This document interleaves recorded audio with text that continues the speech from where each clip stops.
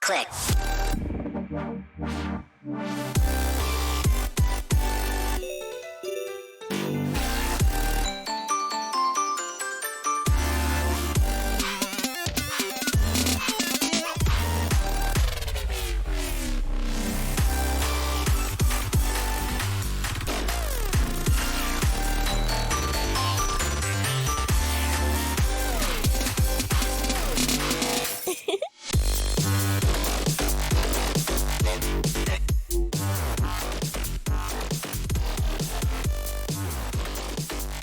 Good morning, good afternoon, and good evening, everyone around the world tuning in to the OS World Cup semi-finals this weekend. We have a string of very exciting matches for you throughout the weekend as we enter the stage of the tournament where only the top 12 teams are left out of over 50 initially attempting to qualify into the tournament. And we're starting out with another very, very close matchup here this morning, afternoon, evening, whatever time it is for you. Hong Kong versus Indonesia, seed 9 versus seed 10 out of qualifiers. Two teams who have had some really exciting runs through the tournament so far, facing off against a variety of very strong opponents already, and no exception here in the semifinals. My name is Dio, and I'm going to be casting this match alongside my main man, Demarsh. Good afternoon, Demarsh. Good afternoon, Dio. It is afternoon for me, just had to double check that one. But Indonesia, yeah, they had a really rough weekend last weekend. I want to say not that they barely survived, but I mean they had to go up against Norway and Brazil. I mean that is a rough losers bracket run, and it was a close set of matches. 6-5 against Norway, and then 6-4 against Brazil. I mean that is victory not come easy for this Indonesian side, but they're still hanging in there. They're still here. They're still here, but they do have another pretty tough opponent in Hong Kong. Hong Kong last weekend faced up against the United States in the winners bracket, and while they did lose, they looked the best against the United States that any team besides Germany has looked since 2018, when the UK managed to take them to bracket reset in the grand finals. The United States lost more points against Hong Kong than against anyone else in the past 4 years, aside from Germany. So this Hong Kong team, while there were some external reasons why the U.S. lost a few extra points than they might have hoped during that matchup, Hong Kong is the team that forced those points out of them and looked very, very good while doing so. And that has to put the fear of God into you a little bit if you are Indonesia. Definitely want to come into this match prepared, as both of these teams as well really kind of feel like similar rosters. We were talking a little bit about this before the match started yesterday to Mars, so why don't you pick up our conversation here, because I know we talked a lot about these teams. Yeah, I think the biggest point of contention between these teams is definitely DT. It's one of those weird areas where it's depending on whichever, I think, team will have the advantage in that area. And, bearing in mind that we've got 4 DTs, so it might not be decisive in each one, but I'd like to think that whoever can perform better today on those maps is definitely going to have that advantage, because it's really an area where both teams have performed strongly, is on their DT picks. But Indonesia, the biggest difference with them is that a lot of the earlier rounds, the earlier in the rounds you go, the better they perform on DT. But as we've got into these later rounds, these harder maps, you start to see Hong Kong really show their skill cap and their ability to play on these higher ranked maps, where Indonesia seem to have lost a bit of momentum on these DT maps. So it's whether they can keep up with whatever Hong Kong is dishing out. But I think those DT picks are going to be really important for Indonesia here.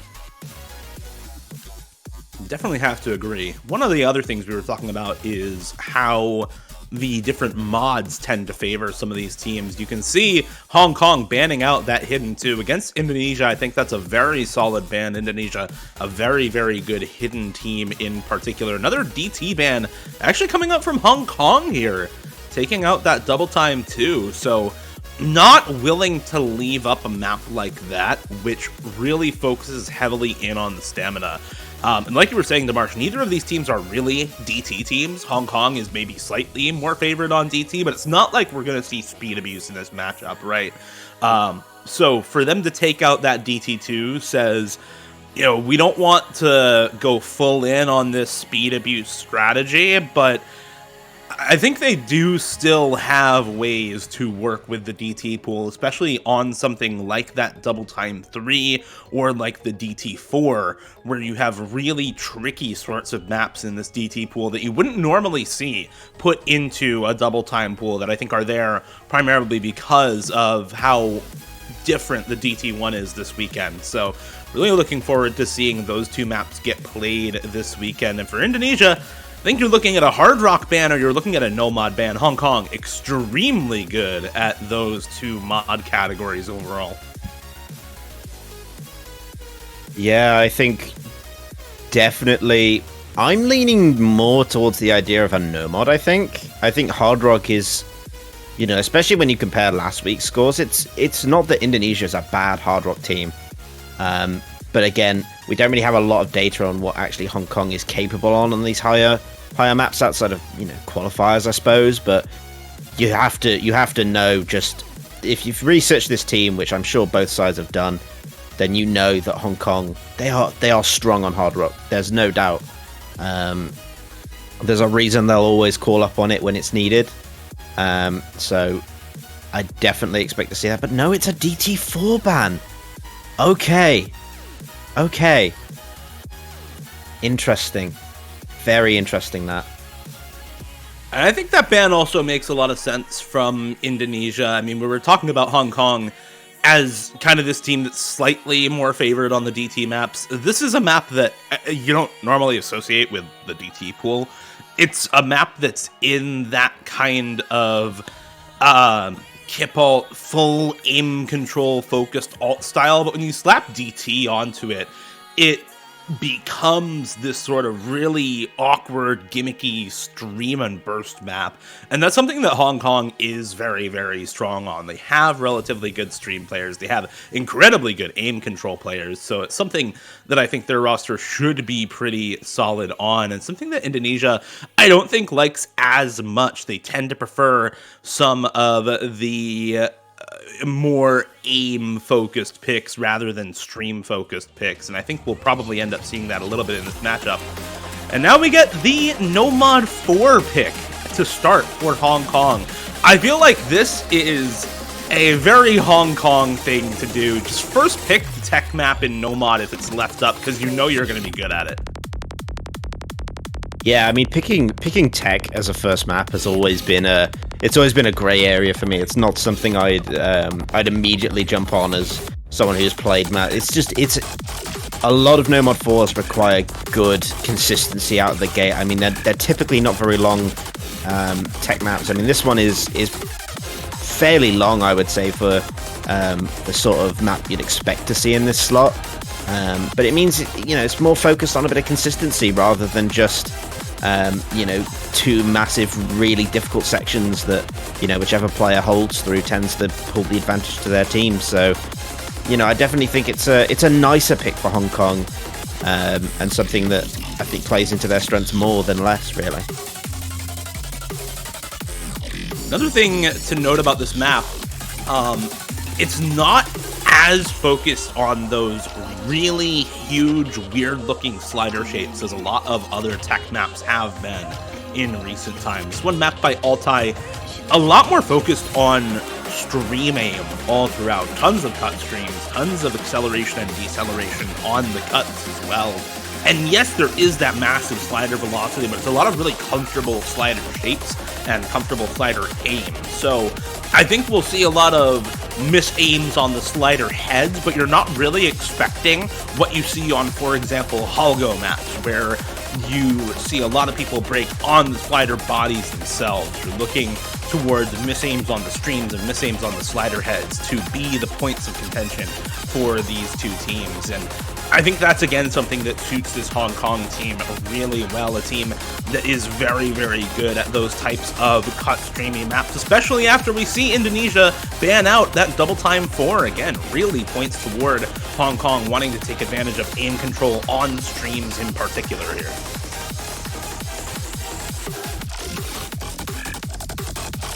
Yeah, for definite. I think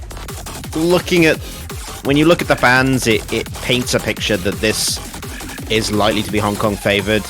But I think we are at that stage of the tournament where we can comfortably say that there will just be maps that, on paper, should be won by a certain team just because of how difficult things are starting to get. You're not expecting. I mean, we're talking nearly 7 stars here.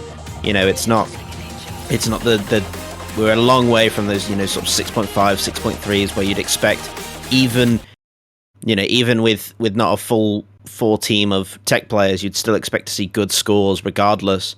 We're in that point where players can and do struggle on maps like this. So, I think having a good core of, 2 or 3 players that are really comfortable on this sort of thing has a massive advantage for your team. Well, I think there's definitely more than a couple players who are going to be comfortable on this for both of these teams. And to be clear, this is the first pick for Hong Kong, but despite what we've talked about, I don't think any of these picks are going to be set in stone. We see a couple of traded breaks very early on. Shirahayuki, That Noob Guy, and Mindfrost ID all trading breaks early on in this map, as that's kind of what you're going to expect to see on a map like this. Another traded break for Mindfrost. It's not answered by the side of Hong Kong, so they do maintain a little bit of a combo lead now. That Noob Guy also finding another break, so a couple of struggling players for Indonesia on this map. Zito and Rexy is looking really good so far, but they're up against the 3-way full combo from MCY4, A21, and Suwagi. Shirahayuki not that far behind the full combo as well, as we get into now one of the more slider aim focused sections. We made it out of that cut stream section and into another different part of the map. You can expect misses from different players on a part like this as we transition into different styles of mapping. A21 did find the miss during this section, but nobody else so far. Everybody else holding on to those high combos, as now Indonesia starts to be able to find a comeback. Yeah, Mindfrost, they're going to be running into a bit of a wall with the reset there. Rexy is dropping now as well. It's just Dito now with the full combo for Indonesia, as Hong Kong are in a much stronger position. There goes Dito on that. What? Caught off in the slow section, man. You hate to see it, but sometimes that's just how it goes. And at this point, I think this map is just about over. 2-way full combo left alive for MCY4 and Suwagi. And Shirahayuki still on a massive recovered combo, 500k score lead, and climbing for Hong Kong on their first pick. And you can see why they went for this. Fun fact, Indonesia is actually the team with the best score on the tech map in qualifiers, but all for naught, as throughout the tournament, Hong Kong has shown time and again that they are willing to play this pick and willing to go for the win on it. First picking it here with a Blom, just completely crushing the pick as MCY4 and Suwagi continue to hold this two-way full combo. Yeah, I mean, it can't be understated. Suwagi played such a massive role in Hong Kong's 4 points off the US last week. Suwagi had amazing scores. MCY4 will drop the full combo towards the end, but Suwagi is just unstoppable here. All the way, my son. Go on. Wow. That is a statement right there. Yeah, incredible scores for a couple of members of Hong Kong here, Suwagi and MCY4 in particular, over 800k. That accuracy for MCY4 is really incredible. Yes, these are comfortable slider shapes, but that doesn't mean that the slider ends are easy to hold. You see the accuracy for Suwagi. That should give you some indication of really how hard this map is to act. But MCY4 Shirahayuki with very, very good accuracy. Just outclassing the members of Indonesia on that, and you can see why they went for it as a first pick. That is an incredibly good team score already for Hong Kong to start off.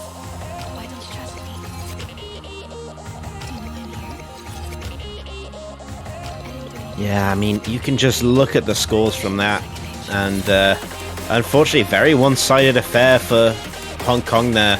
I thought it would be, because I just looked at some of the scores that players put out last week and didn't really see any change in that. Of course, Suwagi, like you mentioned, struggling a bit more on the act than his teammates, but that didn't take away from the fact that that is an FC on no mod core, and a decisive one at that. That really paints a strong picture for Hong Kong going forward in the tournament, to be honest, that they can still pull really good scores on a map like this. Yeah, absolutely. I'm really looking forward to seeing some of the other more tech-focused maps in this pool as well from Hong Kong.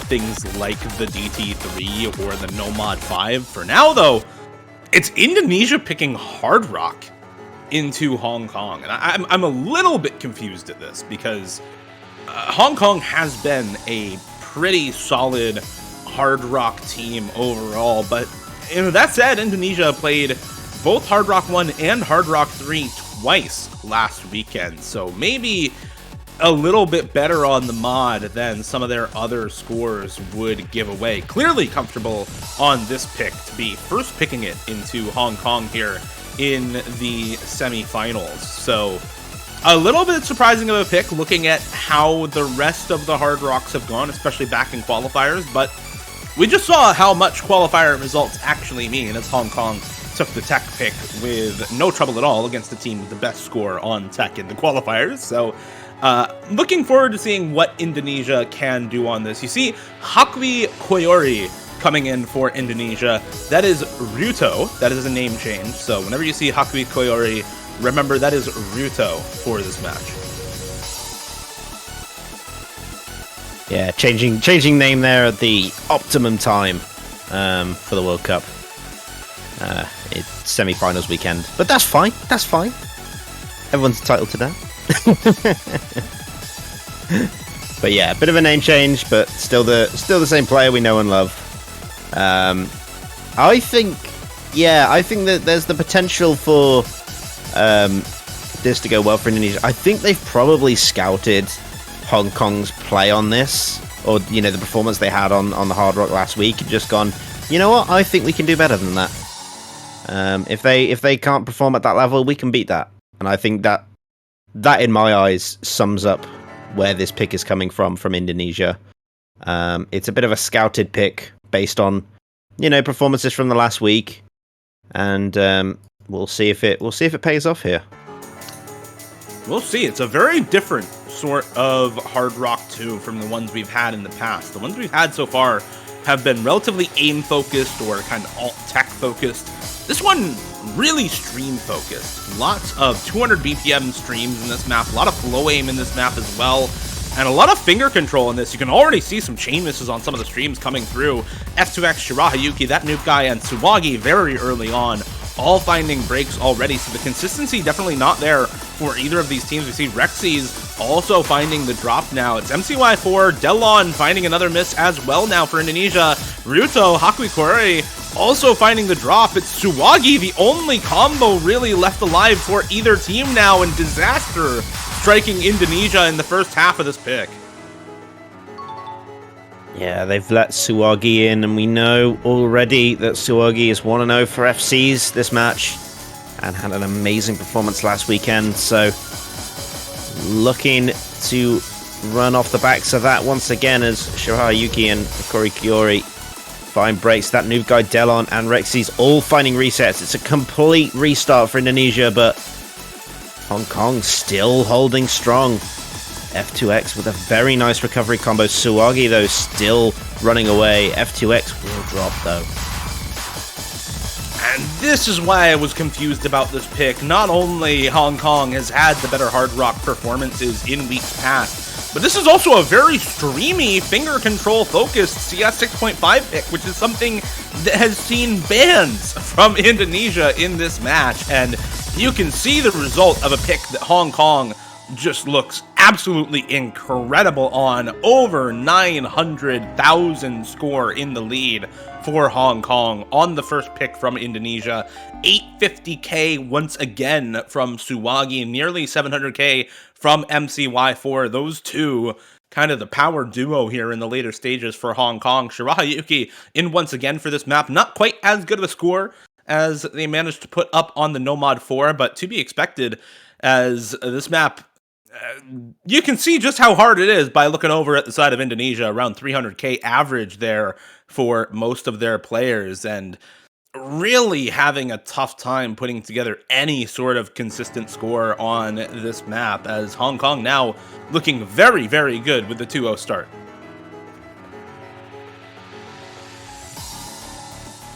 Yeah, and again, you know, Tsuwagi is that player that a lot of people may not know as the face value name, but obviously is more known as Dragbit3, who has just had an incredible career, especially, you know, in the last year with the 3-digit World Cup. This was Hong Kong's 3WC team, which explains why they know each other so well, really. I think this is a team that's made up of really well, with players that just know each other very well and are playing off the fact that they know their strengths so well that they're confident in who they put in for maps like this, really. But yeah, incredible stuff from Hong Kong already. Indonesia really need to look elsewhere, I think, for maps. I don't think Hard Rock is really the go-to here. Perhaps maybe into free mod is where they need to dip their toes on the next one. But this is interesting. Hidden 3 from Hong Kong here. Yeah, this is another pick that I think at face value you think, well, why are you picking Hidden to Indonesia? Because this team is usually very, very good on Hidden. This is usually something that they are pretty incredible on. That said, this is a stream map. This is a flow aim pick. It's a pick that really focuses in on Accel, decel streams, cut streams, space streams, pattern streams, like polygonal type pattern streams. So it's something that Hong Kong has had a good time on already. That said, I'm not sure I like picking Hidden into Indonesia anyway. This is a team that can easily find breakpoints on this mod. They have played a lot of Hidden all throughout the tournament. They pretty much try to pick Hidden a lot of the times. They played both of them in round of 32. And had better scores on both of the Hiddens in qualifiers than Hong Kong, so I'm not completely sold on this pick for Hong Kong, but I do think it's something that can work, because the style of map really does suit them quite a bit for this one. Yeah, it definitely seems like they're focusing more on the style of map. and how it plays out rather than necessarily the mod. The mod doesn't seem to really be affecting their decision making at this stage, which is an interesting approach. I definitely feel like more traditional map selection is based on mods and what how a team is playing on a specific mod rather than the map style itself. So it's interesting to see this approach from Hong Kong, but it worked with their first pick, and I think they're hoping for a bit more luck with their second pick here to take the 3-0 lead to start off this first semi-final match. And to be honest, any map where you have this 4-player roster in for Hong Kong is going to be a power pick for them. Suwagi, MCY4, Shirahayuki, and A21, those 4 players are pretty unquestionably the best 4 players on the side of Hong Kong in tournament. This is that core roster that helped them win the 3-digit World Cup in 2021. And had, or sorry, not 3-digit World Cup, 4-digit World Cup. And had a really, really solid run of lots of other tournaments with these 4 players as core. So really just looking to these 4 players to perform on the picks where they are in. That said, it seems like I've cursed them a little bit. They find 3 breaks right at the start of the map. A21, the only player to combo through that section for Hong Kong. Hakui Koyori, the only player to break, alongside Rexys, actually, for Indonesia. So 2 full combos to 1 right now in the favor of Indonesia. The accuracy, however, really helping Hong Kong keep it close at the moment. Yeah, Hong Kong holding the stronger accuracy lead, really playing into their strength at the moment, but they are losing score comparatively to Indonesia on those combos. So it is going to start to go the other way. But again, a long way to go, so Indonesia definitely not in a clear advantage here. They've got really no wiggle room, as Mindfrost going to be dropping the break there, and that is going to start to swing things the other way, as that break is coming at a crucial time, as Rexy's also gone as well for Indonesia, so really not good on the combo now, as Hong Kong looking to have a much stronger recovery here.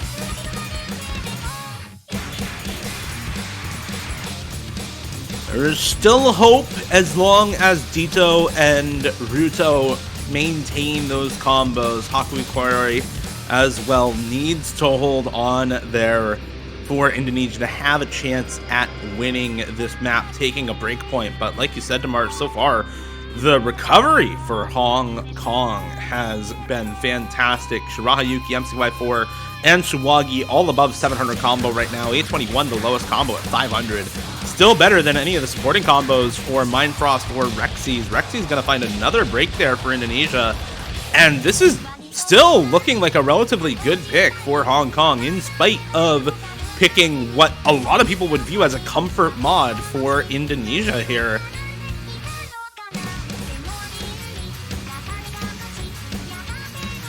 Yeah, I mean, Indonesia just, they're not quite performing, I think, how they would normally. I think part of that is not having the roster I think they'd want in for this. Not to say they haven't got strong players here, but I definitely feel like they would make a couple of adjustments. Big misses there from Hakui and Rexy's there. A21 did drop as well, but it's just not enough against Hong Kong here. There goes Shirahayuki though, so they're down to 2 full combos, but it's just Dito and Mindfrost with any combo for Indonesia, and with the score difference, I don't see a way for Indonesia back into this. If we see chain misses here at the end for Hong Kong, it's possible. This ending spike is very, very big in comparison to the rest of the map. It's so difficult, but Suwagi just looks untouchable in this match so far, continuing to combo through the hardest part of the map. And with Mindfrost's combo gone and a near 500k score lead accumulated for Hong Kong, this is already over. But Suwagi is just going to casually reverse choke this, I suppose. Hits the hardest part of the map, without question the hardest part. And finds the 1 miss there on the hidden 3. 867k again, above that 850k mark for Suwagi. 3 in a row at about 850k or better for the carry player on the side of Hong Kong. Suwagi has just been ridiculously good throughout the last 2 years of tournament play, whether as Dragbit 3 or Suwagi, and continuing to show off here in the semifinals, making this match much more one-sided than I think we expected at the start here. Indonesia really having trouble getting a foothold. Yeah, again, it's early days though. You know, still plenty of time for Indonesia to come back into this, but I definitely think they need to rally themselves here with this next pick. I think they're going to find themselves in a really difficult predicament if they drop another break point. So crucial picking needed here going into this, especially with how I mentioned Suwagi is playing right now. I still think there's a couple of options. I'm surprised they're not trying to push the DT yet. But Fremod, I think, offers a lot of options for them. I don't know which one necessarily they'll feel most comfortable on. But that is where I think I would go if I was this Indonesian side. I mean, look at the 3 maps that we've seen so far. Nomad 4, Hidden 3, and Hard Rock 2. The thing they all have in common with each other is they're all relatively streamy. You saw all of the cut streams in Nomad 4. Same for Hidden 3. You see a lot of streams and bursts in the Hard Rock 2. I want to see Indonesia pick something that doesn't do that, right? Anything that doesn't do streams. Whether that's the Nomad 1 or Nomad 1. I guess we're going Nomad 1. Which, it's not streams. It's definitely not streams. So I am happy with that pick for Indonesia, because they need something different. You can't just keep going into the same types of flow aim and aim control and relatively streamy maps, right? It's not working. So you just need something else, and this is definitely a shakeup. Yeah, the alert is out. Nomad 1 is on the board. Much more focused aim map here. Definitely, I think what Indonesia need to push into this is very different, like you said, from what we've seen. But again, it's still got that 200 BPM element, so, the 195, it's still going to feel relatively fast and relatively comfortable for this Indonesian side. So it's a good pick, I think, if they can pull it together. They've got the players on this lineup here that can perform, but I think they're definitely going to need to see some strong FCs on this map, because Hong Kong's not going to let them have this easy for sure.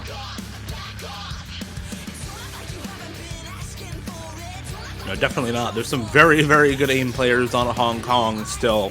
F2X coming in here, kind of the aim specialist for Hong Kong. Very, very solid aim consistency player for them. Of course, Suwagi MCY4 in for pretty much every map for Hong Kong. And Nazar coming in as well for the first time this match, formerly known as Denir Nazar, or CLP. Long-standing player for the Hong Kong OWC roster, has been around nearly since the game started. I think since the early 2010s for Nazar, so has been here to witness quite a lot of World Cups come and pass. Hopefully here to witness a Hong Kong win, at least hopefully for him, in the semifinals here. Indonesia really looking for this break point. Hakui Kori, also known as Ruto, Mindfrost, Dito, and that noob guy in here for the Nomad 1. I think a roster that makes sense for them. We have not seen Ro yet, by the way. We also have not seen Fuma. So I'm a little concerned as to where those 2 players are. Hopefully Indonesia able to make the most of who they currently have here and put up solid scores on this Nomad 1 pick. An early break for that noob guy, but probably not going to matter too much here. It is a 3-minute map after all, and breaks right at the start tend not to matter too much, but you don't want to accumulate too many of them there. Hakui Kori finding another break for Indonesia. Traded with MCY4. Yeah, it's actually better if you are going to have a break, the earlier it is, because it means there's much more recovery towards the end. And you can still put up a high score despite the early misses. But again, that's a 3rd one for Indonesia here. They're starting to rack up in quantity, but a 2nd one for Hong Kong here is going to slow things down. Nazar going to be fighting one as well, so that's 3 apiece for each side now. But Dito again, so it's just Mind Frost against Suwagi at this stage in terms of full combos, but a lot of players struggling to hold combos here. This map is a little bit awkward. It's not really your typical No Mod 1. You do see quite a lot of just straight up back and forth on perfect overlaps or stop and go jumps in this map, and some slightly awkward angles, some slightly wide angles, some anti-aim patterns where you have to go from very fast cursor velocity to very slow and vice versa really quickly. So it is a little bit uncomfortable. That said, it's still an aim pick. You see a couple misses there from Suwagi, and now finally finding the first major miss in this matchup, and that spells good pick for Indonesia. If you can make Suwagi drop that high score in the middle of the map, that has to feel good for Indonesia now. You feel that chance coming for them as Suwagi drops. This is the carry player, and if he cannot perform, then you have a much better chance of winning the map overall for Indonesia. That said, MCY4 and F2X still standing in the way of a score lead for Indonesia. That noob guy, Dito, and Hakurikori need to hold, but Ruto does find the miss there as that noob guy and Dito now up against just MCY4, F2X finding the miss. Dito gonna trade it.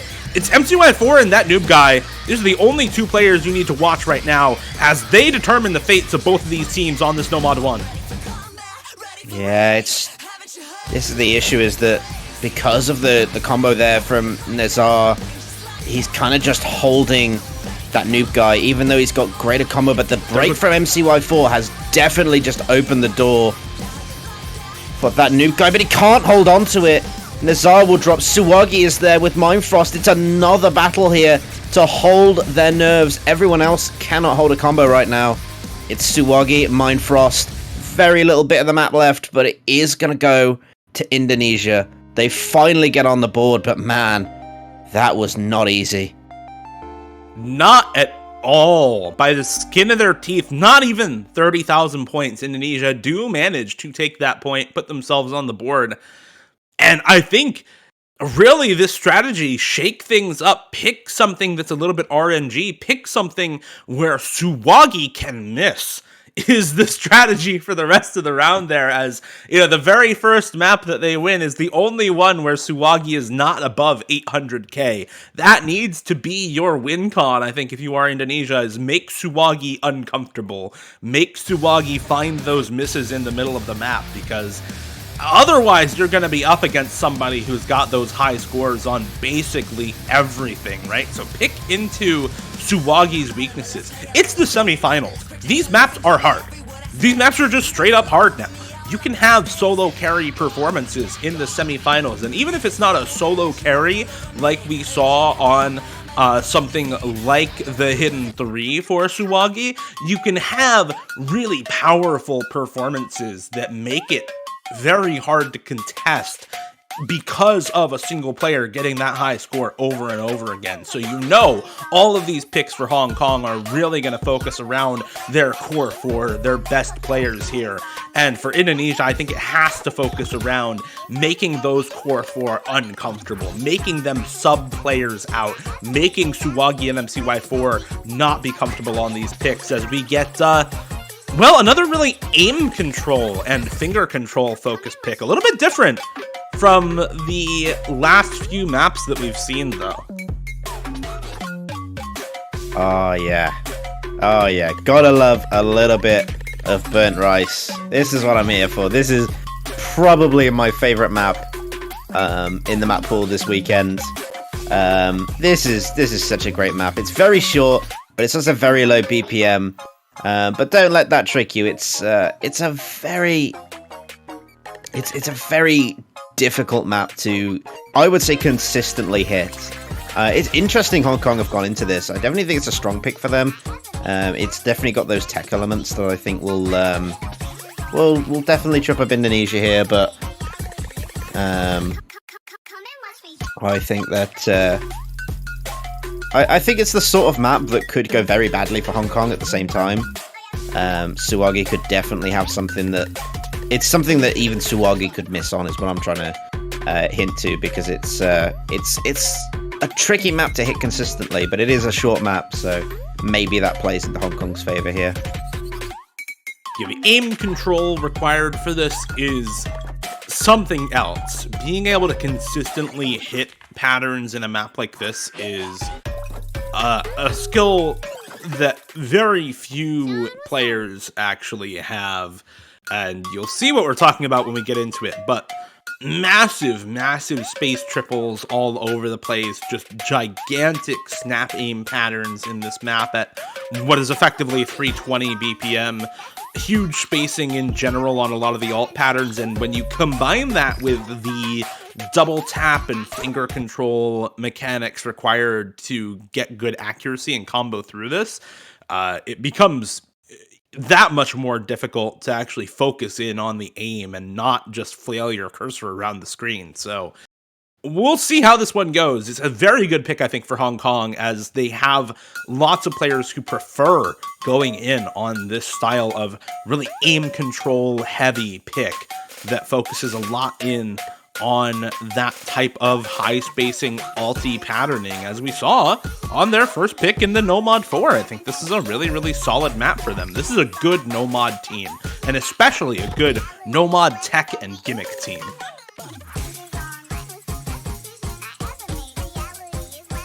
Yeah, and here come the double tap sections, which trips up so many people. What? Crazy stuff, but big misses coming out from both sides there. Misses kind of coming all across the board here, but definitely favoring Hong Kong ever so slightly there. A21, Suwagi holding on. Mindfrost will finally drop there, but there goes Suwagi. A21 to hold against Hakui Kiori, but they're gone as well. It's just A21 here. And when it's not Suwagi, it's somebody else for Hong Kong. A21, the only player to hold through the entire intro section. Oh, wait, that was Bancho? Oh my god, wait. Oh my god, all right. Please stop. So Hakui Koyori's miss was Bancho. A21 finds a slider break during the slower section. Hakui Koyori with the ability to take this home for Indonesia. No, that was also Bancho for A21. Okay, there's another one. Both of them break this time. Is it Bancho for either of them? Watch with me, chat. Is it Bancho for any of them? A21's was Bancho again. That's 3 of them. There's another one. The double taps, I think, messing with the tournament client here a bit, as we finally, I think, get it again. I quit. No, I'm done.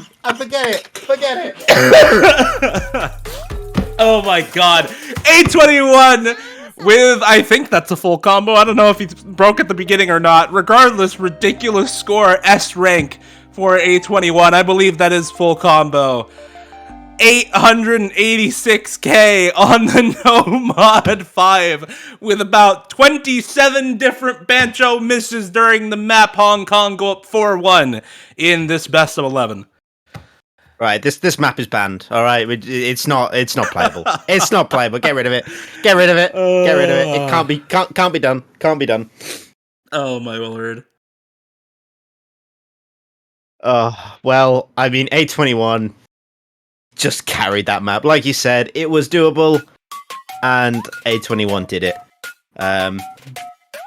Didn't really get to see a lot of it because Bancho had a day there with the double taps. But I mean, you know, it made it interesting, to say the least. But a good pick for Hong Kong for sure.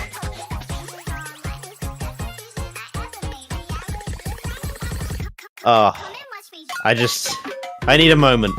I need a moment. Yeah, no kidding. I need a moment to just... By the way, apparently the score we saw on stream was wrong for A21. He actually got above 900k on that. It was 903,000. Because of course the score was wrong. I mean, the client just couldn't catch up at the end. The client really just was broken by the double taps. I don't know. It's not something that you see all that often. I really do think it was the double taps in that map that ended up breaking the client a bit. We get a completely different score from what the MP link. Back to the drawing board here a little bit of a reset. Indonesia going with more aim. Cannot blame them after their win on No Mod 1. This Free Mod 1 pick now. More awkward style aim. I think it's a very good pick for them.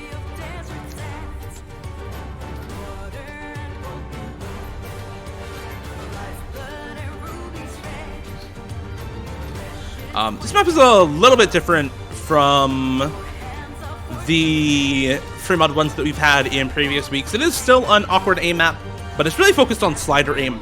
Not in the No Mod 4 slider aim sense, where you get a lot of really high velocity sliders that are super long and with really weird shapes, but in the fact that there's a lot of slider jumps in this map that really frequently can force out easy slider breaks from players who are not paying attention to exactly where the slider heads are, exactly where those sliders start, because that's the most important part of this map, is aiming the slider heads correctly. This is definitely a pick that's a little bit hidden favored over Hard Rock. It's not super dense, it's only 210 BPM, it's AR 9.2. It's still a little dense on hidden, but that shouldn't really matter to either of these teams, who should pretty easily be able to put a hidden main on this map and have them pop off just fine. I think the real difference is going to come from the Hard Rock players, who will need to be on point with their mechanics in this map to properly aim everything and get those big combos in a map that is 4 minutes long for this Free Mod 1.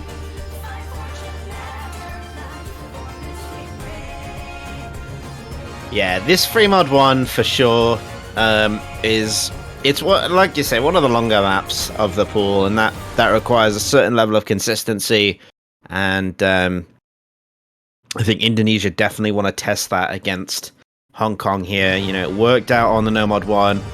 You know, again, more consistency focused seems to be a potential opportunity for Indonesia, but I'm hoping they're not just banking on the idea that Suwagi might miss, because as you can see, Suwagi, given the no mod for the team, so given the optimum opportunity to bring home an FC, so Hong Kong know the strategy for success, and I think that might require an abort.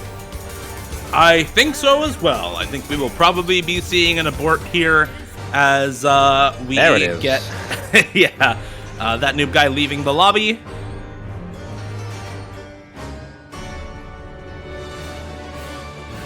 So definitely needing an abort there. Not sure exactly what happened, but we'll probably be getting right back into it with the same mods on everybody in just a moment. We saw no overmods, by the way, for either team. F2X on the Hidden Hard Rock is preference. I've seen a lot of F2X playing tournaments throughout the year, and generally F2X prefers Hidden Hard Rock on free mods. So just taking, the preference, Hidden Hard Rock there for Hong Kong. Shirahayuki on the Hidden, no surprises. Mindfrost on Hard Rock only, and I think it was Rexy's on the Hidden only for Indonesia. Everybody else on the no mod, which is not a surprise in the semifinals. These maps are hard enough where over-modding becomes an ill-advised strategy for the vast majority of teams. You want to guarantee as high of a score as possible on the free mod picks, which means leaving 2 of your players on no mod so that you don't have to put on extra difficulty on top of what the map already brings here in the semifinals. Yeah, definitely. And I think, looking at the way this is going, it's all about relying on those players. I mean, you see that noob guy's had an excellent match so far up against Suwagi on the no mod. They really did have a battle on a couple of maps so far, so I think both sides hoping for repeat pop-off performances, but we'll see if their nerves can hold on these much trickier maps, as Rexy's going to be the first one to break the deadlock, drops the no mod. But again, a very long time to go with this map over 4 minutes, so there is a lot of combo and a lot of recovery time.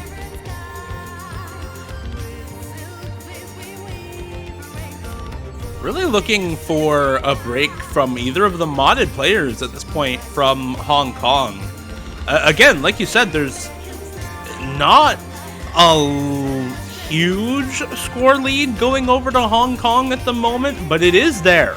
And especially for the break to be on a no mod for Indonesia, it makes it very rough for a comeback to try to happen in this map, because you don't have that kind of guaranteed higher score anymore. You're looking at Rexy's as now probably 700k, 800k max. Mindfrost also going to find the break here on the Hard Rock for Indonesia, as Hong Kong really putting on a show here in the first half of this map. F2X on the hidden Hard Rock still holding, does finally find the break there, finds the slider break to match Mindfrost, but that's just one matched break. Hakui Koyori now also going to break for Indonesia, so that is 3 breaks to 1 in the favor of Hong Kong. MCY4, Shirahayuki, and Suwagi. This core 3 roster here for Hong Kong just popping off once again. And to be honest, there's not much that Indonesia is going to be able to do about it. The 2 no-mod players in Suwagi and MCY4, also their 2 strongest players on a map like this for Hong Kong. So you do not expect them to find misses easily on a pick like this at all. And Indonesia really grasping for straws here near the end, as now their no-mod player, once again, that noob guy, finds another break here. Doesn't look good on this pick for Indonesia. No, I mean, it's all about consistency, and unfortunately, Indonesia running into the wall of not having what is needed, and it's gonna require, I mean, you're looking at the score, it's hard to state it, but 500k is pretty much the difference. It's not quite 500k, but it almost is. So even with a complete reset from Hong Kong here, which hasn't happened yet, is really Indonesia's only chance. It'd have to be a break from MCY4, Suwagi, and Shirahayuki now to stop this, and it just isn't happening. Too strong from Hong Kong. Rexy's breaks. Yeah, and I think that just about seals it. I mean, there's nothing that Indonesia can do at this point. This is going to be 5-1 for Hong Kong, and you know what? Hong Kong's got the next pick as well. It'll be match point for them, and they will be in control of their own destiny to boot. So really expecting another tech-focused, reading-focused pick here for Hong Kong, who have been just demolishing it this entire match, and apparently still a very good aim team, by the way, as we are looking at a 3-way full combo for Hong Kong on this map, closing in on the end of the map right now. MCY4, Suwagi, and Shirahayuki all finding the full combo for Hong Kong. A lot of dropped slider ends for MCY4, but that is the full combo and the 3-way FC for Hong Kong on that free mod 1. Boy, really making that no mod 1 look like a fluke, both with how close it was and with how one-sided this free mod 3 pick was for Hong Kong. Just demolishing Indonesia once again, this time on their own pick, and this time for match point. Yeah, it's so tragic as well for Indonesia. When you look at those miscounts and those 50s, they're so low. And it just paints it paints the potential picture of a completely different story, where you could have easily seen those 2 no-mods bring in FCs and suddenly have a very, very close match. But it just didn't go that way, unfortunately for Indonesia. And like you said, backs up against the wall. There is still a good variety of picks here for Hong Kong to see what they want to go for. There's a lot they can go into. There's Hard Rock, I think, would work out very well for them. Perhaps not Hard Rock 1 necessarily, but definitely everything else kind of just works for them, as long as they don't pick into. I think No Mod 2 would probably not be the pick for them. But yeah, they have a lot of options here, really. This is not what I was expecting. No. At all, actually. I really was not expecting to see an awkward aim hidden pick after Indonesia has picked 2 aim maps in a row. Yeah, very surprised by this. I think it's still a good pick for Hong Kong, and against a lot of other teams, I would be really happy to see them pick this. But against Indonesia in particular, I think it's a bit ill-advised. I think one thing that they do have going for them for this on Hong Kong is that this is a little bit faster and a little bursty in general than probably what Indonesia would like on a pick like this. So you're going to see a little bit more discomfort than usual on this pick for Indonesia. But that said, it's still your basic hidden one. It's a density check. It's AR 9.2, 228 BPM, lower spacing, pattern aim jumps, wide angles, awkward aim in general, lots of long jump chains in this map, and it's 4 minutes as well. So really focusing in on the consistency. Hong Kong has been the more consistent team in this matchup. They have been the better team so far. That is why they are 5-1 up right now. But we have seen on Nomad 1 where Indonesia can make some inroads and take a break point where necessary. So looking at this map, I think this is a possible break point for Indonesia, and we'll have to see them perform if they want to take this against a very scary core 4 roster for Hong Kong on this pick. Yeah, and again, I think that awkward aim/aim control element of this map is what Hong Kong is banking on. It's been a bit of an issue for Indonesia thus far, and hopefully Indonesia can get it together on this one and show us why they want to stay in this tournament, as not being able to win this pick will mean elimination for Indonesia here. So their backs are really up against the wall, and it's Mindfrost the first to drop here. Early days, Rexy, Suwagi as well. Gonna be finding early misses. I mean, this map does hit you straight from the get-go. Not really much time for adjustment, so early breaks, understandable. MCY4 gonna be dropping as well now, so it's 2 full combos on both sides, but they're not the players that you'd necessarily expect early on. 21 Dito gonna be finding misses as well. It's Akui Kiori and Shiraha Yuki holding the line for both sides, but it favors Hong Kong slightly, mostly on accuracy. As we have a lot of drops coming in. Dito, 821 finding trades here. Both sides have still got 1 full combo, so there is the potential for solo performances here. But Hong Kong holding the lead. This is a scrappy map so far. We've seen a lot of maps where it's decided by full combos. It's decided by players just popping off and by an entire team getting a really, really good team score. Not going to be the case here. You already see A ranks on everybody besides Shirahayuki, Hakuikori, and Dito. Dito on a break as well. Shirahayuki going to drop this full combo now for Hong Kong. Hakuikori, Ruto with the full combo for Indonesia to try to bring this back. Suwagi's on a very good recovered combo, that early break not doing too much to the score overall. And MCY4 not too far behind, but being matched by Rexy's. So again, scrappy. The score is very, very close. It's 50k apart, not even at this point, as the score slowly moves towards the side of Indonesia. The accuracy helping out Hong Kong here, as they do have better overall accuracy. Shirahayuki and Dito going to trade the combos once again here for Hong Kong and Indonesia. We get through the 1/3 section with only those 2 players dropping, and now you've got some big combos built up for both sides. The matching high combos on Hakuikori and Suwagi. Hakuikori gonna trade it though, and Suwagi going to hold here. Mindfrost and Rexy's the only surviving combos now for Indonesia and only able to match MCY4 and A21. Rexy's going to find the slider break there on that long, fast slider. And now into the last quarter, we have an over 150,000 score lead for Hong Kong being built up with only Mind Frost to match any of the combos coming out of Hong Kong.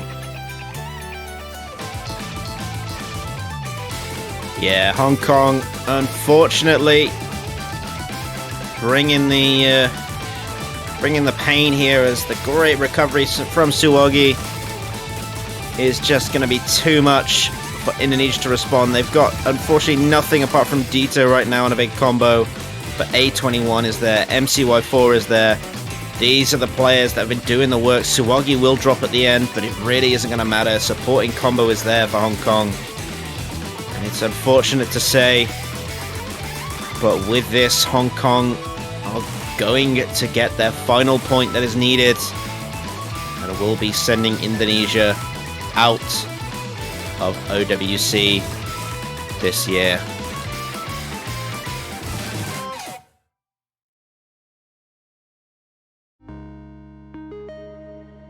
And this is a very one-sided overall match. I mean, you look at the score leads in this matchup, and I think there was only the Nomad one that was relatively close. Every other pick won by Hong Kong, and not by a small margin. This last point as well, over 500,000 in Hong Kong's favor, as they prove without a shadow of a doubt in my mind that they deserve to move on into the top 8 here, knocking Indonesia out of the tournament in top 12. And a very solid performance for this Indonesia team. I don't think a lot of people expected Indonesia to still be this good after losing several of their best players this year, but Indonesia really still putting on a good show in the OS World Cup this year, still finishing in the semifinals, and no shame at all in losing to a Hong Kong roster which looks extremely strong here going into the top 8. Yeah, fortunate for Indonesia. I don't think they just had didn't have the full roster, so any performance that they could put up with the limited players they have is a good one. But again, I still think that even with a full team, Hong Kong were going to be tough to beat. Again, plays from Suwagi and stuff, they were just incredible early on in this match. Really set a good precedence going forward for Hong Kong, and they are going to need to perform as well, if not better, going into their next losers bracket round, because they will be back tomorrow to play against the winner of Canada versus Australia. As you can see, we have upcoming matches.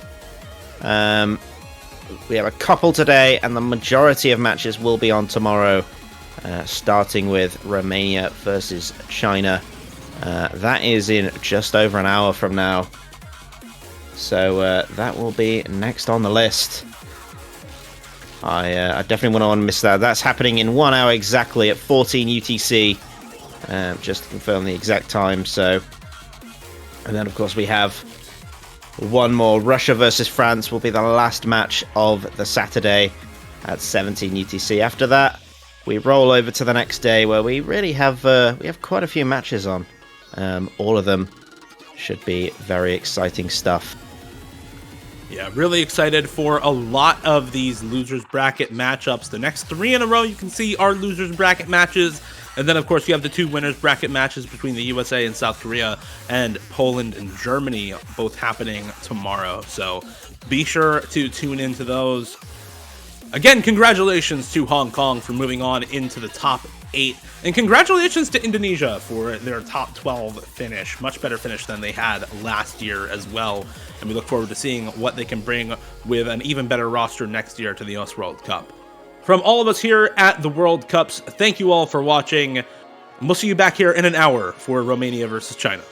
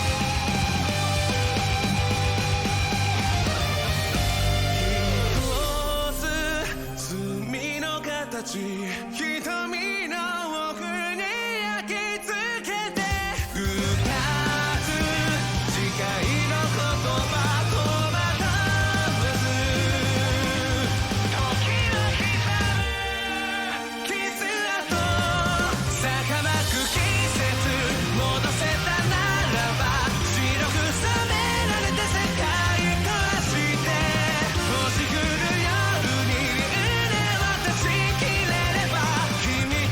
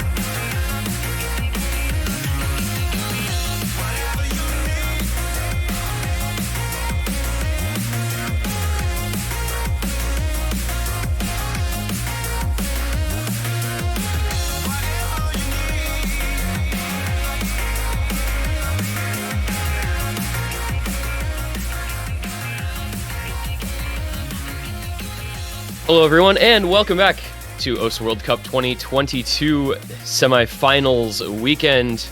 We are rolling onward through the losers bracket for the first few matches today. We saw, of course, Hong Kong with that big victory over Indonesia a little while ago. And we are going to be moving on to our next match of the day here. It's going to be Romania versus China, the two lowest seeds remaining in the tournament. Romania, the 11th seed, China, the 12th seed. But don't let those seeds fool you, because these teams are going to both put up a huge fight against one another, and I think this is going to be a really competitive battle. I'm this one guy. Joining me this morning is none other than Mavs, our first time together. Welcome in, Mavs. How are you doing today? What are your thoughts on Romania versus China? Yeah, thank you very much, Tig, for the beautiful introduction. I'm doing quite great today. Well, tonight, rather. A good little midnight here in Australia. But yeah, like you said, getting into a pretty contested matchup, I'd say, for this round. Seed 11 versus Seed 12, as you mentioned. But semi-finals, it's at that stage right now where I feel like if this was the finals matchup, like next week, I'd hit this again, for Romania to probably take this one pretty convincingly, as I think, they're just going to scale a lot better into those later rounds. But in this semi-final stage, pool isn't that much harder than last week, and China looked so good on last week's pool. A lot of the scores they put up, it was DT4, I believe they put the second best score up of the week. Nomod 5, they had an incredible performance, 3 players on 800k plus. So I think it's at the stage where China is still going to be able to put up a good performance into Romania here, and it may be on whether or not Romania shows up today. Yeah, China was insanely impressive last week, right? They won 12-0. They played 2 matches, the first against Italy, the second against the United Kingdom. Went 12-0 in those, did not lose a single map. You really can't argue with that. They were, kind of the hottest team in the losers bracket in that sense. But, Romania, I feel the big thing with these two teams, right, as we were talking about before the matches, is like the core players. Because China is effectively a 5-man roster. They're gonna run the same 5 players for almost every map, with the other 3 filling a bare minimum number.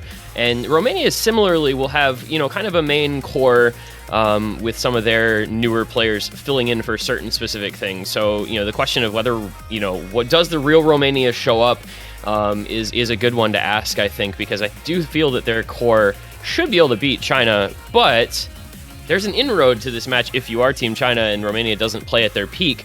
And we have to remember as well that Romania comes into this on the back of a really tough match last week. They played Germany, lost 6-2, and Germany was the only team in the entire tournament who could have beaten them on 2 of the maps that they lost, and one of only 2 teams in the tournament that could have beaten them on a third. So we'll see what the mental is like for Romania coming off of a match like that as well. That might be something to take into consideration. Yeah, absolutely. And I think, like we mentioned as well, the core rosters on this team, very, very strong. Especially for China, where we're going to be seeing the same 4 to 5 players in a lot of these maps. But I'd say the same for Romania. They've got such a strong 4 to 5 man roster as well. You see a lot of those same players in for a lot of different maps, and it could really come down to whether or not these core players are feeling it today. If one of the core players maybe is having an off day, you got to bring in that fill player maybe for a map they normally wouldn't be in on. It can kind of come down to maybe those 6 players not performing their best, or, having a core player, just really not show up. And as we get into these bands now, I think pretty expected out of the gate, China are going to be looking to pick into those gimmicky maps, because Romania is just extremely scary on mechanics, as we all know. And so they're going to be banning out Nomod 2 and DT2. Bit of speed gone and stamina gone, just those heavy mechanics tapping maps. And Romania taking out those gimmicky picks, as I just mentioned. So Burnt Rice going to be going out. A weird double tap map that was having a little funny moment with the client earlier, so we won't have that problem this match, but I'm sure we'll see more of it over the weekend. And Hidden 2 going to be going out there as well. AR8, the grid aim AR8 one. Yeah, it's so wild to me to see a team with Badu on it banning out a Hidden 2, but in this matchup, it contextually makes a lot of sense. I think there are still several really mechanics-heavy picks for Romania, which works in their favor. I don't know that there's a world necessarily where they're very likely to lose DT1, DT3, or FreeMod 2 against this China team that really has shown to be somewhat lacking in the raw speed department. But with this pool having, plenty of different picks in it, I do feel that China will still have some maps available to them. They looked really good on last week's Nomod 3, might be able to run that back. Performed admirably on a couple of the, less straight up mechanics picks like the DT4, which was, kind of a finger control pick. So they do have some options here. And interestingly enough, it's going to be a free mod 1 first pick for Romania, which is a very, very long, very consistency heavy. You've got some aim and some slider aim, and of course the free mod. So it does become a little bit harder, kind of a balanced mod pick for a free mod 1 here. It's an interesting place to start, I think. Yeah, what a way to kick things off, Tig. We got a 4.5 minute tiebreaker long free mod 1 of aim and nothing but aim to get us started in this match. So yeah, I'm keen to sit through this one. I think we're going to be expecting a lot of big combos on the board here, especially from these no mod players and even the hidden players. This really isn't a map I think that challenges hidden all too much. Pretty much just because of that AR 9.2, it may be uncomfortable if you're not, super comfortable playing AR 9 hidden, but I don't think players in this lobby are going to be having any struggles with that. Players like Badu and then whoever's taking hidden on China, which I assume will be Fia. The Hard Rock, I think, here may be the difference maker, and if we see some unfortunate performances on those no mods, because you're expecting big scores from the no mod players on this one. Yeah, and something I do want to mention as well is some of the raw length of the maps in this pool can actually become a factor. You have, a 4-minute long no mod 3, you have a 4-minute long hidden 1, you have a 4.5 minute long free mod 1, a 4.5 minute long free mod 3, a near 4-minute long hard rock 3. So the length of this pool and some of these picks can start to test like concentration, especially on, and I'm sorry for saying this, a kind of boring song like some of these longer maps are. Like, maybe it's a personal thing, but sometimes when a map is super long and the song doesn't really keep you involved in it, it can be really easy to let your concentration just drift that little bit, and you stop paying close enough attention, and you may just end up missing on something you probably shouldn't have. So just a little thing to keep in mind. I don't think these players will be too badly affected by that, but it is possible. Yeah, no, for sure. Like you said, I think, with the type of song it is, not necessarily a bad song, but, it's just like kind of low energy song, I guess, in a way, like, pretty chilled out. Then you can lose focus on these easier maps when you play like this free mod 1, which is, probably one of the easier maps in the pool just on that no mod.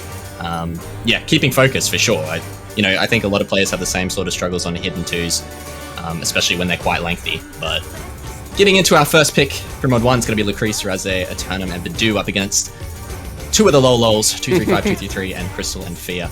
I never remember which Lolos are who, but take it away, too. Yeah, so you going upward, right? 233 is Milk Tea, 234 is Kurumi, 235 is David.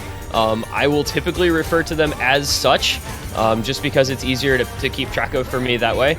As we do see both of them that are in the lobby right now breaking on that early slider. Raze, trades one of those back. So some early breaks here. Maybe players need to get a little comfortable and sort of settle in. This is obviously the first map, as we said, so you gotta kind of feel your way into a map like this, in a match, in a big situation like this. Let those early nerves get taken care of. And Lucrece is the next to break as well, so already 4 misses in the lobby, and China's going to take this lead back in a moment's time here, I believe, because they do have a bit of a combo lead. Yeah, and on top of that, one of the big combos for Romania, being the only FC left, is Eternum on that hard rock, which, it's not necessarily the position you want to be in. You got your player on your by far most difficult mod holding the only combo. A lot of pressure on him to hold on to that for now. As we see, the score is going to start going over, and we've got just the no mod and the hidden FC on Fear and Crystal here, and it is going to be enough to pull it over very, very soon. Eventually, yeah. Combos are coming back for Romania, so... Yeah, that low AC from Fia is kind of hurting China a little bit, down at 95% on the hidden FC. Will eventually take the lead over, but we can remember as well from past years Eternum's heroics on hard rock on some free mods in late rounds, as he finds the break, though. Unfortunately, I had to say it, man. Yeah, I do. That's unfortunate timing, but he's had some amazing late round hard rock scores on free mods. Trying to remember the name of the map last year. I think it was the same stage that he top scored with an FC. Very impressive hard rock player, but that miss was in a pretty unfortunate location, just shy of halfway through. China has a pretty sizable lead now that it's only 80k on paper, but it's going to continue to grow. So we'll see. It's going to need a break or two from them for Romania to be able to get back into this on their own first pick.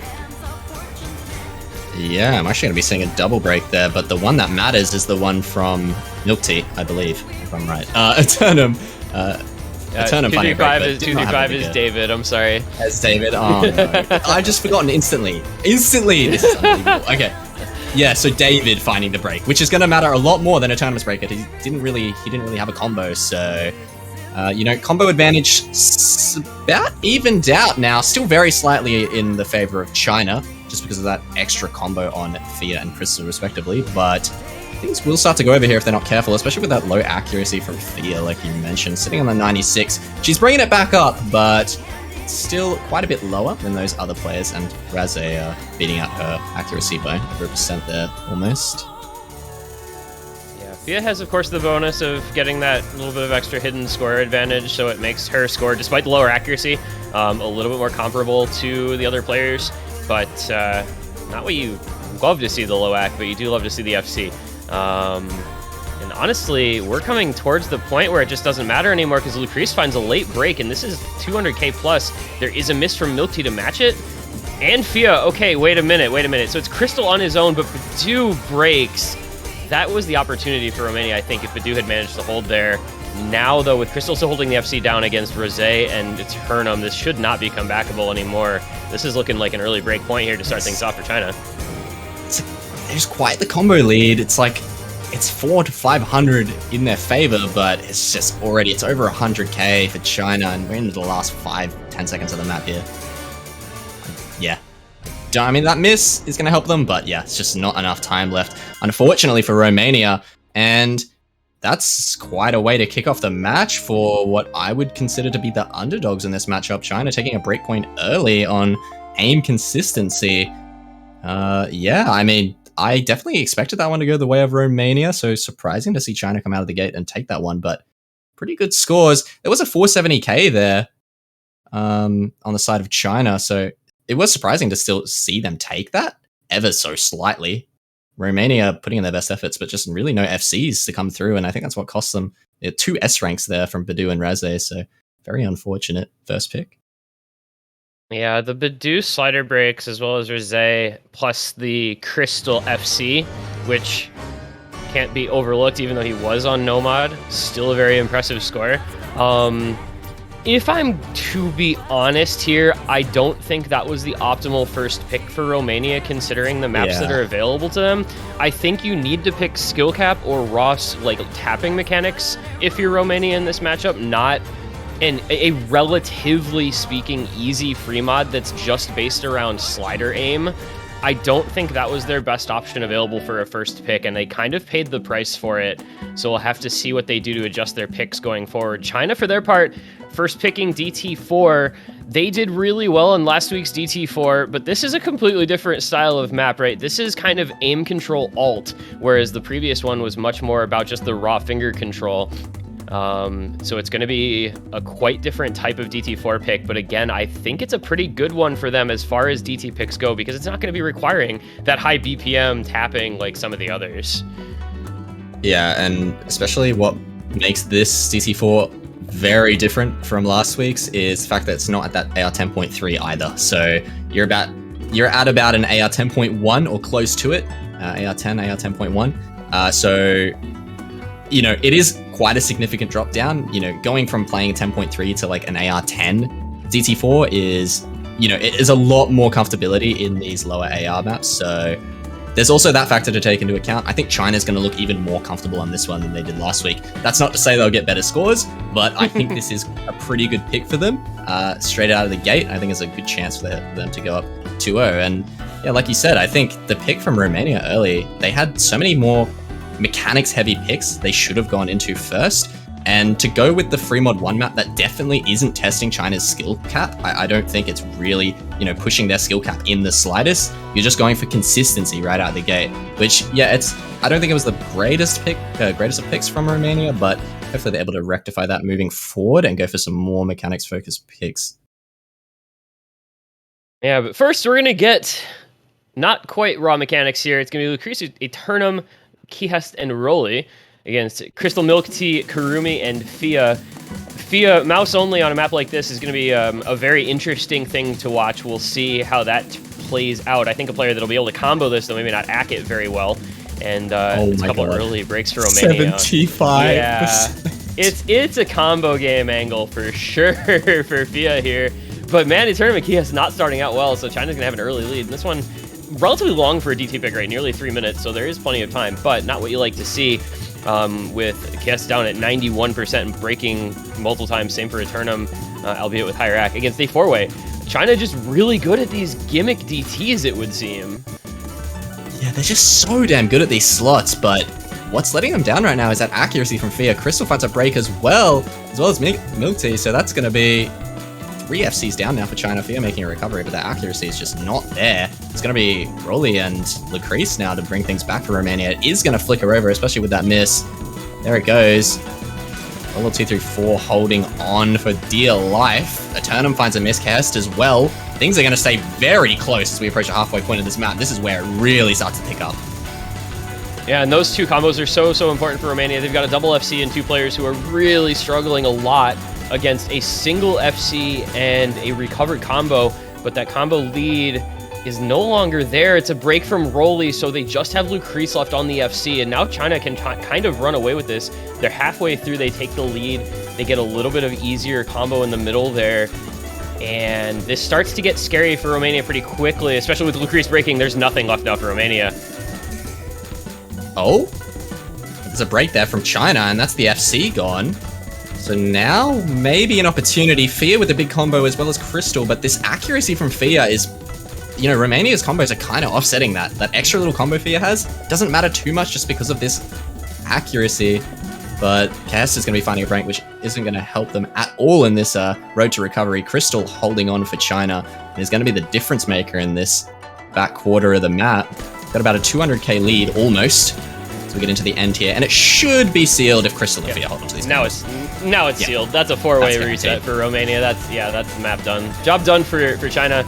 91% be damned, because it's a lot of combo, and gonna end up outscoring Kihest by a couple 100,000 points. So, you know, even with that low accuracy, it's still better than the opposing low accuracy player.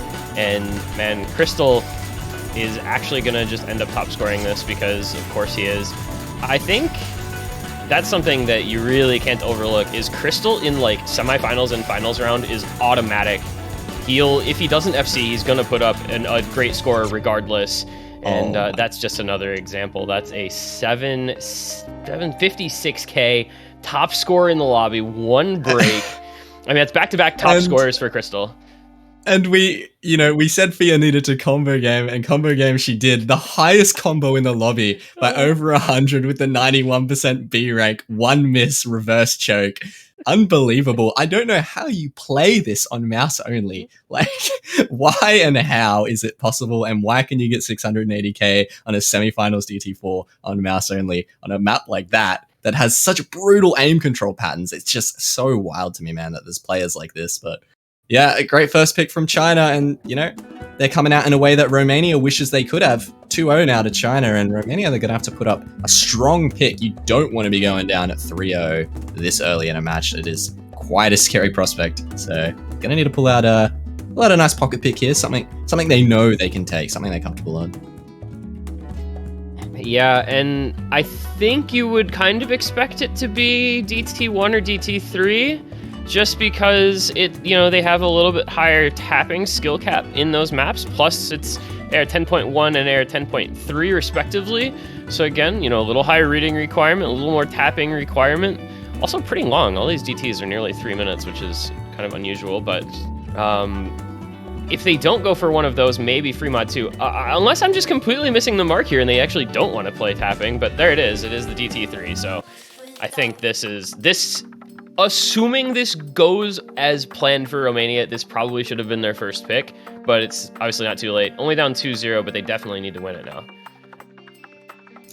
Yeah, I think, like you said, I think this probably should have been the first pick, was maybe into those left-hand mechanics, get out of the gate strong, but, they're going to be doing it now. They're going to be running it back. So hopefully Romania can get their point on the board, and I definitely expect they will. I heavily favor this one towards Romania. Very, very strong just tapping roster in general. You know, you got players like Eternum and Lucrece who are just incredible at this kind of thing. So they're going to be coming in and hopefully putting up a point on the board for Romania. China going to do all they can, but without a solid 4, I think, for speed maps in this late stage, it's going to be a struggle for them. Yeah, I mean, this is the type of map where they end up having to probably put in one of those fill players. I think it's Joseph Joestar for maps like this. Typically, in tournaments where I've seen him, he's often a speed fill player. And unfortunately, once you get to these semifinals and onward rounds, typically not a player who's capable of getting, you know, those FC, near FC, you know, 700k plus scores. So we'll see how that ends up going if he is the player that China fills this with. Lucrece Eternum, KS Rolly, I think, you know, very scary roster on, you know, kind of a DNB DT tapping focused pick. We'll see who the 4th for China ends up being. I'm terrified to see what Fia's ACK is going to look like on a map like this, bro. Yeah, I think you know, from accuracy on the DT4, I think we're probably going to be seeing something along similar lines here. AR 10.3 as well this time round, which, I mean, can tend to just make things all the harder to app. So nice little DT3 though. Love it. Yeah, seriously, this is such a good song. Like, Yeah. The original is good, and Boxpot remix just always makes things better. Big fan. But David coming in as a speed fill instead of one of those other 3. There's a world where China actually only uses 5 players for this match, and it wouldn't surprise me at all, regardless of outcome. So that's the roster set. This is already starting to feel like a turning point in this match. If Romania can win this and, you know, they've got remaining speedy picks that they can go into afterward to follow it up with. If China wins this, then as Romania, you're thinking, okay, what the heck do we do now? We lost, you know, an aim Fremont pick, and we lost a tapping DT pick. Like, if you're Romania, that's a really scary spot to be in.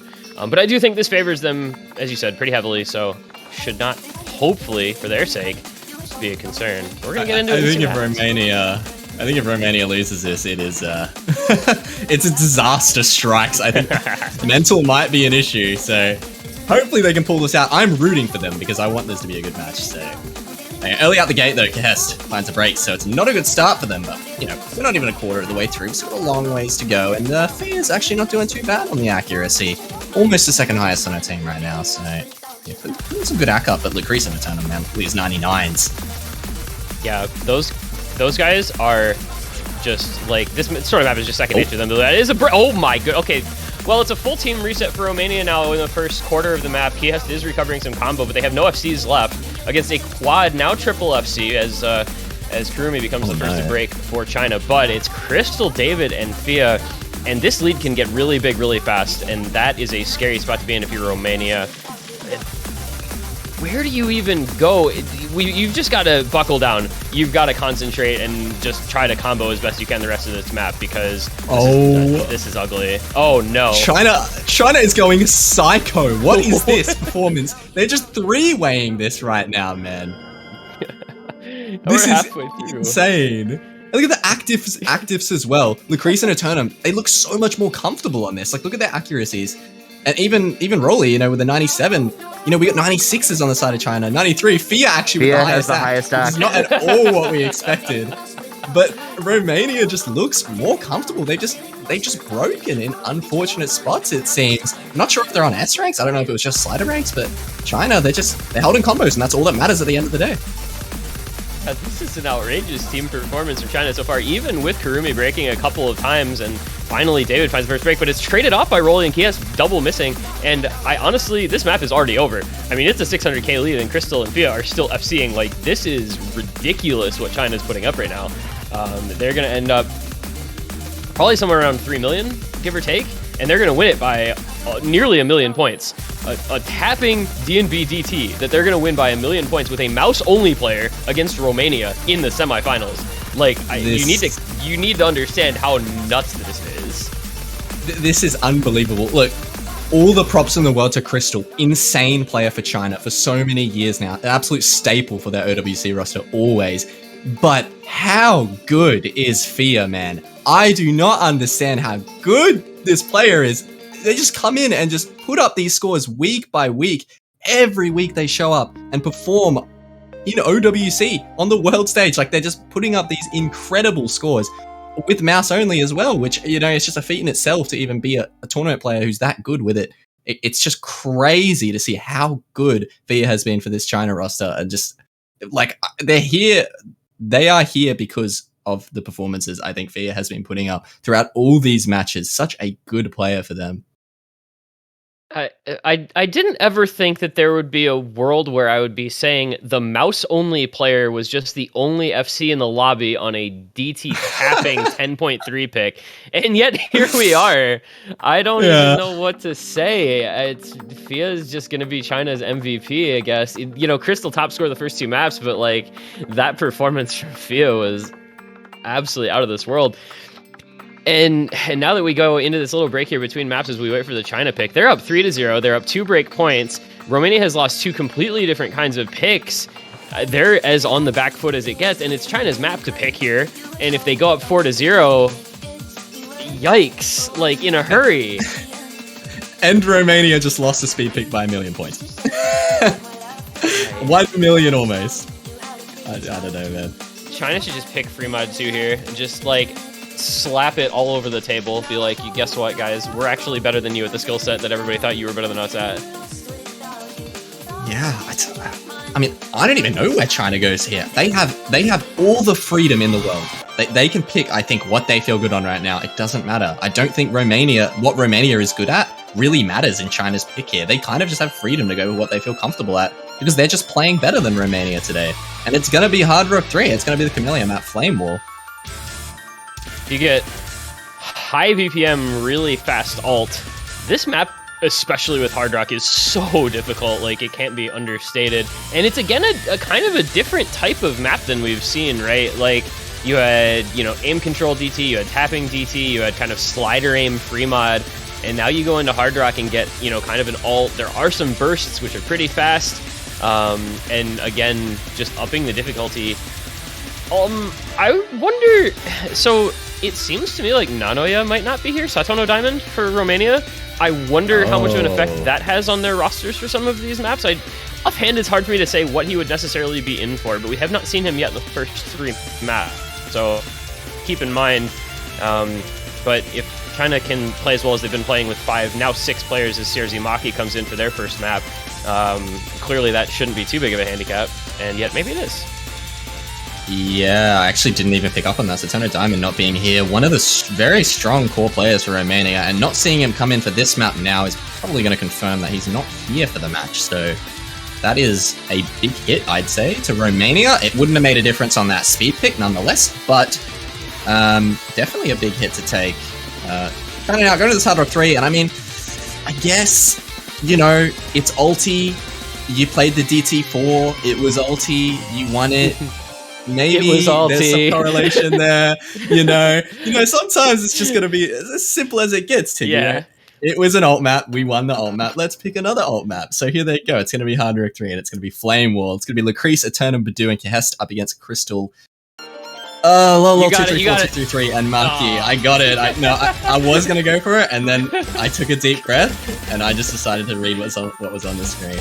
Karubi and Milk Tea in for this one. Crystal continuing to be that perma lobby status. And yeah, you know, Hard Rock alt.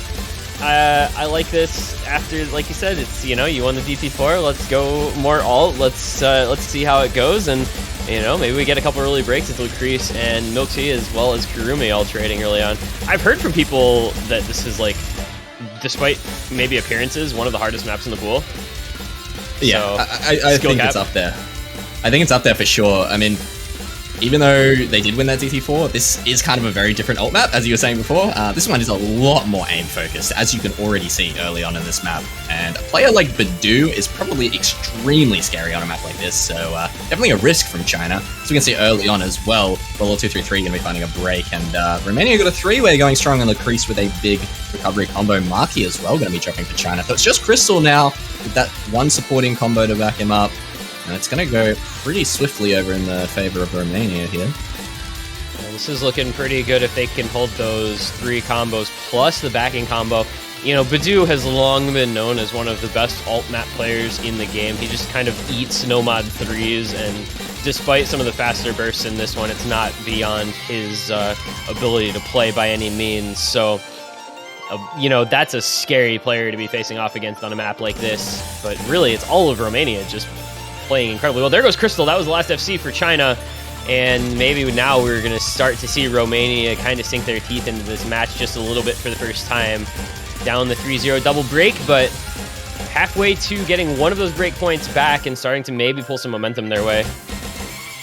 Yeah, and the fact that it's a break point that is most likely going to be the first point they take here, most likely, I would almost certainly at this point, Hess finds a break, but their combos are just, they got 3 combos bigger than anyone's combo on the side of China, so definitely expecting them to take this one, and it's going to be really good to get that break point in at first as well, because if you can follow it up with a point of the pick of your own, then you've already made things 2-3, so hopes for Romania still going forward in this match. They find 2 big breaks. That's 2 huge combos gone as well for Romania, so it's just Badu, but just Badu is going to be more than enough for Romania, as they've already accumulated over a 400k score lead, and it's still gaining to this FC. Yeah, this is pretty well done and dusted at this point. Badu just doing his job, coming in on alt map and dropping, well, almost an FC. This is not comebackable, so it doesn't really matter. Crystal, again, going to put up a pretty solid score, I think, by the time all is said and done, because he's got a combo going into the ending. But he also has the only combo going into the ending. And I don't want to say this was a mispick from China, because I do think this was a fine option. Just a little bit of an underperformance from them, and maybe underestimating the capabilities of Romania on a map like this as well. I feel like you should know how good they can be on Nomad 3s, and this one is, just a harder version of a Nomad 3, basically. And so, that'll be Romania doing their job, putting a point on the board, taking a break point. As you said, now you get your own pick to try to bring it back to 3-2, and all of a sudden, if they do that, this match looks a lot closer. So, the last map felt important. This map felt important as well, because they can kind of flip the script around now. They'll have their own pick to come off the back of the S rank from Lucrece, 2 misses from Badu and Eternum. Just a very solid performance. 763k from Badu, best in the lobby by 130,000 points. Or 120,000 points. He's pretty good at these maps, as it turns out. Yeah, when you're picking a map like this, as China, you have to be saying, okay, one of us feels very confident in FCing or getting close to it. Because when you're versing a player like Badu, you have to expect that score out of him, Crystal comes very close with the S rank. In fact, a lot of the players on the side of China with 1, 2 misses, 3 misses, as well as Romania, there was only 1 player, I think, over 3 misses in the entire lobby. So, everyone was just maybe that 1 miss less away from getting maybe a few 100,000 more points. It tends to just be the case on maps like this, especially. Very, very aim-heavy Hard Rock 3 like that. Can be very easy to find unfortunate misses in the middle, lose so much score. But nonetheless, Romania finally take a point of their own. It's going to be a break point, and now it has to be mechanics, man. It's got to be very difficult maps. Hard mechanics. They've just won the Hard Rock 3, one of the harder maps in the pool. I'm looking at maybe a Nomad 4 here. You could go Nomad 4, you can go Nomad 3. You win an alt map in Hard Rock, go to the alt map in Nomad. It's the same thought process as, you win the alt map in DT, go to the alt map in Hard Rock for China. I don't know if you go back into tapping if you're Romania after what happened on DT3, because obviously the free mod 2 is there, but I don't know that that's going to feel quite so good after what happened. They're going to instead go Hard Rock 2. So you do get some tapping mechanics called into play, but it's lower BPM. It's a lot more about, kind of the flow aim, and with the addition of some finger control as well. Kind of a little bit of a swerve here again.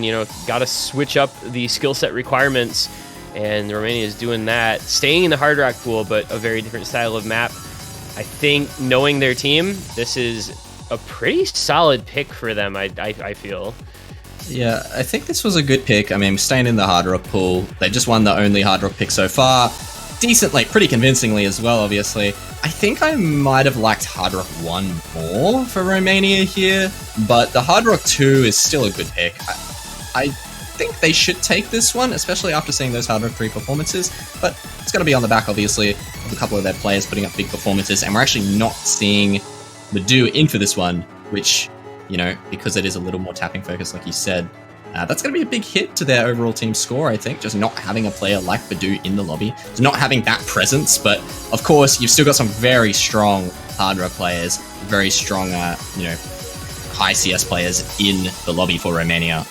Eternum especially is the big name. Stands out to me the most. Incredible Hard Rock player, always on for those free mods on Hard Rock. So expect some big scores out of these players still, and I think they should take this one.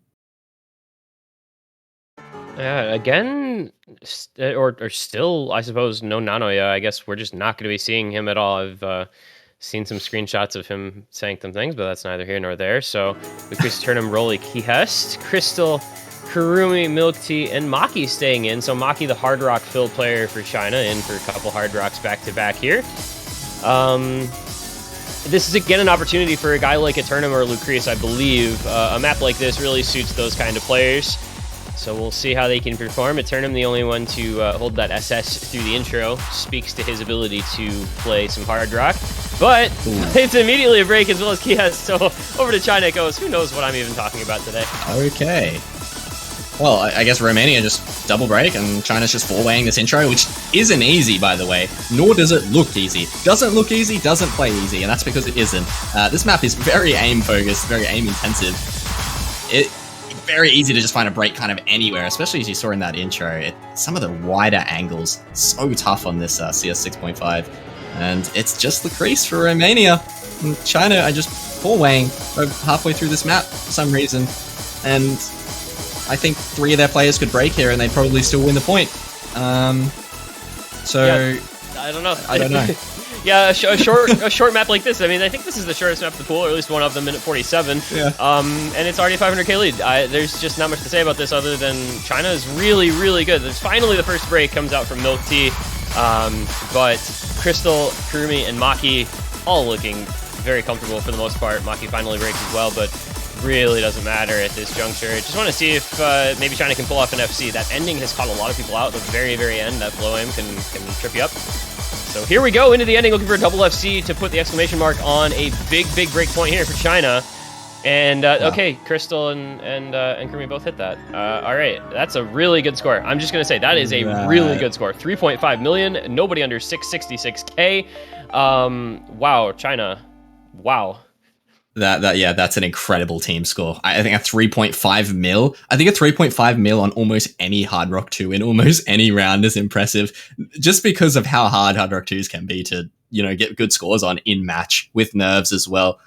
That is a really, really good team score. I think one of the top team scores we will probably see on that Hard Rock 2, for sure. So 3.5 mil out of China, I think it's safe to say, is definitely not what Romania were expecting. I don't think China were even expecting that, if I'm honest No, with you. I agree. So where does China go now?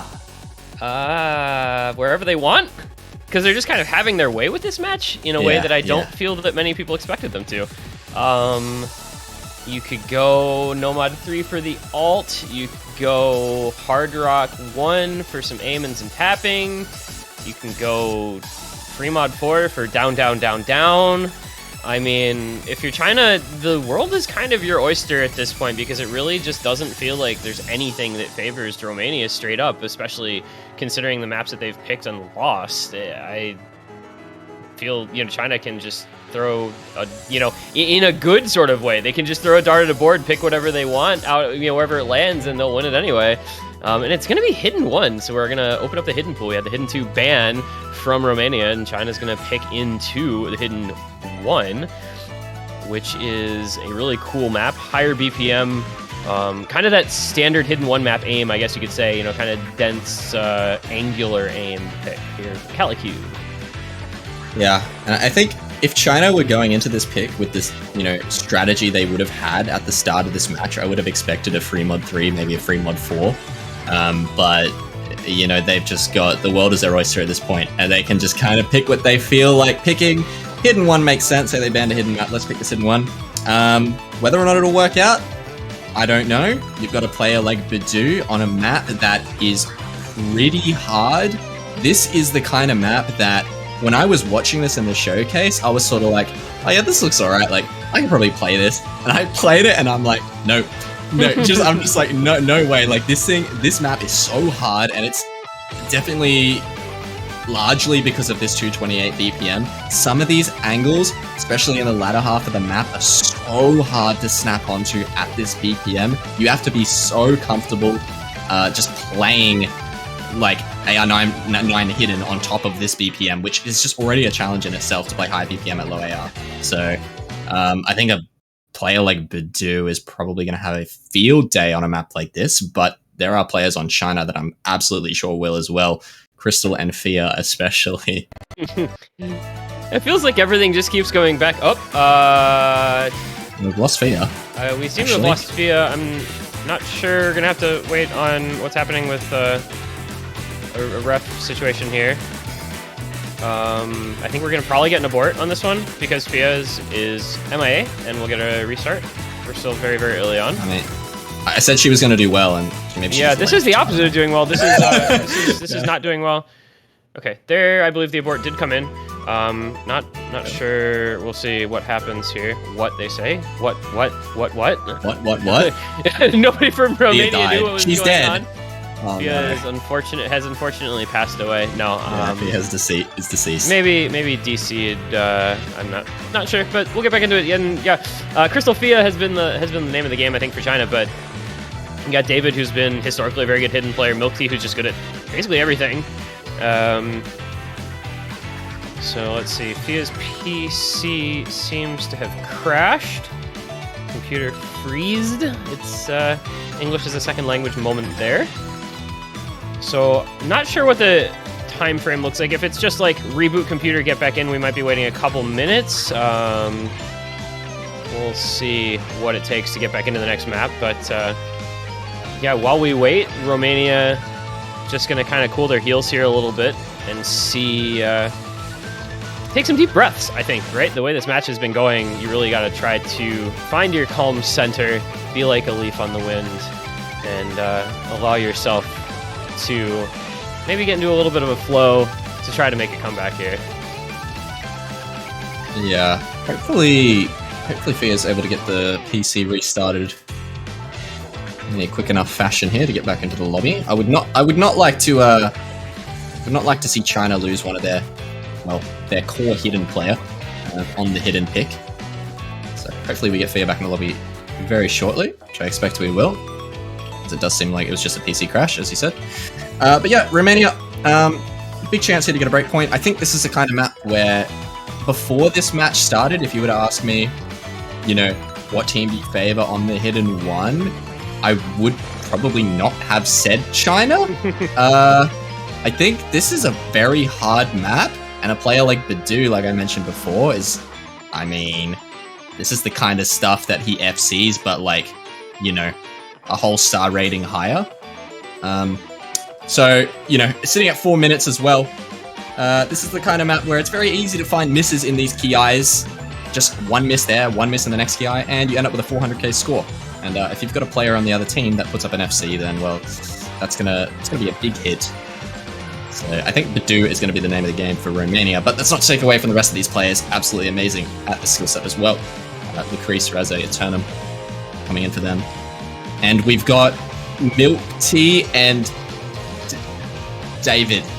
Yeah! Did I get it? Alright, let's go! It's Milk Tea and David on China, alongside Crystal. And it's going to be Fia coming in. Oh man, I hate that so much. I don't actually hate it, I just hate it. As a caster, I hate it. I know how you feel, yeah. It's like when a player name changes mid-tournament and it's to like a name that they've been known by for years and years to something that's like some random anime character. And you're trying to commentate, it's like, what is this? They all had names that were normal before this year. Like, that was... They really did, I promise, but not anymore. Kind of taking a lot of time here, though. I mean, how long does it take before you start to worry about your warm-up and, your kind of ability to comfortably play, especially with it being a 228 BPM? Like, this is not a soil map by any means. Yeah. As far as I know, if it's your own pick, you are entitled to use a timeout. So I believe, if necessary, China will use their timeout here, but seems like Fia's being added to the 27 now. And here she is. She's in. Okay. So we're going to be good to go. Yeah. So if trying to take this, it's going to be match point. And it's going to be over to Romania's pick. Romania have a chance to mount a comeback here. We've seen them do it before. We've seen them do it many times before. But I think it's going to have to start with this hidden run. I do not want to see them go down 1-5, I think, in these early stages of the match. If they can take this break point and mount that off the back of a good pick of their own, 3-4 starts to look a lot more doable. So we'll have to see. They're going to have to show up here, I think, big. But I don't think China's been slouching at all this match, evidently, from some of the scores on their team. Yep. China has been looking like they really didn't miss a beat, pardon the pun, between last week and this week. They looked really good last week in their 2 6-0 wins, and they're looking, again, very good today, despite, we talked before the match, the big concern being their late round scaling, and clearly, at this point, that has not yet become an issue. And it's a couple early breaks already from Lucrece and from Eternum on the Romania side to match the 1 from David. So 3 FCs to 2 in favor of China, plus combo advantage on the 4th player. Early on, a very long pick again, as you mentioned, in the interim time period. So you've got a lot of combo to build up here and a lot of time for misses, mostly expected on the key eyes, if anywhere, but also possible in these verses. But if you're struggling like Lucrece is, this is not how you want to try to find some momentum for yourself. There goes David finding a break as well as Milk Tea. So that's 2 FCs gone for China. Lucrece not having a great time. Eternum as well finds a break, but that's not the combo that matters. But doing Raze with the FCs. And that's going to do a lot for Romania here. Oh, no! Again, they have a big accolade. Look at Fiazak. It's doing what it did on Free Mod 1, 93% and 98 on Crystal versus 99 on Badu. I want to mention as well in the intro, I don't think I've ever seen that before, but Fia was actually at like 19% accuracy on the first like 10 notes. I think she 100'd every single one. And I just cracked up. It's so good. She's making a recovery here. And compared to that, 94 looks pretty good. Yeah, it looks amazing now, and this combo looks awesome behind Crystal here. I think it might be an FC from Fia, to be honest. I assume this is probably all just slider ends that have been dropped. But yeah, Badu on his lonesome here, up against the 2 FCs from China, and everyone's supporting combo in the lobby is sitting about even, except for Razo, who just finds a break of his own now. We get about halfway through this map, and this is about as free as the combo gets. Yep, this is, this for Romania is the sort of map you want because you have Badu, but it's not what you want when you see that there's 2 FCs on the other side. There's like, one stream in this, but it's in the last key eye, so it probably won't affect anything in terms of the actual outcome. But that might, Eternum was able to find a break there, and another, in fact, Lucrece breaking on the slider, Badu missing on the slider, it's over. Oh. I think the map just ended, because there I did it. David and Crystal, as well as Fia, all helped through that. I think that just ended this. This is just 5-1 here. Oh, it's just Fia and Crystal again, just doing what they do best. But how good is China? Good is China? I don't get it, man. They are just playing out of their minds. They played crazy last week, and then they show up and do the same thing. Like, if this was the Chinese team we saw in their qualifiers, this team would have top 8. I think we would have top 8'd easily. Like, they are looking so damn good. Crystal finds a miss, and it's just Fia to close out what I think is an FC, but I don't know if she missed at the start or not. We'll have to wait and see, because she's not going to miss, too. I'm saying. Yeah, no. It's just not going to happen. It's an Osu playing mouse-only robot. Oh, well. She missed on nothing. The little back and forth. The little back and forth jump is like, I guess that's what's going to cut down that FC finally. I don't know, maybe missed at the start anyway. Let's hope that for her sake that she missed at the start. She did. Okay, it's fine. 830k? I mean, I don't know. 830k on Fia, 784k on Crystal, and it's 5-1. We said that there was a way for China to win this match. Like, it was a feasible within the realm of possibility, but unlikely. This is about as far removed from that prediction as possible, with a 5-1 China lead on all kinds of different maps, and Romania just not even able to get a word in edgewise. I think Pick'em's people here are probably sobbing. I don't want to talk about it. Yeah, I think they are sobbing. I think at this point, people doing the Pick'ems are just praying for a +1 because I think most people put 6-2, 6-3 probably for Romania, and here we are, 5-1 to China. So pray for your +1s, guys. But we'll have to see. There's of course still a chance for Romania to get back into this match.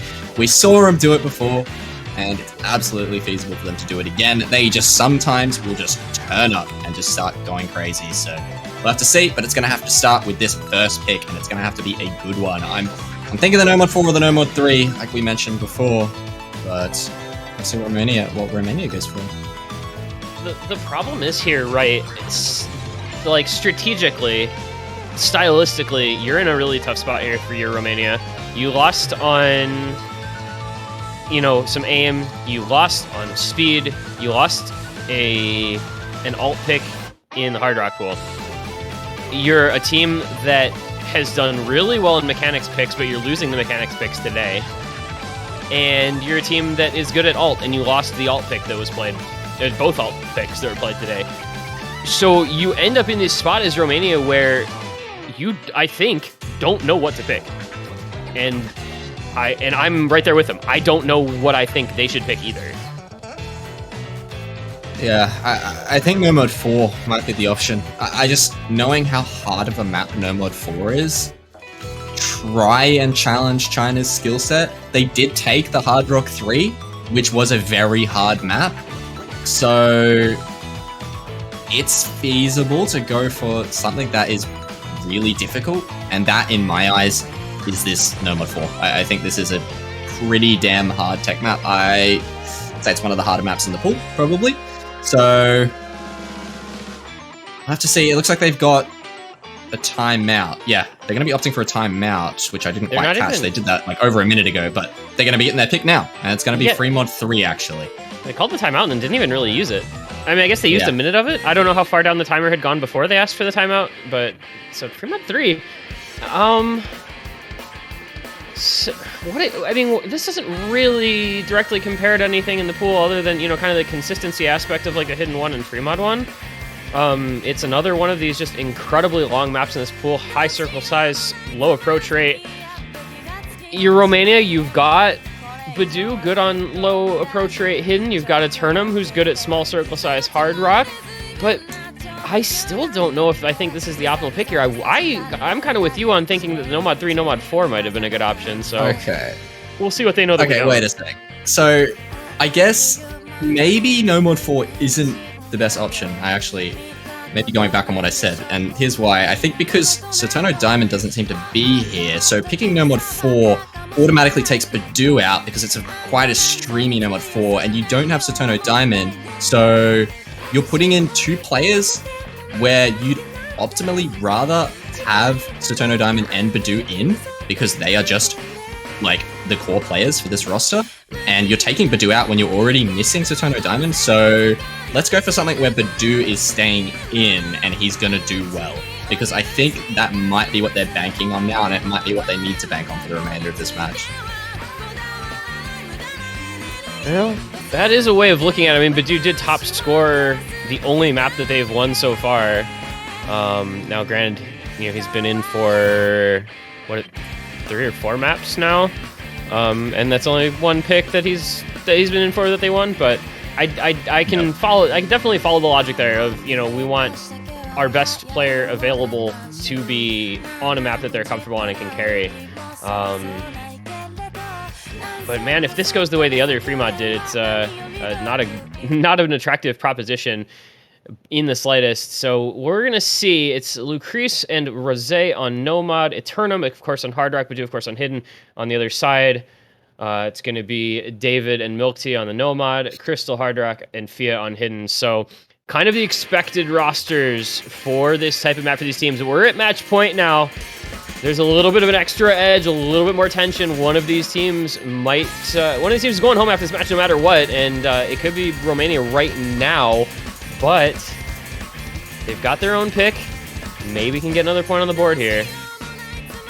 Yeah, and this is 4.5 minutes of AR8, of fairly awkward AR8 as the map starts to progress. It sort of starts to get a little more awkward in the latter half. This earlier half, I think, a little easier to combo. But yeah, I mean, 4.5 minutes of AR8 nonetheless requires immense focus, as we were talking about earlier in the match. So for 6 of the players in this lobby, we'll have to see if that is a trip up for them. But everyone looking quite strong early on. We've got 7 FCs. Looks like Milk Tea was the only one to find a break very early in the map. And that's going to give the lead over to Romania very, very early on. There goes Fia, and that's the AR8 hidden gone for China now. They'll be favoring Romania pretty heavily, but we're only about 1/6 of the way through. And not what you want to see for China, the early break from Fia, who's obviously been, you know, their probably best performer in this match so far. But, you know, I think this is almost like a throwaway map if you're China.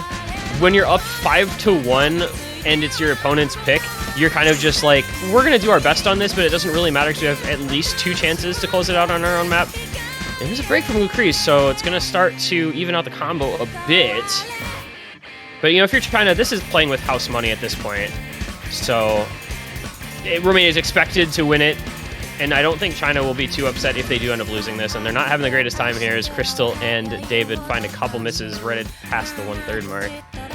Yeah, those misses there are going to be huge for Romania now to start mounting a comeback, some would say, assuming they can take this map. And they got 3 huge combos to do it with. 3 FCs, I believe, assuming that's not a drop from Razé. But Lucrece making a recovery of his own, so we get about halfway through this map, and we're only halfway, team. We got another 2 minutes of this. Here we go. 2 minutes of Romania probably holding the lead, but we'll have to see. They could fumble. I've seen it happen before. Yeah, strictly speaking, you know, when you have the best grasp on that bag that you can, but the bag can be fumbled in rare occasions. I think Romania just too comfortable with this map, though, by the looks of things, for that to be very likely. I mean, it's a nearly 400k lead, and you can just see the raw comfort level, especially Badu and Eternum, their mod players. Interestingly, you know, it's the difference of mod strategy for different teams. You know, some teams want their carry players on no mod for great no mod scores. Some players want their carry players on the mods. Looks like Romania does the latter. And yeah, I don't like how Eternum has the highest accuracy in the lobby on Hard Rock. Well, it's what he does. It's what he does. We've seen it happen. So yeah, CS 6.5, definitely a comfort zone for him. There go Crystal and Fia again. So, you know, we're gonna sit through the last while of this map.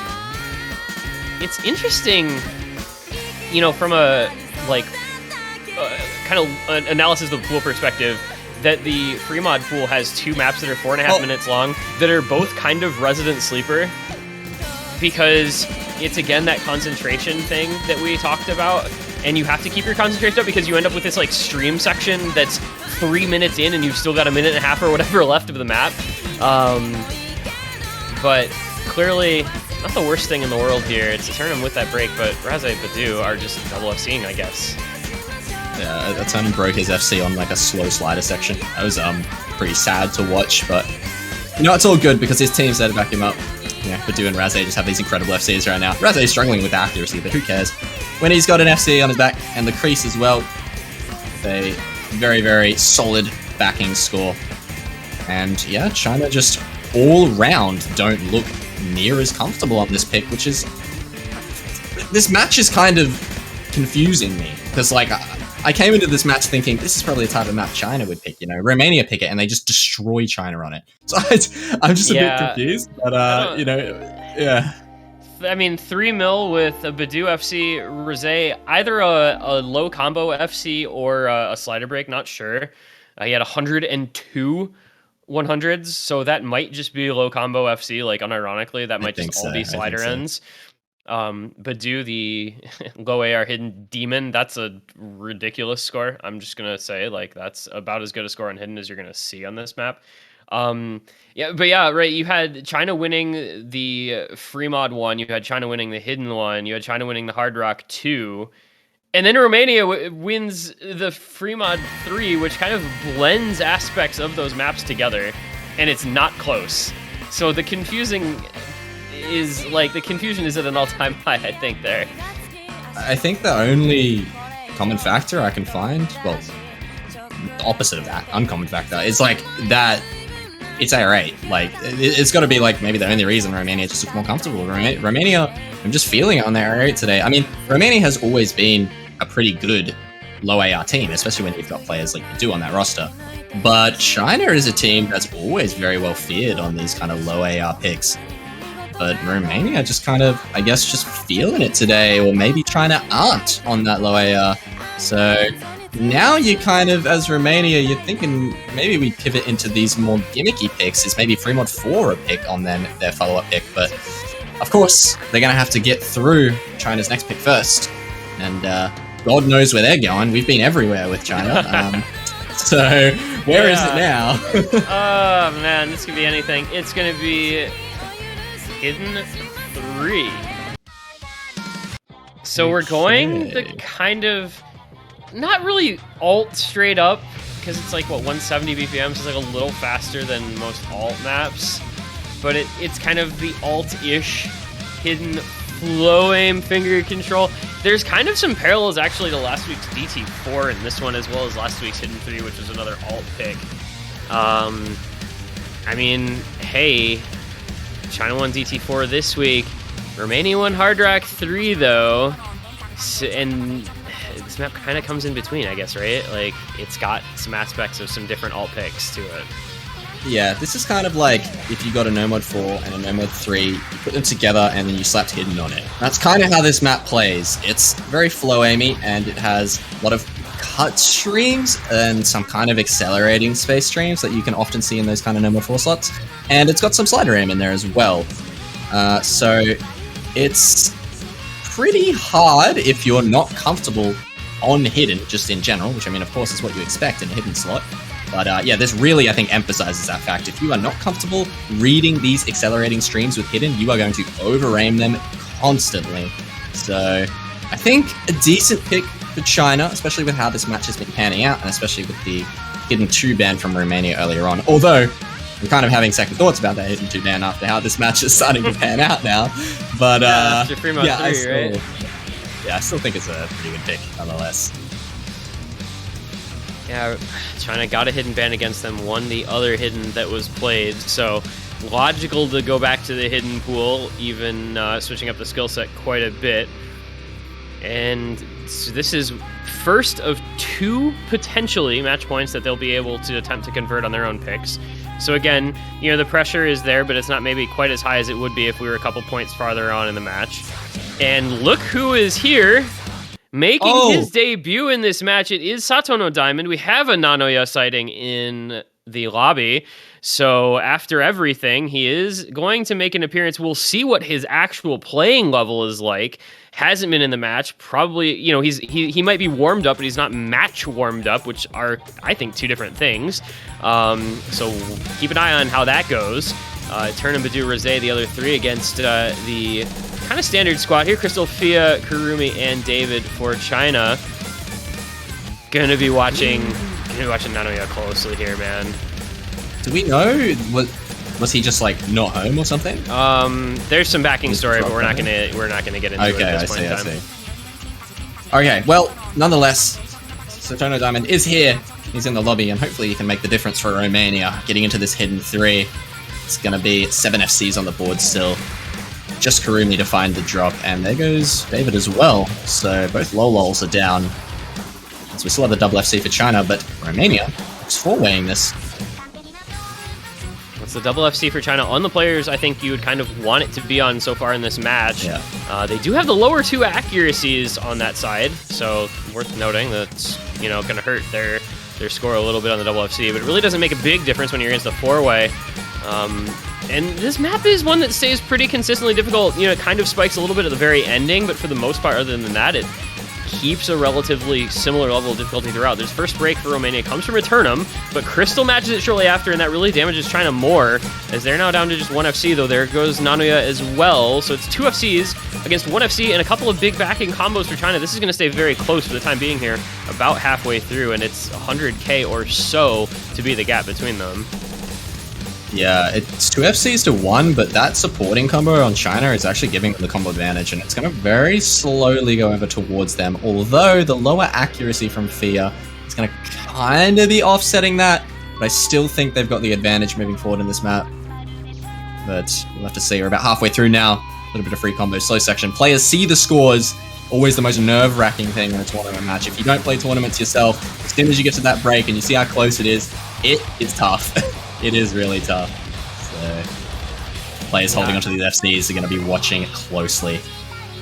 Man, shout out to Badu, accuracy 99.48. You can see the lead for him over Fia, the other FC, is 60k, just based on accuracy alone. So that's helping this lead stay where it is in favor of Romania, despite those big backing combos for China. Those nerves on Badu, Rosé, Fia, and maybe even to a lesser extent Kurumi might start to come into play here as we get into this last guy. The big ult pattern, and it catches out Fia and Kurumi as well as Rosé. Crystal finding a break right after, and now it is the Badu show. David doing what he can, but Badu's FC might just be enough to carry Romania through this last KI here. That was the pattern that can really determine this map, and it may have just done that here. Man, some of these accelerating like flow streams, some of these are so brutal to hit with hidden, man. But Badu just hits them no problem. Hits the zigzag, and he's just going crazy right now. He's pulled it firmly over in the favor of Romania, and he is running away with this break point. And it's the start they need to mount a comeback. Badu, incredible performance. The fact to consistently hit these streams, he gets to the hardest part in the map, and he finally finds a miss. Yo, David hit that, by the way. David hit that, by the way. Oh my god. This combo from David, 1200. Absurd. He's going to make this pretty close at the ending. It's not going to be enough, of course. It is going to be Romania holding, but that was a ridiculous ending from David for China. Wow. 745k, second best score in the lobby, but it's all about Badu keeping the 1500 combo all the way into that ending. And now you've got Satono Diamond here. You've got the pool kind of shrunk down to only a few picks left. You got the 5-3 score. You've got your own pick. If ever there were going to be a time for Romania to try to kind of bolster their confidence and their mental state, I think it's right now. They got the break point, and they can try to get this to a 1-point match with their own pick here, but they have to be so careful with this one. Yeah, I got the script out, Tig, and this is I mean, it's showing up to follow the script pretty nicely here so far. We had a nice little 1-5. This was 1-5, by the way, and it's now Romania's pick with a chance to make it 4-5, which is then 1 point away from tiebreaker. So, yeah, and Satono Diamond has showed up too. So all of a sudden, I think what was looking like a very strong momentum for China, I don't know about it anymore. I think Romania are probably feeling pretty good now. And this, well, after the way some of these picks have gone, maybe you go free mod 4 here. We talked about it before as being a possible next pick for Romania if they got through that China pick, which they then did. So maybe free mod 4, you go down, down, down, down, and you say Badu, Badu, Badu, Badu. Definitely a feasible option here for them. Or do we go speed now? Because with Nanoya here? Is free mod 2 an option? Free mod 2 is on the table. It's on the table, but man, that map is really difficult. Oh, okay. Is Badu in for this? I forgot what BPM this was. This map is only 170 BPM, so I have to think Badu is in for it. 170. Oh, he's in. Wait, no, he is in then. Okay. This is a great pick. I think this is a really good pick. I wanted them to pick this earlier, but I was kind of thinking Badu wouldn't be in for it. But it is actually low enough BPM for him to play these streams. There are a couple really tough streams in this map, and the very start of the map has some pretty relentless cut patterns. I wouldn't call them cut streams, really. So have to see if he finds any struggles with those, but I think this is low enough BPM to where he should feel relatively comfortable, and this looks like a good pick for Romania. I wanted them to pick it all match. They finally pick it when their backs are against the wall, and I think this is their chance now to bring it up to 4-5.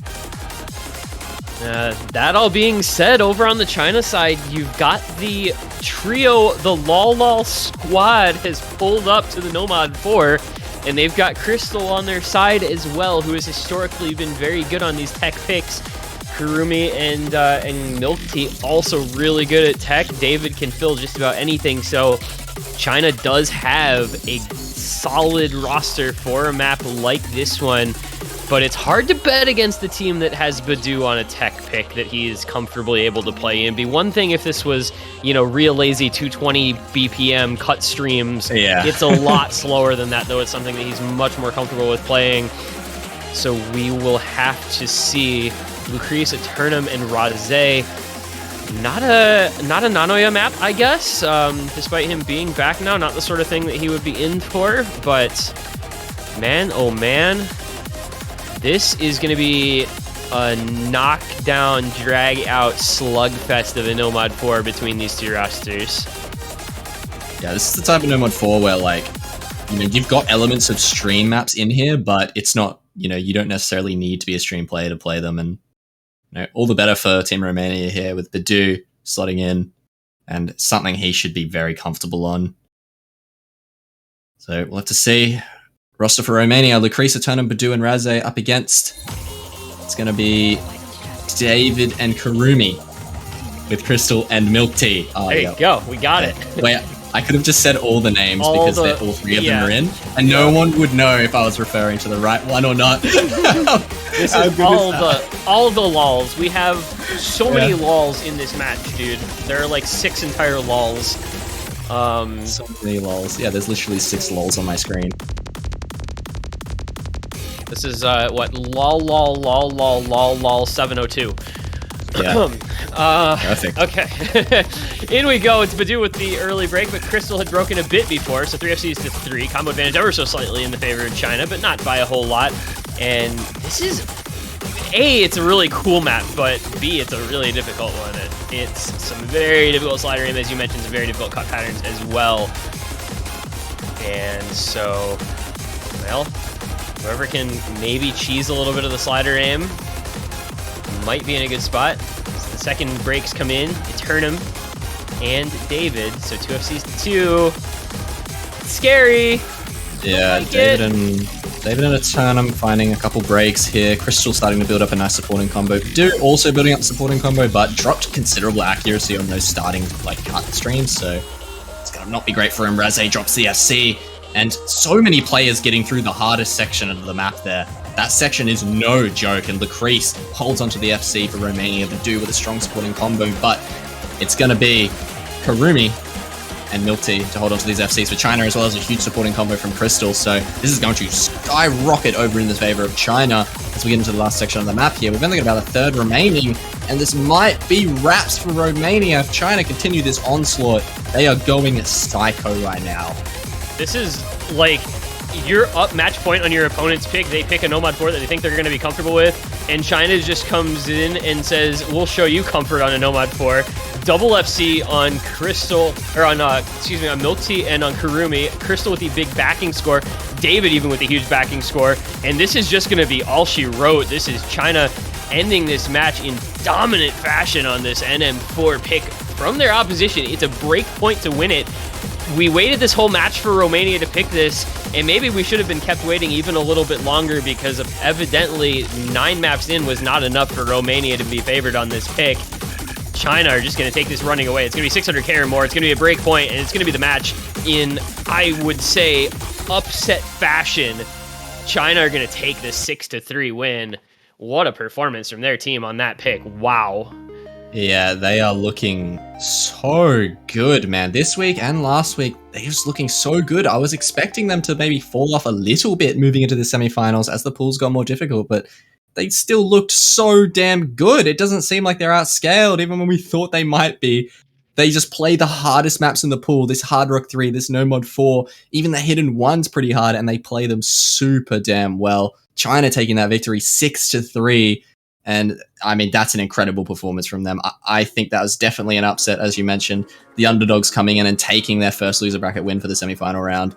And yeah, I think moving forward, whoever they're going up against next, which I'm not 100% positive, they're going to probably be a bit worried, I think. Yeah, so China is going to be up against the winner of the later match today, Russia versus France. That one is in about 2 hours. So China will get to wait and see how that one goes before playing the winner of that match tomorrow. And I think Russia versus France is like one of the most anticipated matches in this losers bracket this week, and China versus the winner of that is going to be really good also. But man, you just can't say enough good things about this China team. They really stepped it up when they needed to these last couple of weeks. The core roster has performed so incredibly well. Didn't drop a map last week. The 6-3 upset here, and they're just looking to keep this momentum rolling through the losers bracket because nobody has been able to stop them yet. It's going to be a big question to ask of who will be the ones to maybe put an end to this rampage that China's on.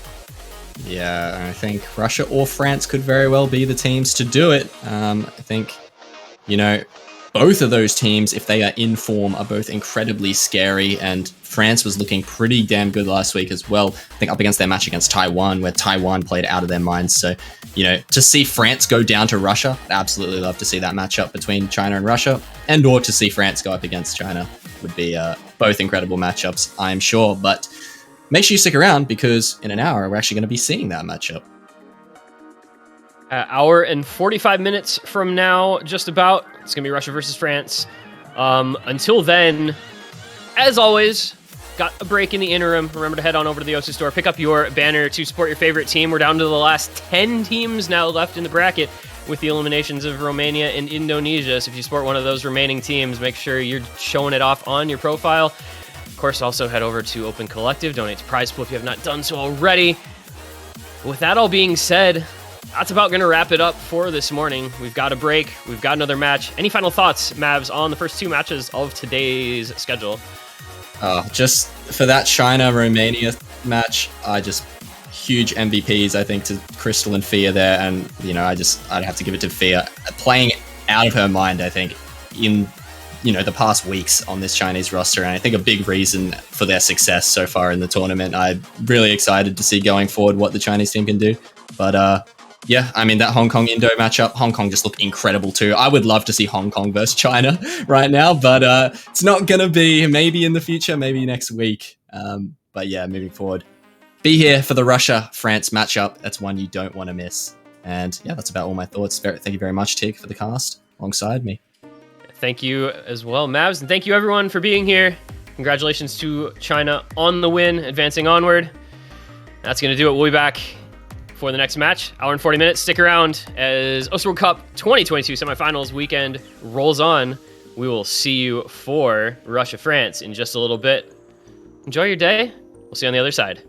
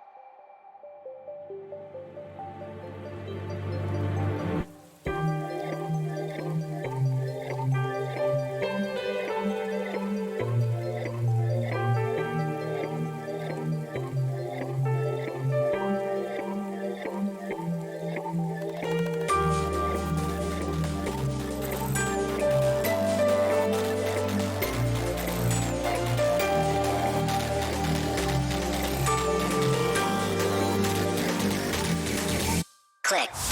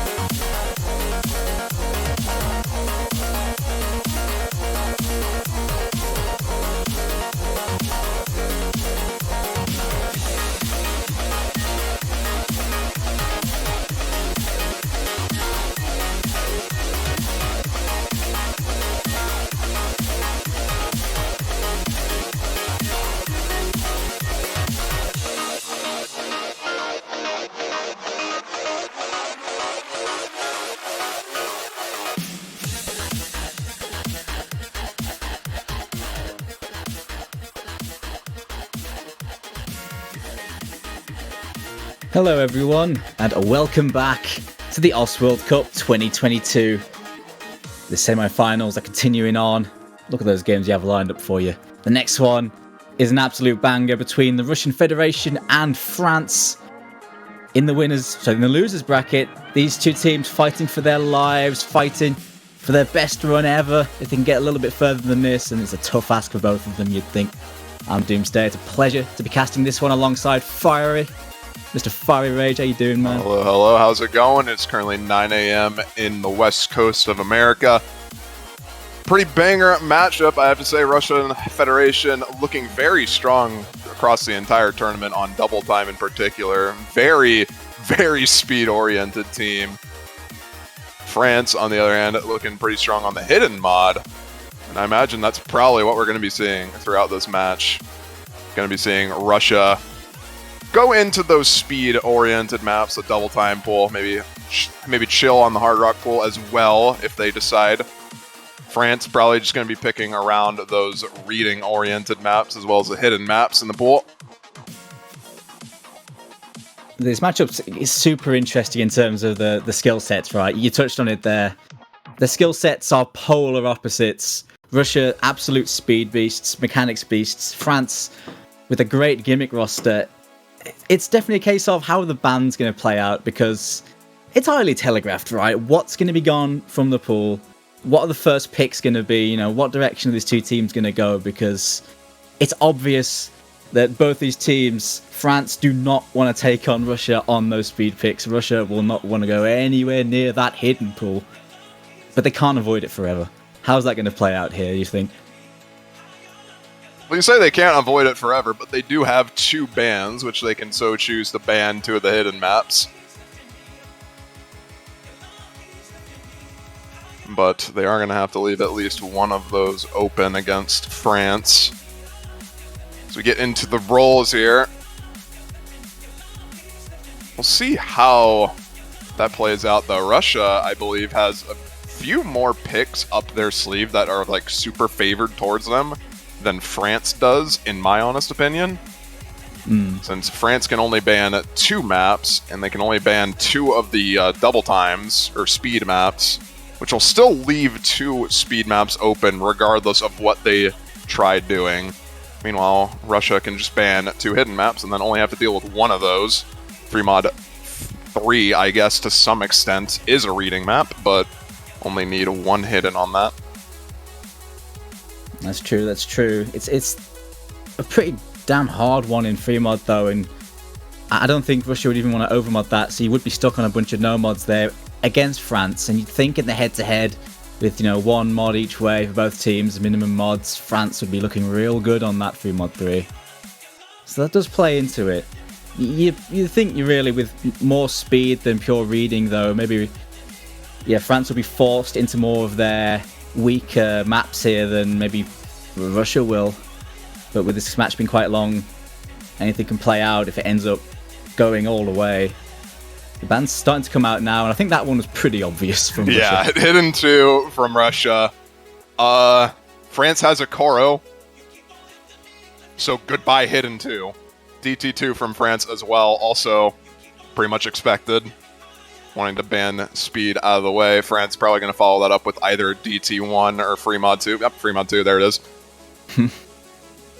Who would have seen this coming, guys?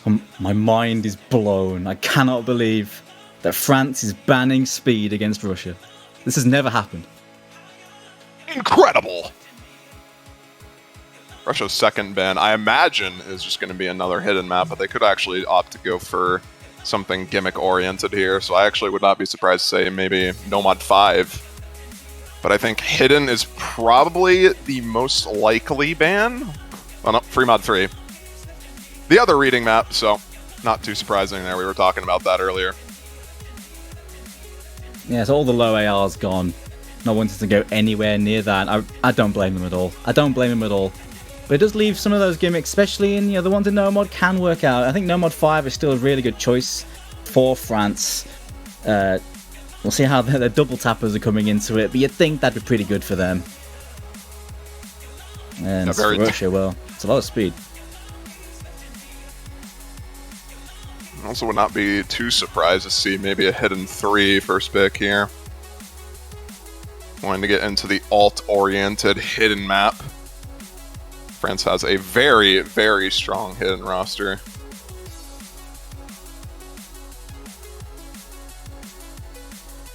Going straight into that first pick would be pretty spooky as well, considering first pick into something as control oriented as that can be a bit dodgy if your players aren't quite on it straight away. But there's some mind gaming going on in the chat. We'll see how it works out. Russia trying to coax something here. But yeah, hidden 3 would be pretty good, I'd agree. Hidden 1 wouldn't be bad as well. Either of those, honestly. Hidden 1's quite density oriented as well. Lower AR and high speed. You also have As we mentioned, no mod 5. No mod 4 could also potentially work out for France, but that's a bit more of a toss-up, I'd imagine. So probably wanting to stray away from that just for now. Probably going to save that for a later pick, unless Russia picks into that. Free mod 4. Oh. Right. I forgot okay. I forgot this map existed. That's the other one. We just left that one alone. You know, not talking about the ridiculous rhythm map, the down map. The Ikoro map, as everyone likes to call it now in tournament pools. Yep. This is definitely an Ikoro map. It's not so ridiculously hard, though, that it's a case of he's the only one that's going to be able to play it here. We're not quite at that level of difficulty yet, but it's still really challenging on Ak. Yeah, I imagine Ikoro is probably going to be the only person with something like 99% on this. Yeah, absolutely. That I can see. The combo gaming will be in full effect, you'd think, for everyone else, so then Ikoro can sit there with a good chunk of score that no one else is going to have, right? But you never know. We are looking at players like Vitya, Okinatori on Russia, who could also be really good on this. Strong player on the control. And Ciccone has been so good this entire tournament as well. So you never know, but still, yeah, it's an Ikoro map. No doubt. There he is. Yeah, I wouldn't put it past Ciccone to FC this map with probably something like 94%. Definitely a map that he is capable of playing. Could actually get pretty good accuracy on it as well, but all eyes on the man himself, obviously. Ikoro, well known for this type of map. We'll see how the teams as a whole perform on this, though. It's not individual performances that make or break points necessarily in the semifinals. Sometimes it does, but it's usually how the teams perform overall. And if France doesn't have the backing team to back up Ikoro's pretty much guaranteed 500k, things could get a bit dicey.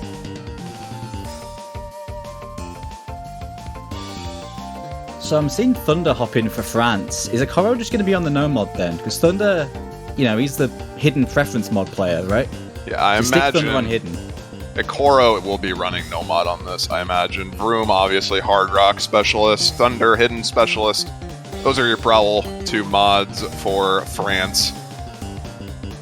Not too sure what Russia would opt to go for on the mod category here. I imagine Ciccone is going to also go no mod. That probably leaves Vakman, maybe hard rock, and Din on hidden? Maybe. Not too sure. I think Welter might be taking hard rock. You just take hard rock a lot. Maybe Vakman on the hidden. Oh no, never mind. We're completely off. It's Ciccone. Yeah, we on are hard completely off. At least we got France right. Let's go. Walter on the hidden, Ciccone actually on the hard rock. Works out still. And as we get into the first pick of the match. Here we go. It's been a long time coming since we've seen France in the semi-finals, going out so often in the early rounds, but they are here, finally on those harder maps, and we'll see what they can do. You can already start to see the rhythm intensity of this map, I suppose, is probably one way of putting it. No one actually missing so far in the early stages here. The accuracy department, though, a couple of people struggling. Going to favor France in the beginning for now.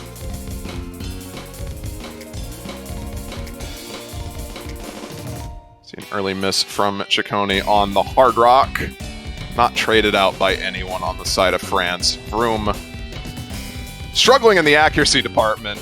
Not going to matter that much, though, as Welter also finds another miss. No trades on the side of France as they still hold 4 FCs, 1/4 of the way through the map.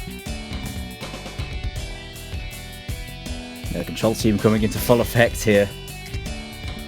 God, seeing how the accuracies hold on hard rock is going to be super curious between Ciccone and Vroom at the moment. It's what you'd expect, 95, 93. But some really good accuracies already so far on the side of France on those non-OD10 players. Din and Musty trading breaks on the no mod. Still 2 unanswered breaks as the score lead is just going to continue increasing. Yeah, you were saying the accuracy on France, all things considered. Vroom and Musty not having the best of times, all things considered. But Thunder actually 98.6 on the hidden. Still holding on to the FC Ikoro, but He's existing. This is just what he yeah, does. you know, he's just kind of chilling. Just chilling. It's so crazy to see how consistent he is on these sorts of maps in terms of the arc. It's so effortless for him, or at least it looks it. But Thunder pushing him really close as well on that hidden. Really good. Thunder will be dropping a slider break, unfortunately, but not going to matter. Chacone broke earlier. And it's still 1 FC to 2 currently. And there's not really much Russia can do to get back into this. This is all but guaranteed as a victory for France on their first pick here. Vakman on the side of Russia is so key to their success in this tournament. Really good all the way through this tourney, and they're gonna need him now on these later stages. It's great to see him performing though. Not gonna be enough though at all. France, great first pick. What a performance. You have room with the Hard Rock FC. 2 nomads on the side of, one on the side of Russia and 1 on the side of France. Ikoro, as we expected, only 99%. Thunder actually getting fairly close, though, all things considered. Some good work on Thunder with the hidden there. But overall, very solid team performance from France as a whole on that. 3.2 million. It's going to give him a solid first pick, and there's the obvious counter pick. Either this or DT3. It's going to be DT1. I'd imagine you'd see both of those at some point this match. I think the fact that the speed is spread around the DT pool a bit more than usual really benefits Russia. This DT1, the aim slot, does have quite a lot of speed this time around. And that's only going to help this speed-focused team. That is a lineup for this. Yeah, I mean, this is the team that 4-way FC'd DT4 last week. So you have to imagine they're feeling pretty confident on double time.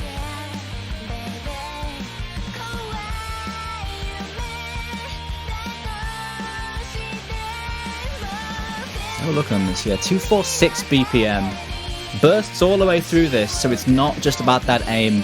Jonesan, if you play the Jonesan map, you know what to expect. That unconventional, somewhat awkward aim style.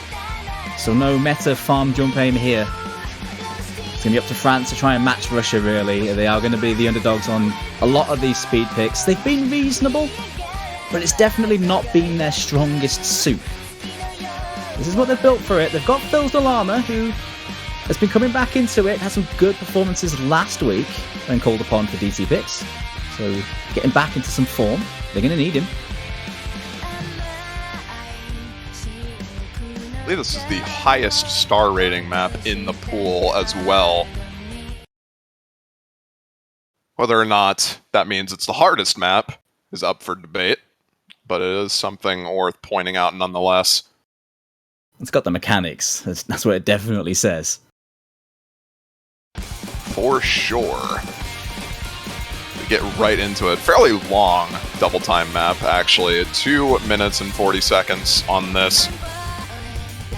Never really relents. There's a couple of slow parts here and there, but for the most part, you could miss on pretty much anything in this map. Din finding an early miss, not going to be the end of the world. Phil Salama and Vroom both traded pretty much immediately.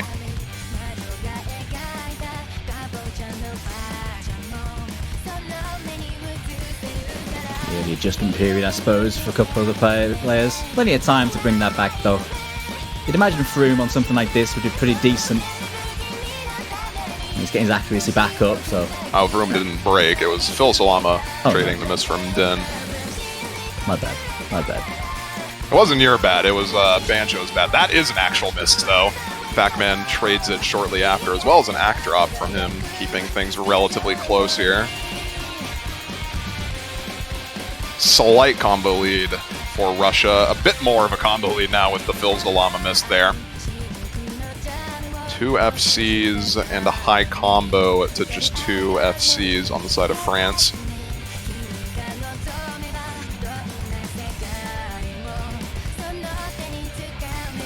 Gotta say, Hifkill and Flaster, some of the new players coming into the roster this year, or at least relatively new, have been showing up very well so far this tournament. Vopro going to be dropping. Flash Day. Okay, Flash Day does trade it. Could have been a bit dicey there, all things considered. For now, it's going to be relatively equal. 200k score lead for Russia on this. Chaconi holding on to the solid 99.6% FC currently. Hifkill not too far behind, 99.4. So that supporting combo from Din, which is no longer present there. Hold up. Unfortunately, I don't think France really has a supporting combo to match that. And Hifkill drops the FC on that jump, and I feel like that's going to be it. Chaconi doesn't trade that miss, and this is just going to be... This is where the score lead starts to shift quite considerably. Yeah, the skyrocket's about to happen. Vroom's broke. France have nothing now. Chaconi and Voprasov now could start really taking that bar.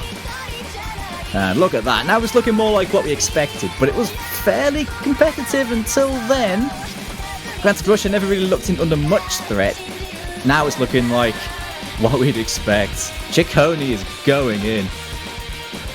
This accuracy is crazy from Chaconi. 99.5% FC on this map. One of the highest accuracies in the map, just on, like, in general, with double time. It does that in a tournament setting. Crazy stuff coming from him. And he even had time to Pecco on the spinner there. Just casual stuff here from Chaconi. A great performance. And a great pick in the end. I think France can take heart, though. Hifkill, very nice performance there too, 860k. But as a team, Russia have the speed edge for sure. But relatively competitive for the first part there. Now, what will France pick to follow up with this? Now that Free Mod 4 is out of the way, now we don't have to worry about the rhythm pick. Going back to what we were saying, what they would pick originally, I'd say Hidden probably the most likely here. It's looking very tempting. Yeah, I don't see them ever really picking Hard Rock or DT into Russia. Free Mod 1, I guess, is a possibility, but I don't think they'd want to go for that quite yet. I just feel like Hidden or maybe No Mod 5 is probably ideal in general in this situation. Stick with those picks and then branch out after those picks run dry. Okay, never mind. That's not what we were thinking. Hard Rock 2? Okay. This is something I would imagine Russia would have picked, but... Yeah. Suppose France... Let's see how this plays out. I'm actually kind of interested. They do have Hard Rock players. Vroom, obviously, one of the best Hard Rock players in general, I'd say. You think as well, with the map starting to get harder now, Vroom, his stock's going to be going up much more now. You know, singular FCs can carry a map. And I'd say this, I mean, I don't know if this is just my bias, but this feels like one of the harder maps in the pool on Hard Rock. It's a nasty precision pick. Very stream heavy, double heavy, control heavy at 200 BPM. Some wacky stuff in this. I don't know if you'd agree, Fiery, but I thought this was pretty tough looking at the pool. Well, you say that, but China double FC'd this in their matchup earlier. Well, yeah, but I mean, the way they've been playing, mate. But maybe it's just biased. But either way, maps are hard enough now. Vroom is going to be looking like the player to watch for France. And Justman too, who's been impervious on Hard Rock. Well. You know what? Now you look at that roster, you kind of see why they picked it. Yeah. Justman and Vroom are definitely solid counters to some of the Hard Rock-oriented players on Russia. I feel like the fills are probably what's going to end up deciding this pick here. So if Hip, Kill, and Musty can keep up, France has a pretty good shot at this pick. We'll see what happens. It's short. It's not even 2 minutes long, so early miss is going to sting you. Got to watch for those. 1:47.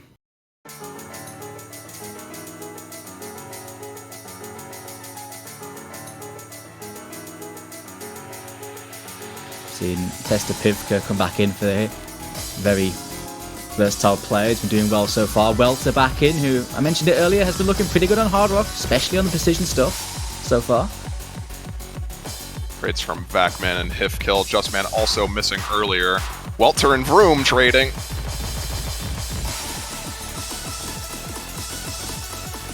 Slight combo advantage for France. That can change very fast as Musty finds a miss here. Not answered on anyone on the side of Russia. This is just Justman to hold on to a solid combo. Tester and Ciccone holding on to an FC and what is essentially an FC, counteracting Justman's early miss. Welter there within the break. And there goes Vakman. Pretty even now. There goes Hifkill, though. It's back with Russia. Second half here. They're really relying on Justman now for France. Russia with two huge combos running away now. Yeah, both of these combos are going to have to miss, like, right now in order for Justman to bring this back, I think. And I just don't really see that happening. Ciccone and Tester looking so strong right now on this map.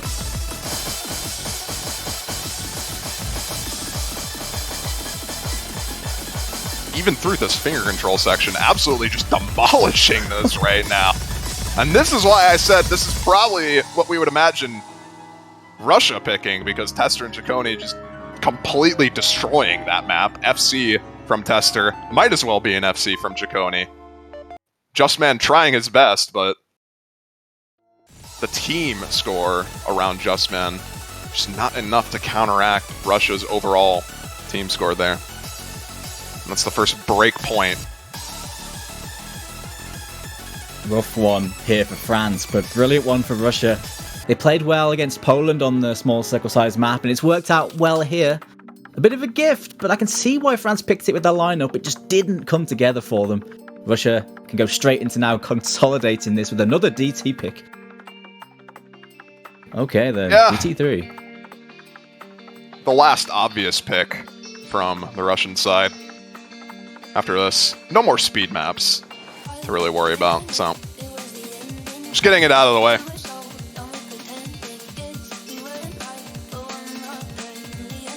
It's the classic, the D and B DT. Some of that box plot, you can't go wrong. Mostly about the speed, of course. Very speedy pick. It does have quite a few doubles, though, and a high-speed control element as well. So it's on a little bit of a different tangent in that regard.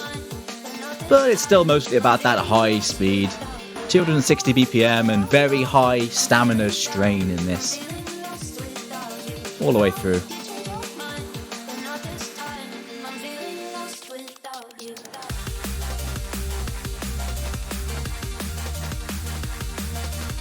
The big speed man for Russia joining in. Apostol slipping in for this map. Akoro been back in for France on the speed. I think he's more critical when it comes to these speed maps for France, considering the number of them. He's been doing well on them so far. Might need more than one person, though, to run away on this map against Russia. We'll see how it plays out. Lengthy double time pick again. 3 minutes long this time.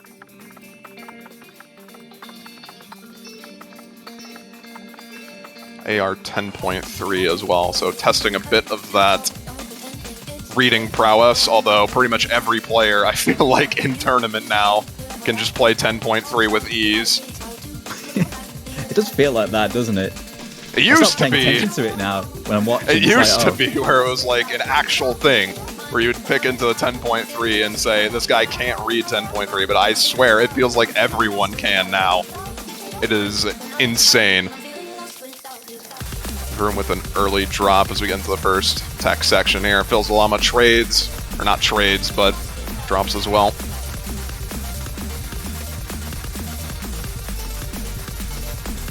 The accuracies tell a story in the early goings. The accuracy is all on the Russian side. The comfort definitely Draconian is there. holding an SS through that first part, by the way. I just want to point that out. Well, that's brave. Point that out this early, man. Ooh, You know, I gotta jinx it at some point. See, there it goes. good point. Still crazy accuracy, even regardless of that. Everyone on the side of Russia. Okay, never mind. Ooh, oh. Okay, never mind. Goodbye. Okay, then. That actually favors France quite heavily now, as the combo advantage just skyrockets in their favor off that part. Flashta and Akoro still holding on to the FC's high combos on Vroom and Phil's Dalama. Accuracy might not be there, but the combo sure is, so score What an lead will opportunity. be shifting. Huge breakpoint if they can steal this back, but they have to hold their nerve. Akoro just found that break. It's still with France. They can be pulling this back slowly, but the section is unrelenting till the end of the map now. Koro does also find a drop on the FC. Din drops the FC as well. Flash to the only FC remaining in the lobby. Phil's Dalama with the next highest combo. We're going to need to see Flash and Phil's Dalama drop real soon. Score lead is starting to get uncontrollable in the favor of France here. We enter the last hard section here. The shakes on Flash are so noticeable, but he is staying strong through it. Phil Zalama does drop the next highest combo. That might... Oh, Flash as well drops! Slow part.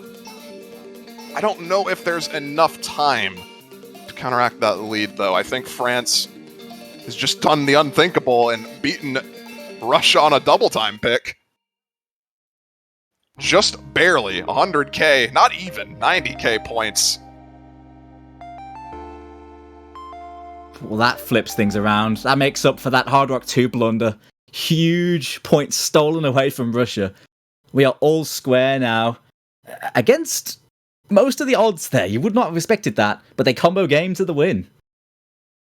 Look at the accuracies on Russia, but they just found those misses. Yeah, the misses at the center of the map from pretty much everybody on the side of Russia just decided that. You can see 870 combo from pretty much everyone there, except for Din. All they were looking at was 600k, 700k at most. The worst possible place to find those misses, and France capitalizes on that. Fair play to France. Fair play.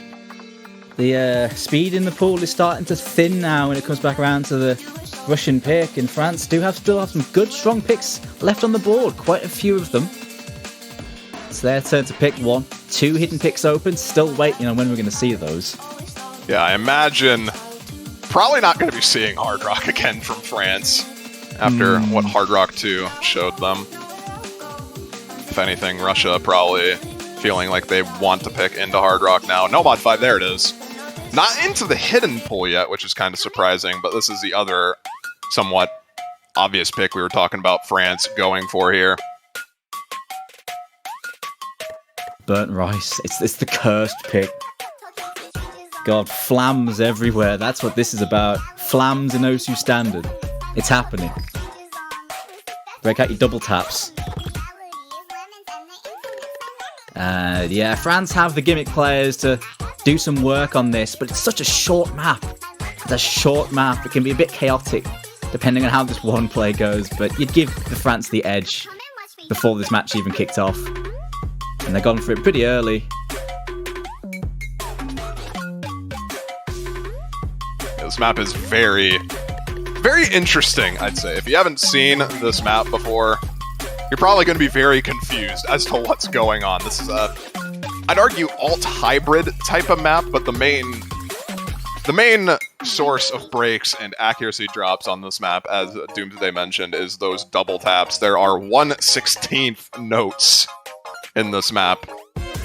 that are actually spaced out. So we have to aim and somewhat cheese some notes, which can lead to some pretty gnarly act drops here.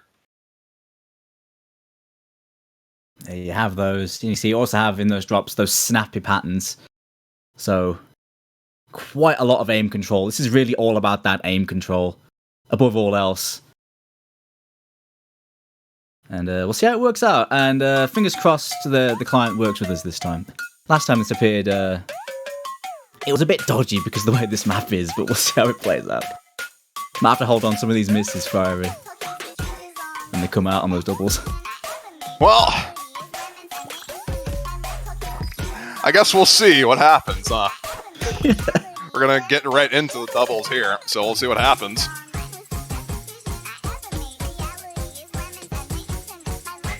Oh, so far not. Okay, never mind. Goodbye. Okay, never mind. Never mind. I just spoke it into existence. Oh my god, it begins. Oh, so many misses already though. Two FCs to 1 in favor of France then. And make that 2. 2 FCs to 2, yeah. The accuracies not really favoring anyone right now. No one's really having a fun time in the accuracy department on this. Coney and Vitya actually with the highest accuracies right now, 96% for both of them, 97 now for Ciccone exiting that part, but it will be France with the combo lead, and combo is what matters the most on this.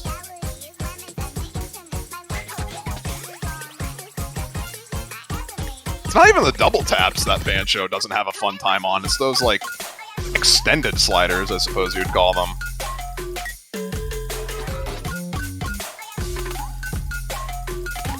I think we're left with 1 FC. Answers on who it is before you look. Who do you think it is, guys?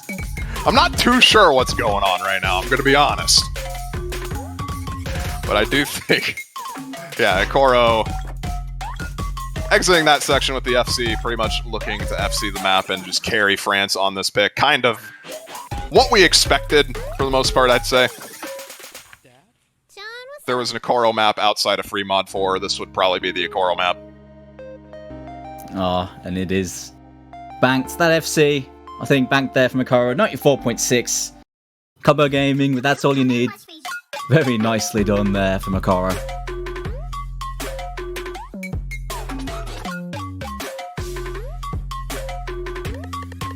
Pretty close though, but France really had the big combo advantages the whole way. Although they only were ahead a little bit. I guess it's the nature of this map, right? But they always looked like they were in control of this one.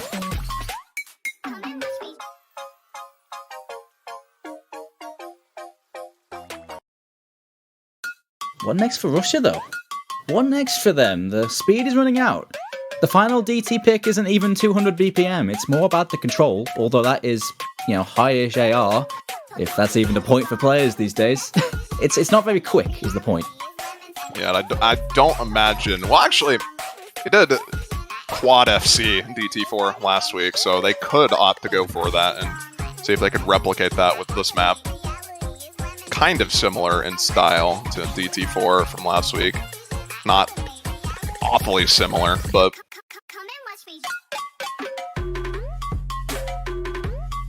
I mean, yeah, it is. I mean, the last one was like 220 BPM, but still, same gimmicky style. It comes into play. I mean, Hard Rock might be tempting as well. Maybe more around the lines of the Hard Rock 3 Flame Wall. An alt-style map. I was actually thinking Hard Rock 1 could be likely here, but Nomad 2 as well. Not necessarily a speed map, but if you can't stream, might as well be. 200 BPM, Nomad 2 streams.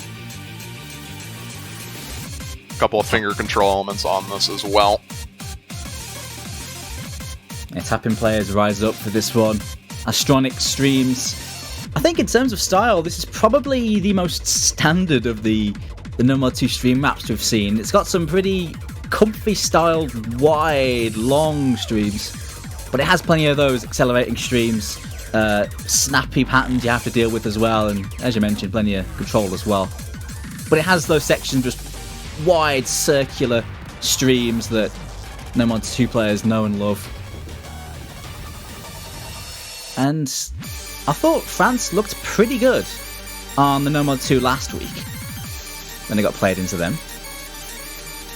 So Russia as well, though.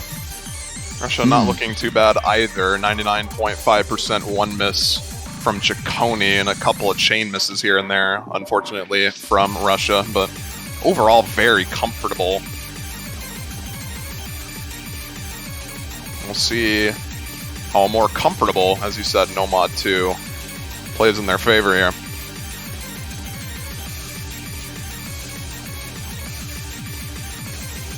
Even though you do have those winding streams that players might find quite comfy, every now and again you have these very spaced out, like 3 to 5 note bursts at 200 BPM that force you to really snap to them before you're jumping onto another stream. So those sections, I can see a lot of breaks happening. I can see people being fine on the streams, then those sections coming out and just stealing a couple of big combos out of nowhere.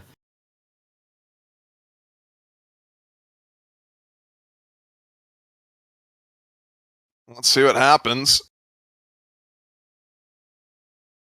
France is looking strong on DT3, so they definitely have the tapping prowess. It's just whether or not they can convert that to flow aim as well.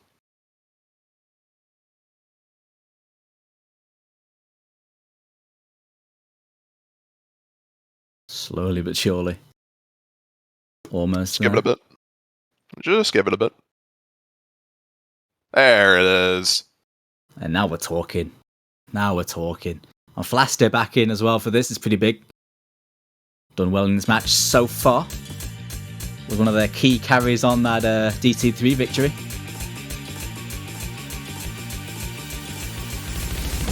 On the side of Russia, it's the usual crew. Tester, Postol, Vakman, Chaconi. Yup. Pretty much what you'd expect for the Nomad 2 here.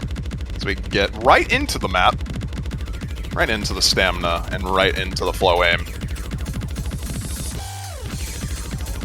There's one there from Just Man on that snappy burst. Apostol follows suit. 3 FCs to 3. Vakman as well, dropping on that space chain at the end there.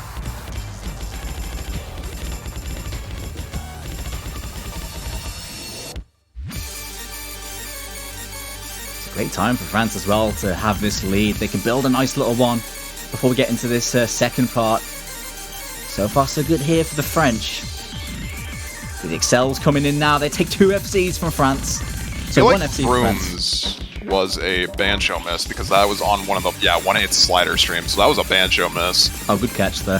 Never mind. Never mind. 3 FCs still on the side of France as we get into the next hard part here. Flash Show will be dropping, not answered by anyone on the side of Russia. So a very slight combo advantage now for them. Even more so now with Okoro dropping the FC. Justman as well dropping the combo. It's only Vroom on the side of France. Up against Chaconi, Tester, and pretty much everybody. As Vakman and Apostle have also recovered their combo very nicely after those early misses. Nice big drop now. It's all on the back of Vroom, but he ain't going to be able to do it alone. Chaconi gets a big drop there, but Russia have 3 huge combos to make work happen. It's not going to be enough. Tester closing out the FC at the very end there. Absolutely insane performance from him on that. Vroom as well. It's just going to be Russia taking it off the back of the solid team performance. Lowest score 620k for Russia on that. Insane team score, quite frankly. Ridiculous stuff.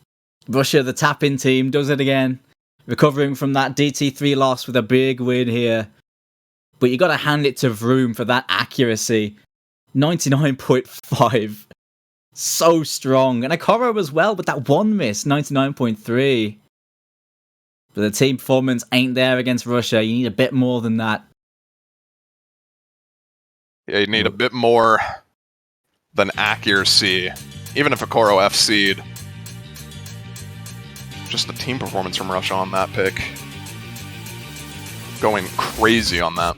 France now follow up with their next pick, and I hope their next 2 picks are going to just be the hidden maps. I imagine that is what we're going to see, because Hard Rock, not likely. DT4, probably don't want to pick that into Russia, considering a quad FC. The Free Mod 1, maybe.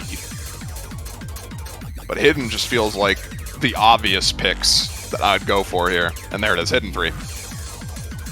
And here we go, here we go. I guess they were saving it.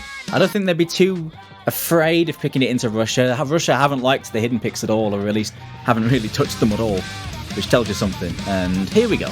Now we're in this best of 7. Picking out the hidden. Yeah, this is where Ikoro and Thunder get to show their stuff. Flash as well. France have, quite frankly, a crazy hidden roster, all things considered. It's a fearsome one. It's what Russia are to speed, France are to hidden and gimmick. We'll see if they can make it work. We'll see if Russia can try and make something happen here into France as well. They got some solid reading players on the side to make things happen. Are we going to be seeing Vitia back in on this one? I'd guess so, but we'll see who they get in.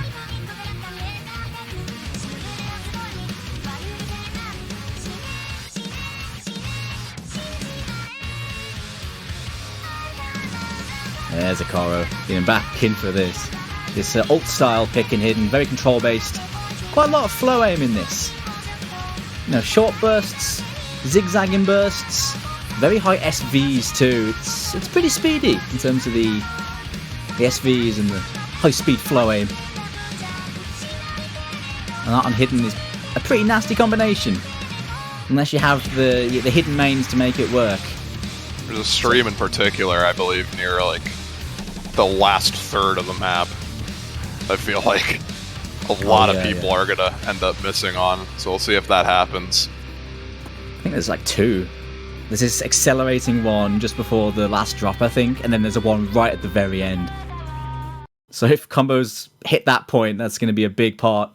I can see people breaking on it multiple times. So we've got pros here though, so maybe maybe we'll be shown how it's done. That's possible. Pretty lengthy hidden map, 3 minutes and 30 seconds. Pretty consistently difficult, although the ending obviously does take it up a notch in terms of the difficulty. I've been called the Vitia choice here then. Vitia's not in for this. Seeing Wells to come back in. Oh, immediately a bunch of breaks on both sides here. Oh, so many breaks on both sides. Just one FC left either way. Yeah, no one really having a fun time trying to get used to hidden for the first time in this match. I imagine just getting those early adjustments out of the way. Must be having a ball of a time right now. He's going in. It's the Gramps of France, Mr. Musty, on his preferred mod. Pretty much equal for now. Slight, very slight combo advantage for France, but nothing to really write home about right now.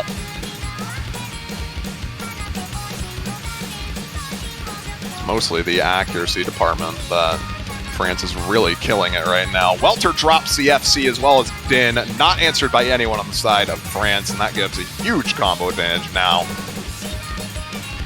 France, even as Thunder and Flash to trade it. Ikoro is counteracting Tester, and Musty still holding on to the FC. But keeping Backman at bay.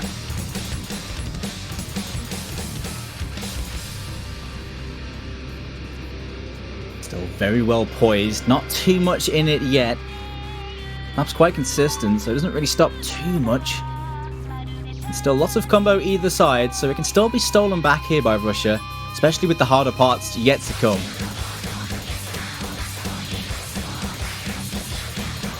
Just takes inopportune chain misses from either team, really. Swap the score lead over. think this is where the stream part is. So we'll see if that makes a difference here, if anyone misses on this. Okay, no, it's not here yet. It's pretty soon. It's not far from here. There's so much combo on the field, so it's critical these combos hit it, or everything changes. Oh yeah, it's right here. Here we go. Ooh, Musty and Backman trade the high combos on that stream. Only a Koro and Tester to remain. Welter and Flashta as well, counteracting themselves. There goes Tester's high combo, and Welter as well. No combo on the side of Russia now. Flashta and Koro look to just close this point out. Yeah, Koro, the safe pair of hands on the hidden. Everyone around him is breaking. The Flashta and Koro just taking it easy for France, running this one home. This section's pretty hard. It's not like beat around the bush. This section is nasty as heck. Here come the last hard streams. Oh, both those combos on France get it. Yeah, Koro had that early miss, but I guess he just wanted to make up for it by deciding to God mode the entire ending of the map. Just combo at the end. It's not that hard, says Akoro. Well, it bloody well is. Great play there from Akoro again. And Flashta through that ending, holding well to make it pretty comfortable for France in the end. Their own pick working out well, but it was close until the end. But they do get it. I think that bolsters them a bit more to opt to go for hidden one. If Akoro's playing this well, might as well go for that. DT4, I think, was kind of expected from Russia. After they did so well on DT4 last week, like, it cannot be understated how insane they did on that map last week. It's kind of expected to see them pick into this. It's an intimidating pick. Sure, it's quite a lot slower than that last DT4 was. You know, around 30 BPM slower. It's not even 200 BPM, but the awkward styling, the streamy styling, the gimmick on high-ish AR, it all fits into Russia's game plan.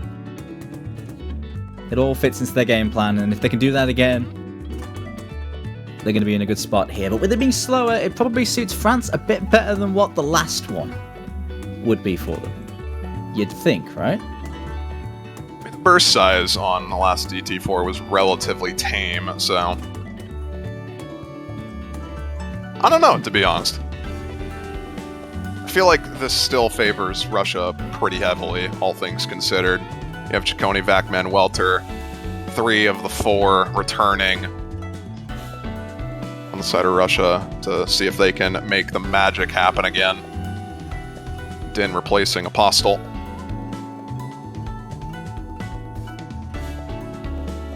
I suppose with the lower sort of raw speed requirement, getting someone like Din in for this is a good swap.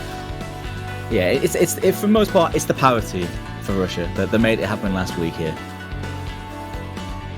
Well, let's see if they can make it happen again. On the side of France, Musty Thunder, Akoro, Vroom. Still a fairly strong roster on these double time oriented, somewhat alt picks. They have their work cut out for them here to get into Russia's second to last pick. You feel like Russia really need to win this, because if they drop this, France still have some good picks on the board, so going into their strongest pick here and needing to perform, Russia, you think on paper they should be looking really good on this.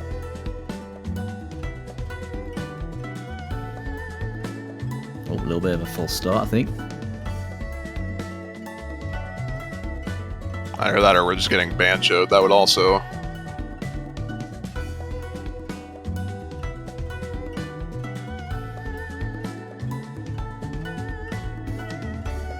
Give it a sec. Give it a sec. Leaving us in limbo here, man.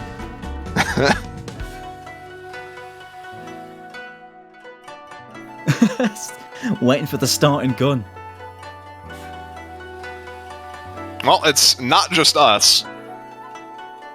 Also, France and Russia also wondering what is happening. Oh, I guess they're stuck on like waiting for players or something.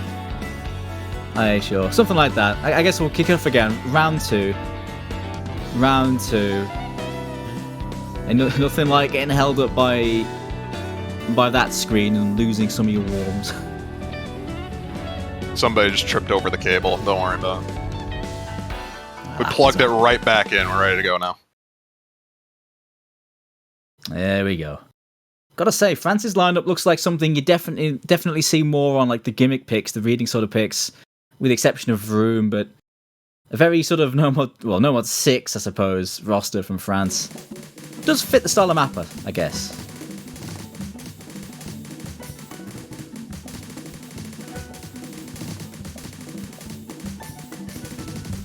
You can already see early stages of the map. France not doing so hot. No FCs already on the board.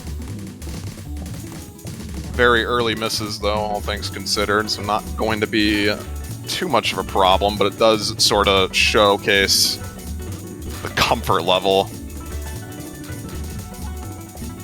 Welter, the only person on Russia really struggling right now to hold a combo on this map. Meanwhile, this team is just kind of going off.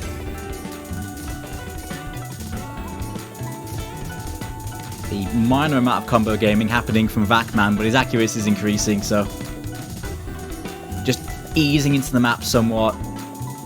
With that miss from Welter, though, the combo lead does shift back over to France. If we see another miss from Russia, this could get very dicey, just like that. Vacman with a slider break on that repeat slider, not answered by anyone from France.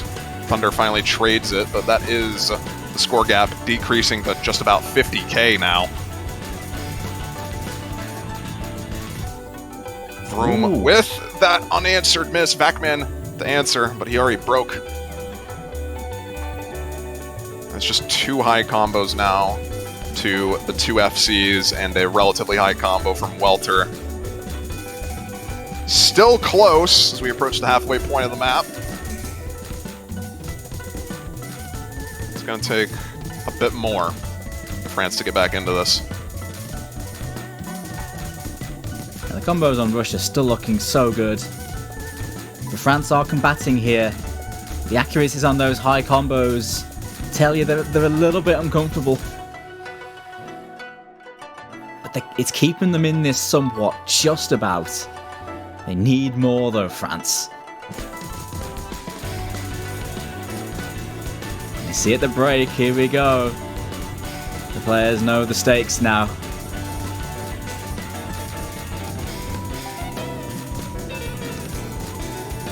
Doesn't seem to have affected the high combos that much. Thunder will be finding a miss, but one of the relatively low combos. There goes one of the high combos on Welter, but Musty follows it up immediately after. Man. Din and Chaconi still holding on to the high accuracy FCs. And Koro with an FC of his own, but just, there's not really much you could do. 2 FCs to 1, and the accuracies on those FCs are quite frankly ridiculous. Like, what is this Din FC? 98.6. Okay, dude. Why is that? That's actually insane. That accuracy is out of this world from Din. Coming in for Apostle compared to that last DT4, and you can see why. Crazy score, and Jaconi as well. Man, Russia needed that win, and they got that in style. Well, we will be seeing, at the very least, both these teams have their last picks. Dare I say it?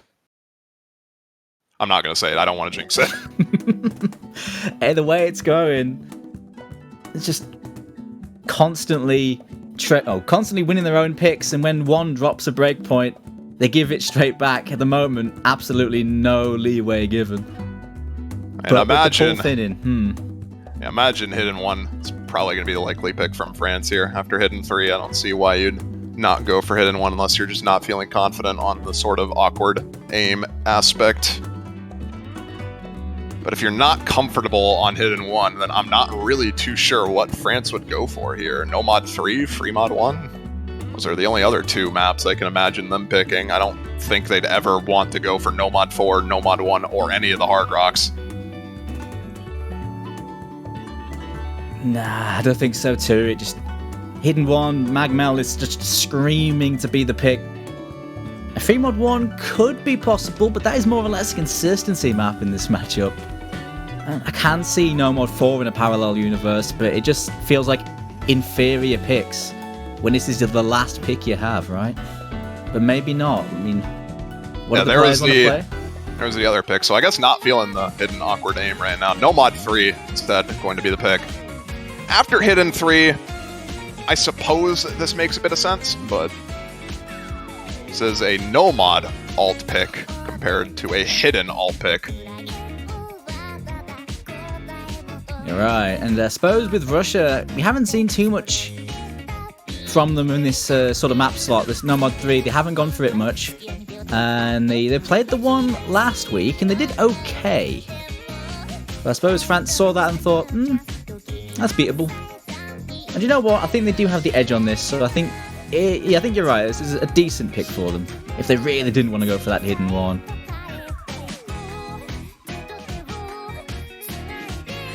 It's quite a doable No Mod 3. Pretty standard style. Lots of flow aim more than acute angle aim in this, but it's got a bit of everything. It's what you'd expect. Lots of zigzagging flow aim as well at 150 BPM. It's sort of what you'd expect. Nothing too out of the ordinary here for No Mod alt map.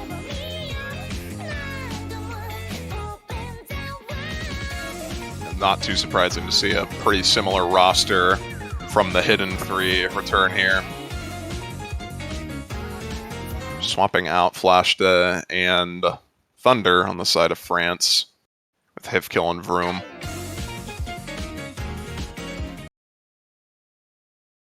Vitya back in here for Russia after a few maps out for the control, understandably so.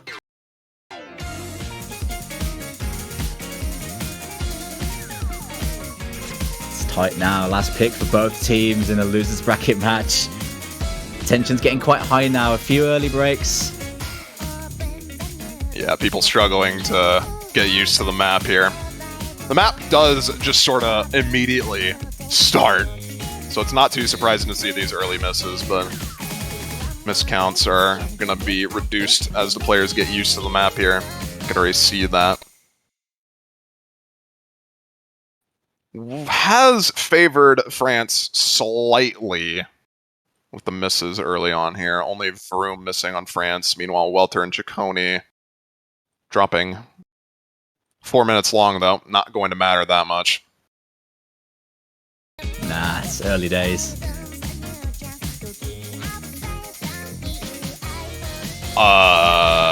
That might matter, though. Okay, no, never mind. I thought Vroom disconnected. No. Oof. That was a bit scary there. I mean, it was really early on, but yeah, it looks like we have everyone, so it's fine. Vroom's going to be a little bit behind, so bear with us on that. But in the meantime, though, it's looking like France are doing pretty decent in the early rounds. There's a break from Musty, actually, so maybe not. Maybe not. I'm actually very surprised the client hasn't, like, auto-synced itself yet. So I guess Vroom is just playing, like, 10 seconds behind everyone else now. Kinda sucks. But what can you do, I suppose? At least it's not slot 1.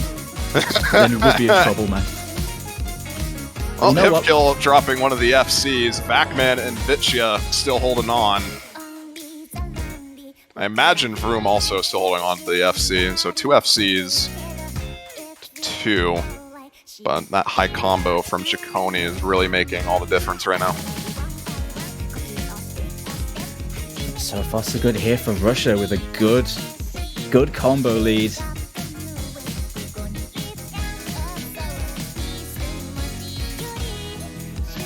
Oh, no! What was that?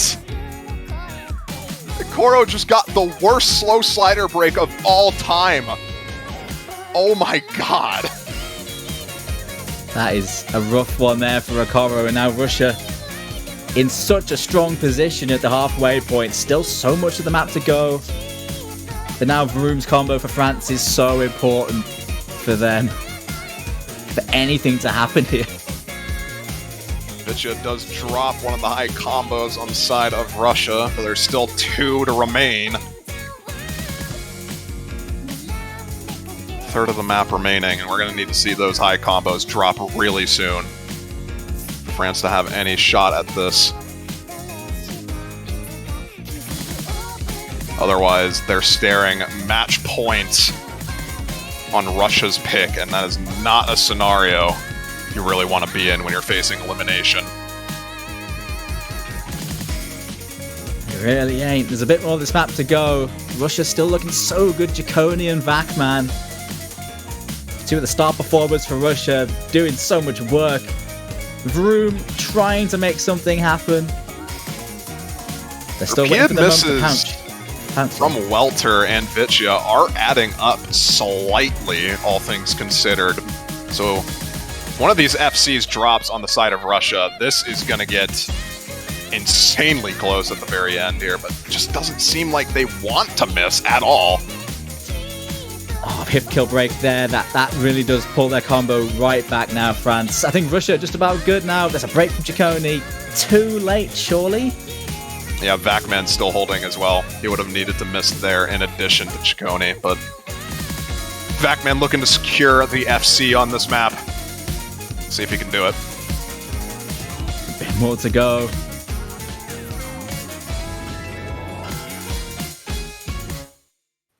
And there it is. There it is. Okay, what about Vroom? He's catching up. I think he might get it too. Yep, there it is. He does. Actually, I think he might have Slider Broker missed early on in the map. Yeah, he did. Oh, right. Okay. Might as well be an FC, all things considered, since it's only around 10k points behind Vacman's, who also missed in the beginning. So no FCs, actually, from anyone. It's all the No near. one time in the beginning.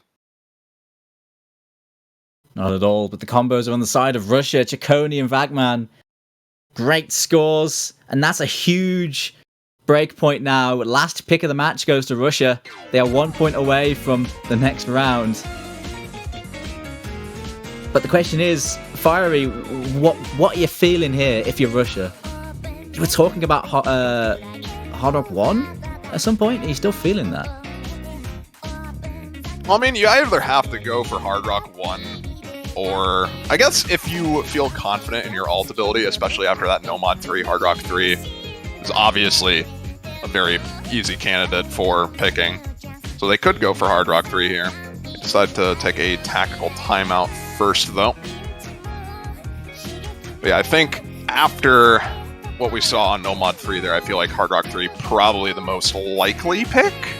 Nomad 4, not too sure if they would go for that. Russia does have a very strong Nomad 4 roster in general, but I don't think it's something they'd want to go for particularly. And then you have Nomad 1, Hard Rock 1. If you're feeling the generic aim, sure, why not? Hidden 1 and Fremod 1 are probably not going to be picked at all, though. I think either of the Hard Rock picks would be my call here. I think going into the Hard Rock 3 Flame Wall, sure they did alright on it, but I still think it's a bit of a coin flip between the two. We just saw Vroom get that FC on the Nomad 3, and you chuck him on Hard Rock, he ain't going to mind that one bit. But you imagine as a team, Russia have the stronger Hard Rock players, especially in this situation, right? I mean, to be fair, Chaconi as well with a high score on Nomad 3, he's not going to mind Hard Rock either, so... Nah. So, yeah, you think as a team, Russia would definitely be looking much better.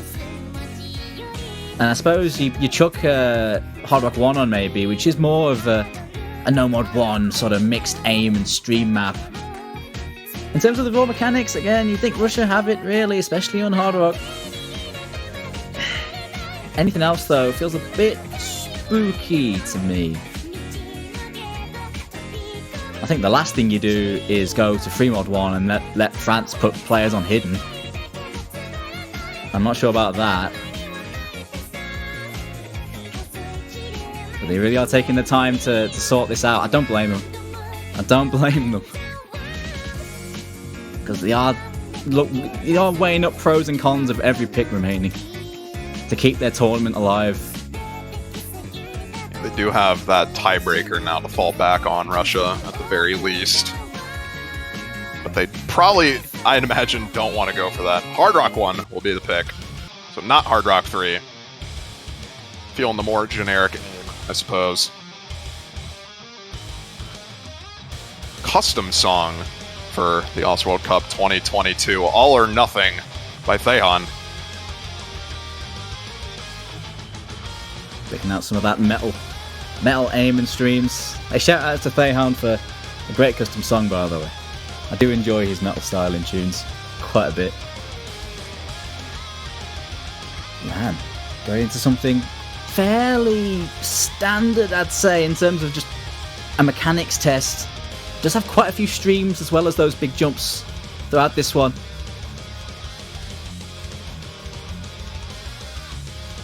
We saw on Hard Rock 2, Russia had undeniably the better Hard Rock roster, at least for precision. This, on the other hand, CS 5.2, not CS 6.5. Completely different style of map as well. France still have the potential to take a break point here. And if that's the case, you already know what time it is. It's looming in this one. The way this match has been going, barely anything between the two teams. It is going to require another breakpoint trade, though, if France want to take it. But I can't see it being too bad for them. Just Man is back in the lineup for France. On the mod, he'd be one of playing. Vroom has already done so well this match. Back on his preferred mod. So this is definitely not decided already. You have to also factor in the fact that this is an aim map, and aim maps are notorious for just being complete random misses from every player.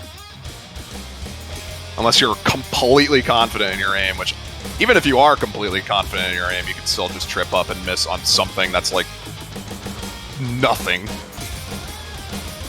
Exactly. It's the reason why you don't see many of these maps anymore being popular picks. An early miss here from Vroom will start things off here for France.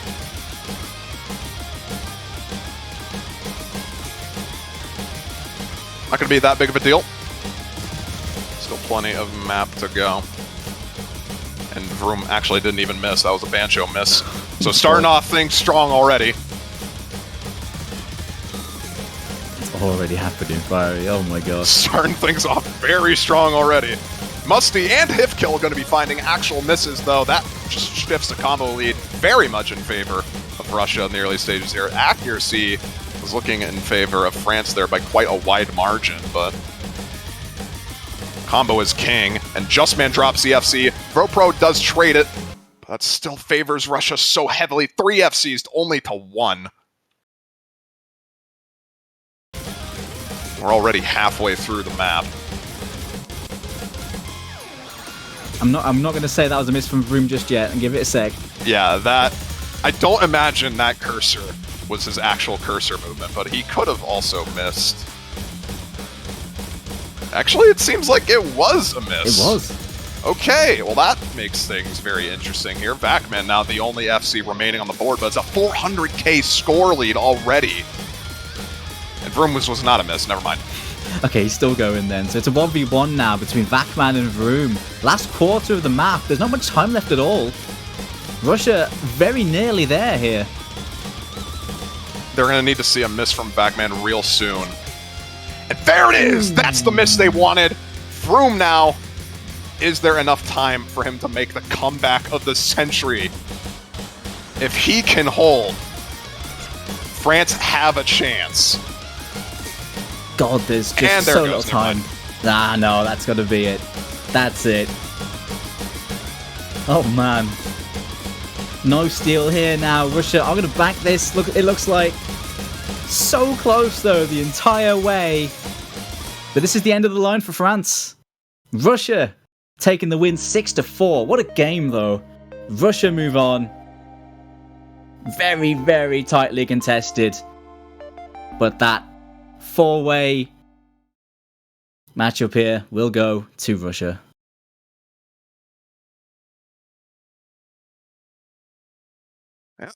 Russia will be continuing their losers bracket streak.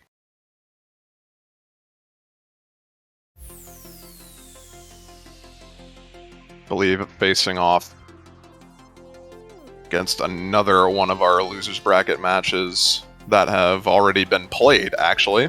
So China versus Russia Federation. Going to be one of your next losers bracket matches. That's Not gonna out of be a the really woods good yet. matchup. No, not at all. The way China have been playing, they're a threat. But the way Russia have been playing, they are always a threat.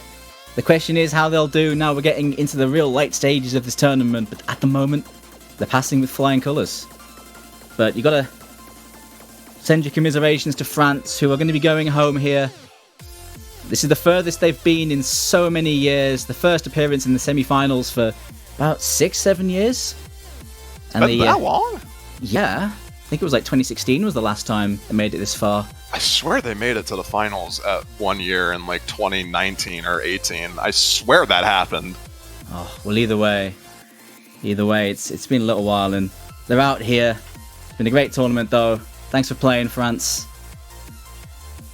But today's day is Russia's, and Russia versus China should be a really interesting fight between two teams in form. And that's also going to do it for today's matches. Remainder of the matches are going to be happening tomorrow. Going to be starting it off with, quite frankly, a ridiculous losers bracket matchup. Canada versus Australia. It's going to be happening at 3 UTC Sunday. And then immediately following that, we have the first winners bracket matchup. United States, the reigning champions, versus South Korea. Pretty much two back-to-back banger matchups. You guys are not going to want to miss those. Trust me on that. Yeah, it's time to ruin my sleep schedule. They're at 3 and 5 UTC, so Sorry, Europe. poor 40 for us, poor EU folk. They'll stay up all night, but you know I've got to see that. What an absolute banger lined up. And of course, the remaining losers bracket matchup between China and Russia is happening tomorrow. They will play again. And then to end off will be the remaining winners bracket match between Poland and Germany, which is going to be a right old tussle.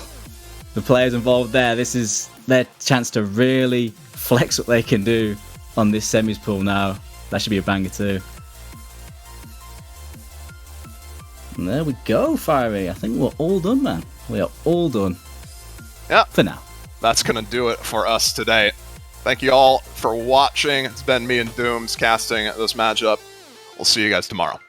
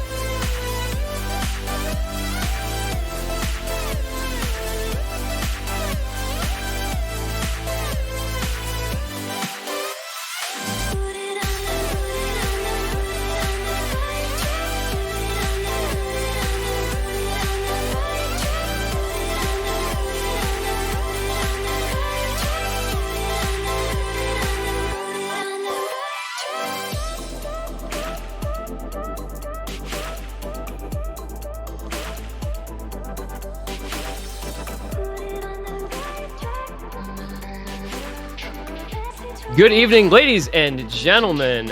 Welcome back to OWC 2022 Semifinals weekend. We're rolling on into a Saturday night full of OSU this evening. We've got several matches for your viewing pleasure. Going to be starting off in just a second here with Canada versus Australia in the losers bracket.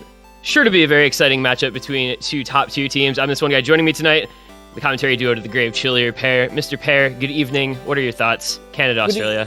Evening, Mr. T1G. I am very excited for this match. I feel like I say that, and you could say that about a lot of these semifinals matches. You start to get up to, these top 8 teams in these final few weekends of the tournament, and this is a matchup that I don't think many people were expecting to see this week. You had Canada versus South Korea last week, ended up in a 5-6 loss for Canada in very unfortunate fashion and tiebreaker. South Korea moving on, of course, and Australia also taking a tiebreaker loss to Romania, who unfortunately fell to China earlier today, 3-6. So now we're looking at this 4th to 6th seed matchup in the losers bracket semifinals, which is not something that I don't think many people wanted to see, nor did we expect to see given the caliber of these two teams. So really looking for a big performance from Australia to prove to us why they have made it this far in the losers bracket, beating out Japan and the Philippines. Now coming this week to Canada, who is, I think, kind of one of the favorites to, get top 3 this year, potentially. Yeah, this is a really interesting spot, I think, for these two teams. Coming off of last week, Australia back-to-back wins in losers bracket, kind of riding high on that with a couple quality victories over Japan and over the Philippines. In Canada, I'm really curious to see what their performance ends up being like today. When you lose from 5-2 up, taken all the way back to tiebreaker, and then end up losing the tiebreaker in really dominant fashion, might I add.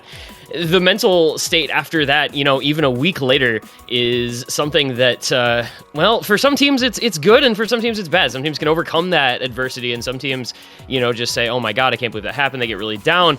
So it's going to be a tough ask. I think we'll have to see what Canada's made of mentally, as well as what their performance looks like this week, because I think they had some underperformances, some mispicks, some not as good of rosters for some maps as they could have had. And that all kind of contributed to that comeback win for South Korea. So it's going to be a tough one. I think both these teams really, really want to win. Both these teams probably feel like they can win. I think Canada is arguably the favorite because they do have the depth of roster, but Australia's got MREC, and that's, that ace up your sleeve, that you really can't ever count out.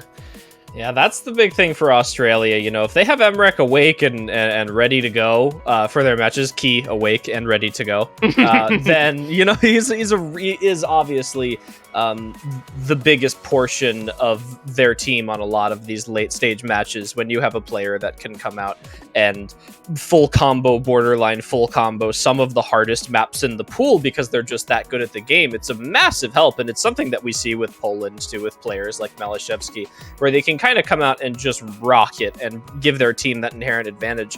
I guess some statistics to back up what you were mentioning earlier, at least about Canada being the favorites in this match. Current predictions for each team to win this match: 13.8% of a total of about 1,130 votes thinks that Australia will win, as opposed to 86.2% of those 1,100 plus votes think that Canada is going to win this match. So based on community input, they agree with you. Canada are the favorites for this one, but we have yet to see a map played. We don't want to make any of these early assumptions. Australia, unfortunately, banning out that Hidden 2. I know a lot of people are really eager to see the Hidden 2 this week. We're starting to get to the weeks where Hidden 2 starts to get a little bit out of the range of most non-reading players. Yeah, I think the picks and bans for this match going in were kind of crystallized. It's kind of another matchup like earlier today we saw with Russia versus France, right? Where there's a team that's very good and has been picking a ton of speed, and then there's a team that is a little more well-rounded in their picks in Canada here. So Australia really got by last week picking nothing but speed. Like every map that they picked in those two matches was a left-hand, a tapping-focused map. And so you see Canada coming out and just saying, all right, we're going to ban DT1, we're going to ban Fremod, two super tapping heavy maps. And then Australia, the opposite direction. They're saying, we want to play those mechanics. We want to avoid giving Canada gimmick maps. And they go ahead and ban out Nomad 5 Hidden 2. I feel like really no surprises there with any of those bans. It's been pretty consistent. I feel like you're going to ban Fremod 2 and then one of those first 3 DTs if you're a team that's doesn't want to give your opponents tapping maps, and basically that's exactly what happened here. And then insta Hidden 1, like they're ready to go for Canada. They want some hidden aim, and they are going to get it with the first map of the match. Listen, I think I like to call this strategy from Canada Zoodinator Go Kill. And am I allowed to say that on Twitch? Someone bleep that out. Sure, TOS might not be the biggest fan of that one. Well, either way, I think that Zoody is kind of, one of the biggest reasons that Canada would want to go for the kind of the start of the Hidden 1 at the beginning of this match. They have such a good Hidden roster across all 8 players, I think, for, most cases on this team. And then when you add in that kind of X factor of Zoodinator, who this is her skill set, hidden aim at this level and this style of map is something that she is very good at. It gives you an awesome opportunity to open up this match with a pick that you potentially have a guaranteed FC on if Zoody is playing well, and 3 very good backing scores to go with it. Australia, on the other hand, while not generally regarded as a super strong hidden roster, they don't normally have players that kind of come out and rock hidden as a main any of these years. They do have a lot of players that have hidden on with Hard Rock or DT or anything, and that is enough to give some of these players a pretty good command over the mod itself. But you can already see they're having a little bit more trouble kind of fielding that full 4 here at the beginning. And one thing interesting to point out about Hidden 1 between these two teams, so both of them played it at least once last week, once each, in fact. Canada had the top score in the entire round on last week's Hidden 1 at 3.3 million. Australia had the second best score on last week's Hidden 1 out of the 14 times it was played, but they were 700k lower. They got 2.6 million. That is a big gap from 1 to 2 across an entire week of OWC play. A lot of teams that were very good played that map, and only Canada was able to get a really solid score on that HD1. So it really goes to show just how strong they are on this type of pick. I mean, like you said, Zoodinator is probably the best Hidden 1 player in the game right now, and the rest of their roster, no slouches either between Xylus, Rupertian, and Ryuke. So this is a very, very Canada favorite first pick. I like them coming out, just being ready to go with this one.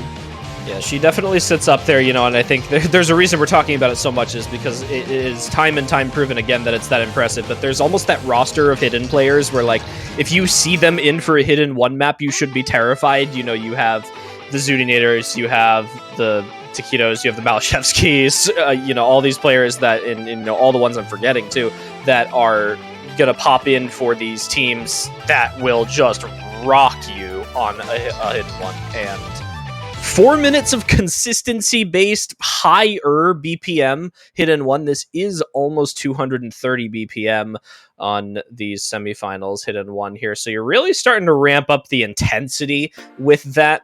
And that is, that's kind of another key point of something that might give Australia a small in on this is they have a very capable, like, faster mechanics roster. And, maybe some of Canada's players will be caught off guard more so you could make that argument than that, but I don't expect too much here. It's going to be Xylus and Vivace. Also, Dumi and Ryuke trading some breaks here at the beginning. Everyone just getting used to the map. Looks like one more set of breaks for Australia at the beginning here on one player. Yeah, that's several breaks. I mean, 4 of the FC's already gone before we even get to 200 combo in. The intro kind of starts at you pretty quick. It throws you right in the map. There is an early break from Emrek. Was asleep until very, very shortly before this match, so is unlikely to be properly warmed up at this point in time. You can see that on a couple of uncharacteristic early breaks and act drop further for him. We'll see what happens over the course of the match. I'm sure he will be able to warm up, but right now, not really ready. And there's a break from LR7, so that is all of the FC's gone from Australia. Meanwhile, guess who? Zudinator herself holding the full combo down for Canada, and Ryuke in hot pursuit, only 70 combo behind her. Gonna take a decent lead here early on for Canada because Australia just really is not having a great time of this. Really, honestly, nobody besides Zudinator is having a super good time of this. Rupertian really the only one here that's starting to get a little bit more comfortable on this pick here. But, we say things for good reason here. And Zudinator, this is kind of Canada's game on these faster hidden mechanics maps, is that, while you have all of these players in the lobby, there's 8 players in the lobby right now, and all of them are extremely skilled, very talented mechanics players who can, take a great command of any of these picks here. But the consistency is where it counts, and Zudinator has that consistency. That's Canada's game on hidden ones here. Rupert doing a great job to build up a combo right now just to make sure that Australia's supporting scores now don't mean anything. And Canada is going to continue to pull it here. Emrek finding some misses just for lack of warm-up, I would assume, if he is recently waking up. Accuracy's in favor of Canada as well. Yeah, I mean, halfway through, you can pretty much call this one already. Zudinator, takes on 2 players from Australia on her own, to say nothing of the rest of the Canada roster that now has Ryuke and Rupertian on those solid backing scores.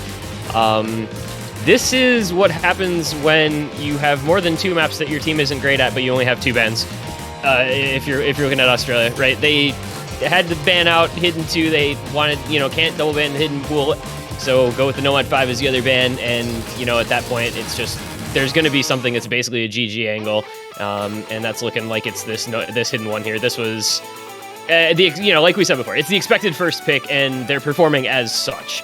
This is what you know and love from Canada, like hidden aim, and they're just running away with it. This is going to be a very, very one-sided win, but it's not really going to say all that much because it's just a skill set for them that's really strong and one that's not that strong for Australia.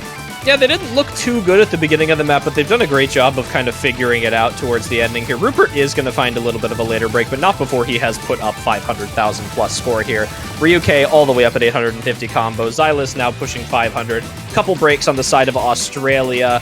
And Canada with, a little bit lower, obviously, of a team score than they had last week on the hidden one. Nothing crazy compared to what that was, but still very, very respectable. Going to look to put up close to that 2.5 million here. Ryuke and Zudinator are going to bring it into the beginning. This is what you expect from country's first picks here. You want both sides to come out with their first pick of the match and do really well on it because, you kind of expect to lose the other team's picks in these tournament matches. And Zudinator going to pull out the FC into the start of this pick. And now we go into Australia, who's going to try and do the exact same thing that Canada just did. They're going to try and pick something that pretty much shuts Canada out from potentially winning the map and get themselves on the board.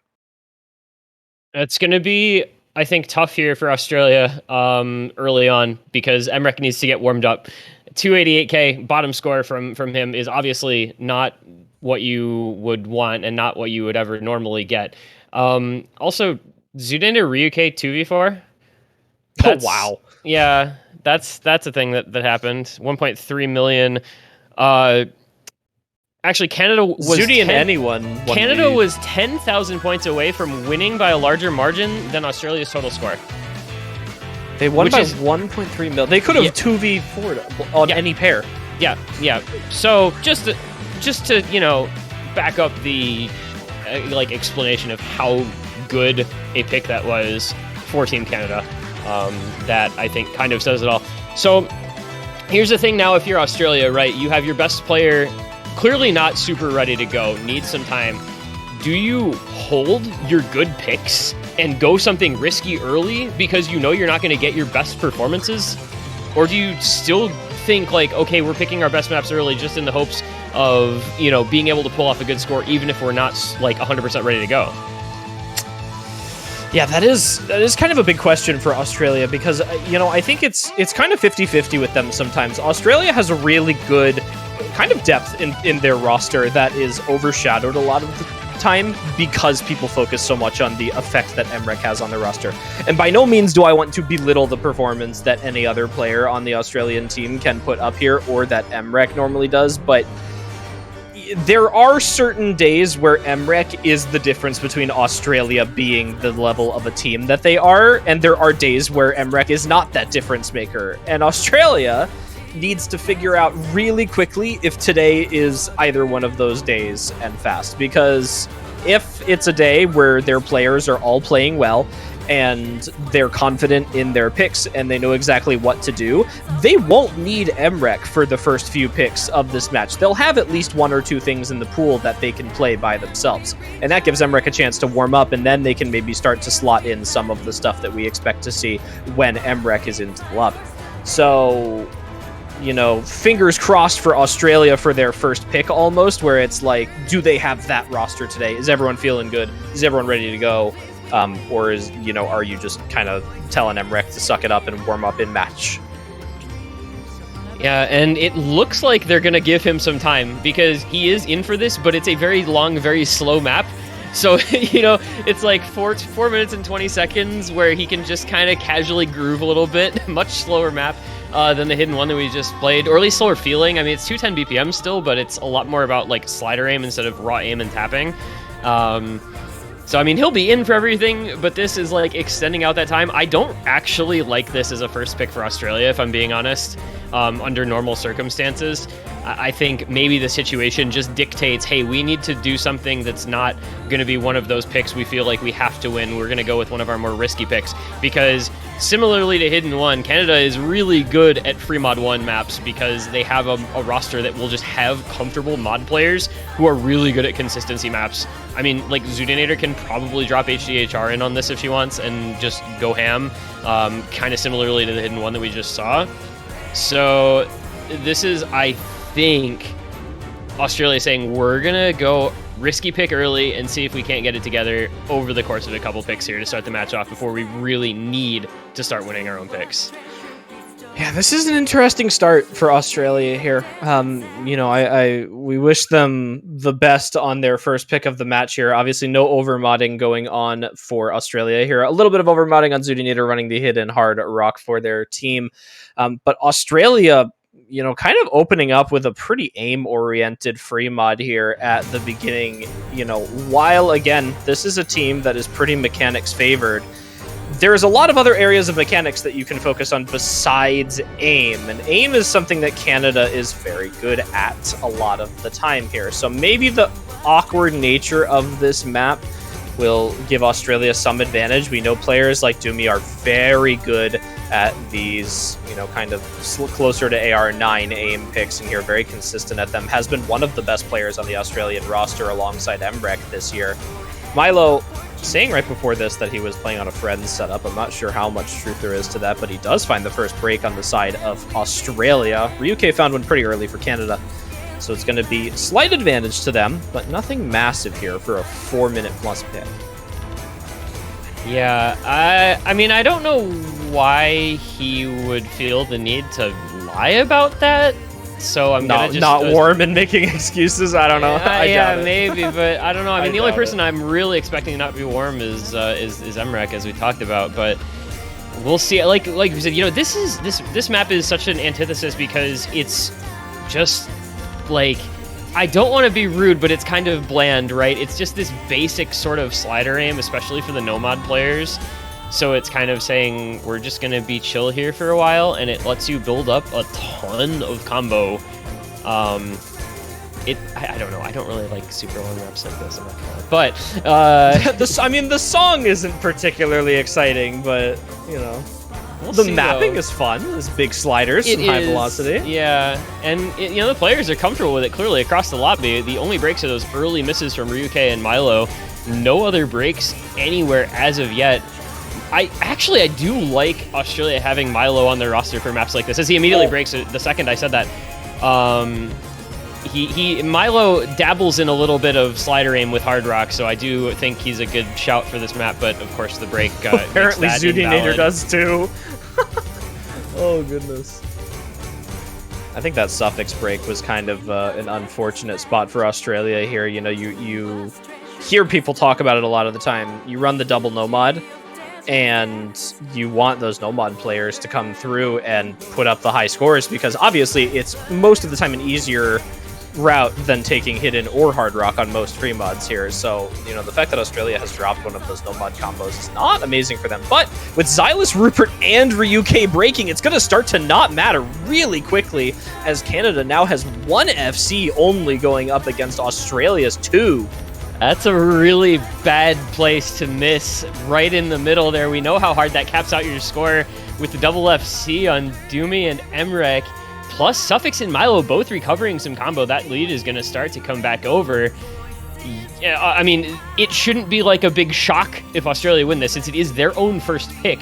But the way this map started out, it does feel like a little bit of a surprise that they're able to maybe make a comeback here in the back half of the pick.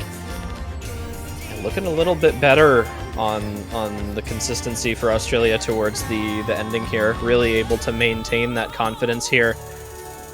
Emrek, despite not being warmed up, looks a lot better on this than he did on the previous pick, regardless of what score he ends up with. Significantly improved from that first one there. Just needed a little bit of Hidden to get into the swing of things. Decided to stick it out here, and Milo and Suffix both recovering from their unfortunate kind of like matching break there towards the ending, which is really helping to neutralize some of these combo buildups from Canada. Maybe a little bit slower now, but Rupert does trade Milo's break here, which does favor Australia. Yeah, you've got that little bit of mod advantage thanks to Zudinator, but those late breaks from Rupert and Ryuke. Even with Milo breaking, you've got Doomy and Emrek still holding Suffix breaks, but the combo advantage is still on Australia's side. They will maintain that lead. Oh dear, Emrek breaking there. Zudinator has the mod advantage, and now they have combo advantage as well. It goes right back over, and that's going to be a stole. What? Suffix traded though. No. It spin to win, spin to win, spin to win. And Canada holds on. What was that ending? 9,000 points the final margin. I don't understand what we just saw at the end there, because it looked like it was just going to go to Canada, and then they kind of trolled because Xylus, I don't know if he thought the map was over, so he started running in smoke. That was very, very strange to see, but Canada managed to hold on anyway. Man, that was going to be so close. Xylus's break at the ending threw it over to Australia, and Suffix unfortunately found a slider break right afterwards, and I think it was just enough to kind of even out those breaks at the ending. Man, Doomy with an outstanding score for Australia. I mentioned his name at the beginning, has been the kind of player that you think of on Australia that's been right up at the top with Emrek for the entire tournament. And, kind of continues to perform well through these matches. Canada, barely, and I feel like I could say that 100 more times, winning that pick. 9,000 points just on the back of, Zudinator and Xylus with the supporting combo. At the ending, being able to outscore Doomy on the Nomad. I think, the real difference there was actually the fact that Zudinator was the one FC on the side of Team Canada with Hidden Hard Rock, that mod advantage, really giving that extra score that they needed. Without that, they would not have won. Yeah, that straight up just goes to Australia without the overmod. If Zudi's hard rock only or something like that, or hidden only in somebody else's hard rock with the same score, Australia takes it. But the mod advantage, hidden hard rock FC does it. And Canada is just going to continue in the same vein. They go hidden 1 first pick, and they're going to go hidden 3 second. Clearly, the strategy in play here for them, then they probably go like free mod 3 after this. They're trying to keep Australia off of their comfort picks, which are, the more mechanics tapping focus stuff. This one, flow aim, alt kind of map. Again, a Canada favored pick, but this one I think is a little bit harder to be super consistent on because some of those patterns get really difficult in the ending, especially like you have the big space pattern and then the last KI that are all really difficult. So we'll see how the players perform on those once they get there. Yeah, looking for some good stuff on this match here. What was the, I think it was in China versus Romania, we saw some very good scores on this from players like David. And even then, I don't know if, did we see an FC on this one? Was this the one that Romania went to almost FCs on? I wasn't sure if it was this. Badu had 2 misses at 1500 plus combo. And David had a 1300 combo. So those are both breaks in that last KI section. No FCs, though Eternum did have an S rank. So we've seen some pretty good scores on this, but we've seen a lot of players struggling once they get to that really big diff spike at the end. That's the hardest section of this map. And it's been baring its teeth. So hopefully nobody gets snapped up. Could be the consistency on this one too. The ending of this map is really the whole difficult part of it. It's really surprising whenever you see someone going through this and then you hit that ending section and you see some combo on the board here. Not a bad alt roster from either side here. You've got Dumi and Emrek. I think that's going to be kind of a staple too that we're going to be seeing for this match for Australia. I got Mavs and LR7 in for the other two here. LR7's going to find a bit of an over-aim on that first cut stream pattern here, and Rupert is going to trade it on those back and forths. Very difficult to read with hidden. They're so close together, but you do have to wiggle them if you don't want to experience the RNG of trying to middle a singular pixel. But it's one thing it's one thing to do that no mod, but with hidden, it's trying to play that sort of thing is really hard. It's back and forth squares, perfect overlapping. Really, really, again, easy to miss some patterns in this map. It's such high intensity patterns. The entire map is just full of these very mechanically difficult patterns. You have to have your aim on lock for this type of thing. But we're a quarter of the way in. We've still only seen 1 break. Here's a pretty big KI coming up right now, though. This is where you start. This is where you really start to see that big difficulty increase in this map. LR7 is struggling here. I mean, not what you want to see. If you're going to see multiple breaks, I guess you'd rather them all be on one person, especially when Sari finds a miss for Canada, so that, kind of helps trade things out. It's actually combo advantage Australia because Mavs has the FC and Rupert finds a break after already having found a break very early on. So you've got Xylis Zudinator against Dumi Emrek and Mavs. Mavs in for his first map, performing admirably here. This is what you really like to see out of some of those newer players to the roster who aren't in for as many picks. So, if they can come in for their few maps and perform really well in them, that's going to be a huge boon because you're always going to expect Dumi and Emrek to do well, but it's a lot more about the backing scores. And right now, backing scores are giving about a 17-20k lead to Australia at the halfway mark. This is a good spot for them. Not going to say any specific players at the expense of potentially cursing somebody here, but Jordan seems to have found a little bit more of a comfortable spot in this map. Was definitely over-aiming the first kind of few high-velocity streams. Now looking a little bit better on this. Canada's got 2 players looking good. Xylis and Sudinator haven't really found too much trouble yet. Big difference on those 2 dropped combos, though, like you were saying. If you want the misses, you want it on one player. Unfortunately for Canada, spreading it out a little bit here more than Australia. We're going to come into the last couple seconds of the map here. Mavs almost breaking, but Duke and Xylis are the ones to break. And Sari as well, which is crucial for Australia to maintain their lead. Emrek matching Zudi. Mavs with the free combo as well as LR7. We come into the hardest part really here, this last quarter of the map, and Australia's put themselves in a very good spot. 200k in the lead. Emrek and Mavs holding the double FC down for the Australian boys. They Oh my God, they hit the trying wiggle. to bring it home. They're hitting the wiggles, they're hitting the space, and they even hit that bigger space pattern into the last section. Mavs with the slider break. my Oh, God. you hate to see it. It is still combo advantage Australia. It is still score lead Australia. This is pretty much signed, sealed, and delivered at this point. It's a shame to see Mavs with that late break. We're going to come into the ending. It's going to be Emrek doing Emrek things. It's going to be LR7 doing LR7 things. And Zudinator, of course, doing everything in her power to keep Canada in this one. But it's going to end up falling just slightly short. And that is going to be breakpoint Australia. 2-1 goes the score, and they're picked next to get this back on track.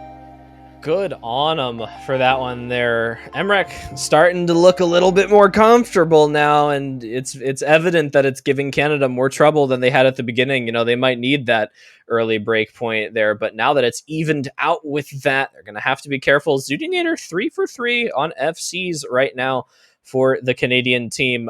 I'm still stunned at that play from Mavs. If you looked at that one space stream kind of after the refrain there, Mavs started tapping it late and hit all 50s and 100s on there and did not break somehow. I don't know by what kind of divine intervention we just witnessed with that, but you know, it was a massive help in Australia winning that map by a larger margin, and Mavs and Emrek really bringing that one home there. Doomy with an impressive score as well, 645, even Jordan 637. That was just an amazing team performance from Australia there. Having no score below 600k in the semifinals is classified as a pretty top tier team performance.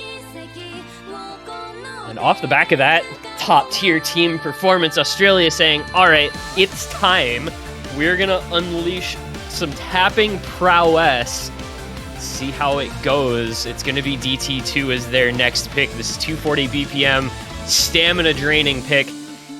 Only AR10, so it's not going to challenge your reading, but it's going to definitely challenge your ability to tap consistently. Almost 3 minutes long. Very, very difficult. This is one of the higher starting maps in this pool overall. I think it's maybe the second highest starting map. Speed maps in 2022 starting system. But this is going to be an interesting spot to be in. So you've got Emrek, you've got Suffix, you've got Doomy, you've got LR7. Like, Australia just has such a good roster for this.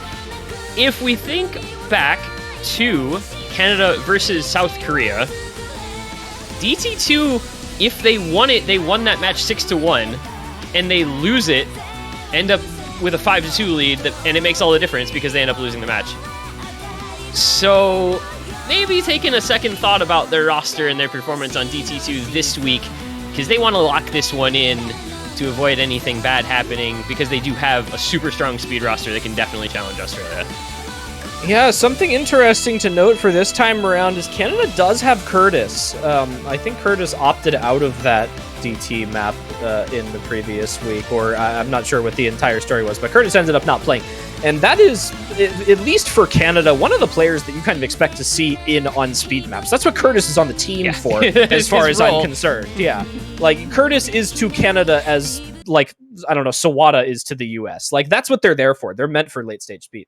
So the fact that Canada's at least rocking Curtis on the roster this year maybe feels a little, or on this match, they maybe feel a little bit better about, you know, playing this type of map or style here.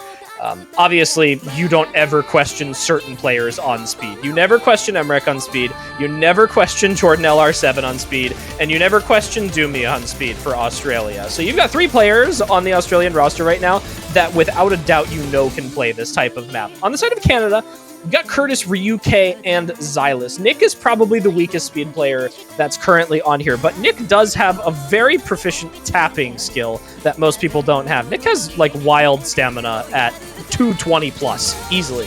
So I guess the difference will be whether or not he's able to use that to maintain it. Jordan's struggling on the Acura, along with Suffix and Emrek.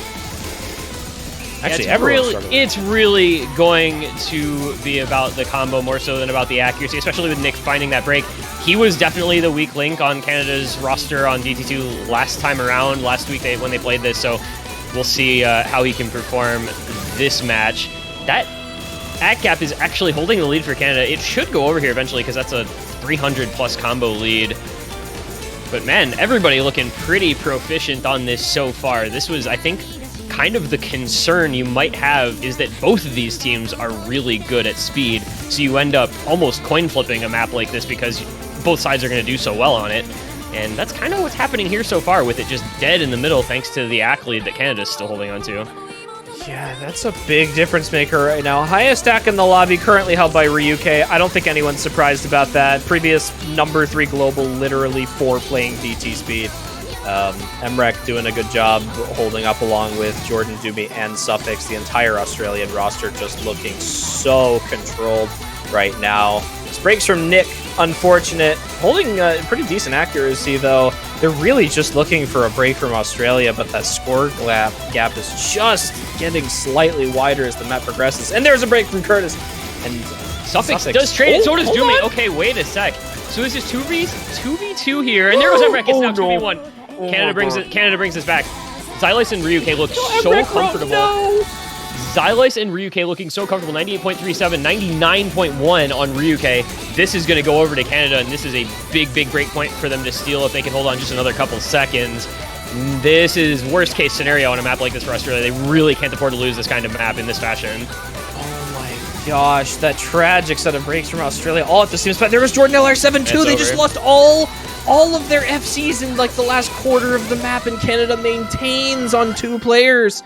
Nick 1324 with a recovery at the ending as well, just adding insult to injury on that one, putting up the 600k. It's a 3-way S rank from Canada. And One total miss. One total miss. Look at that ACK on Ryuke. Yeah. Oh, man. I mean, that's what Canada was missing on their team last year, right? Was literally Ryuke. His late stage skill cap is so high, especially on maps like this. He just comes out and does stuff, and you go, okay, yep, that's normal Ryuke things. He's 99.27 ACK FCs, the DT2. Not fair. Nobody else over 98.6, I think was next highest on Curtis, but had the break, unfortunately. And yeah, I mean, the ACK difference kind of tells the story by itself, and then when you throw in, the 2 FC to none, well, that was just Canada taking a point in the way that they know how on a map like that. And now breakpoint advantage goes back their way 3-1 with their own pick to come. Hidden pool is done, so Australia can breathe a sigh of relief that they don't have to deal with another hidden map, but there's still free mod 3, there's still free mod 4. So Canada's got the options if they want to go into some of those more gimmicky picks again, or if they want to start going somewhere else. Man, I want to see free mod 3. I don't know about you. I absolutely love the song and map. I think they're both awesome. But in terms of what I think Canada's interested in picking here, they won Magmel. They just got that DT, and they were able to pull through on the previous free mod pick. So maybe going in for free mod again. It's a little bit different of a style of map.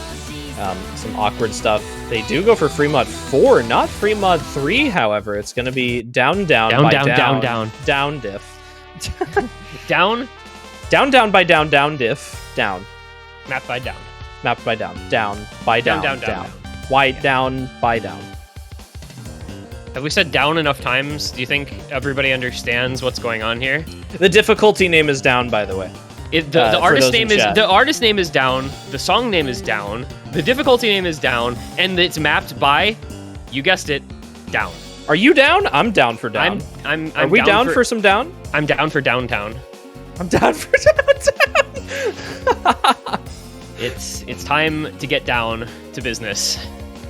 So it is awkward rhythm, because of course it is. If anybody who's familiar with any down song that they've seen, whether ranked or it's tournament custom or whatever, knows what they're getting into with these types of maps. This one is a little more accessible than some that you might see in these super late rounds, often no mod 6 in community tournaments, where they tend to be a little bit harder than this one.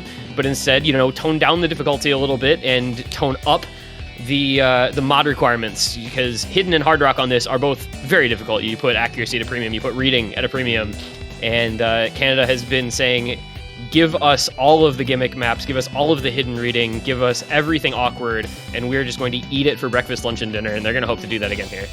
Well, I think Canada, they're down for some free mod. They looked really good on free mod 1 earlier. And I think if they're able to maintain that mod consistency across the board here, it's going to be a big thing for them here to potentially go up 4-1. And we're switching things up a little bit here Double for over mod. Australia. You've got Arbusion coming in for his first map, going Hidden Hard Rock. They're dropping the Hidden only onto Mavs. Meanwhile, Doomy and Emrek going the no-mod. So this is kind of the carries on no-mod strat instead of the carries on mod strat, as opposed to what Canada's doing, where they're putting Zunator on her preferred HDHR, Xylus on his preferred Hidden, with Yip and Nick in on the no-mod. So kind of two different approaches to a free mod pick from the teams. We'll see which one works out better. So far, it's felt like Canada has the advantage on these mod type of maps and these awkward types of maps, and we'll see if that continues. I'm excited to see how these two Hidden Hard Rock players perform on this pick. It's very difficult in terms of the aim control mixed in with these rhythm changes and the finger control required on these down songs here. So the fact that Arbusion's accuracy is as high as it is right now is stunning to me. Like, Zudinator is what you expect to see from Hidden Hard Rock players. Oh, but there's a miss from Arbusion, traded with Xylus there. Doomy did find one earlier on the no mod. It's not going to be working in Canada, or it's not going to be working in Australia's favor here at the beginning, but this map gets a lot harder towards the end there. Now you've got 3-2. Oh, Zudi? What was that? Slider break? Was that a slider break, or- I'm not actually sure. Well, that Well, gives it helps the- Australia. That's what I'm sure gives the about. advantage to Australia. Yeah, they did end up with another break on Arbusion at about the same time, but that's really not as big a deal as Zudinator's break. She finds another miss, not having the greatest time, so Hidden Hard Rock not paying off. And it is still Mavs and Emrek holding down the FCs. There goes Mavs. So Emrek on the lone FC. Doomy backing him up, though. 520 combo. But there goes Emrek. You can't afford that. You cannot have a no-mod break on a map like this with Yip and Nick still holding FCs and Xylus backing them up. And Zudinator is struggling so much, but the team performance from Canada is really helping out right now. The two no-mods on Canada, they're doing exactly what they need to be doing right now. You know, you come in, you have the advantage of playing an awkward free mod like this, unhindered. No hard rock, no hidden, and you know they're ready to go right now. Doomy just with the early break at the beginning, holding combo ever since. Mavs is only on a slider break too, but it's not going to be enough.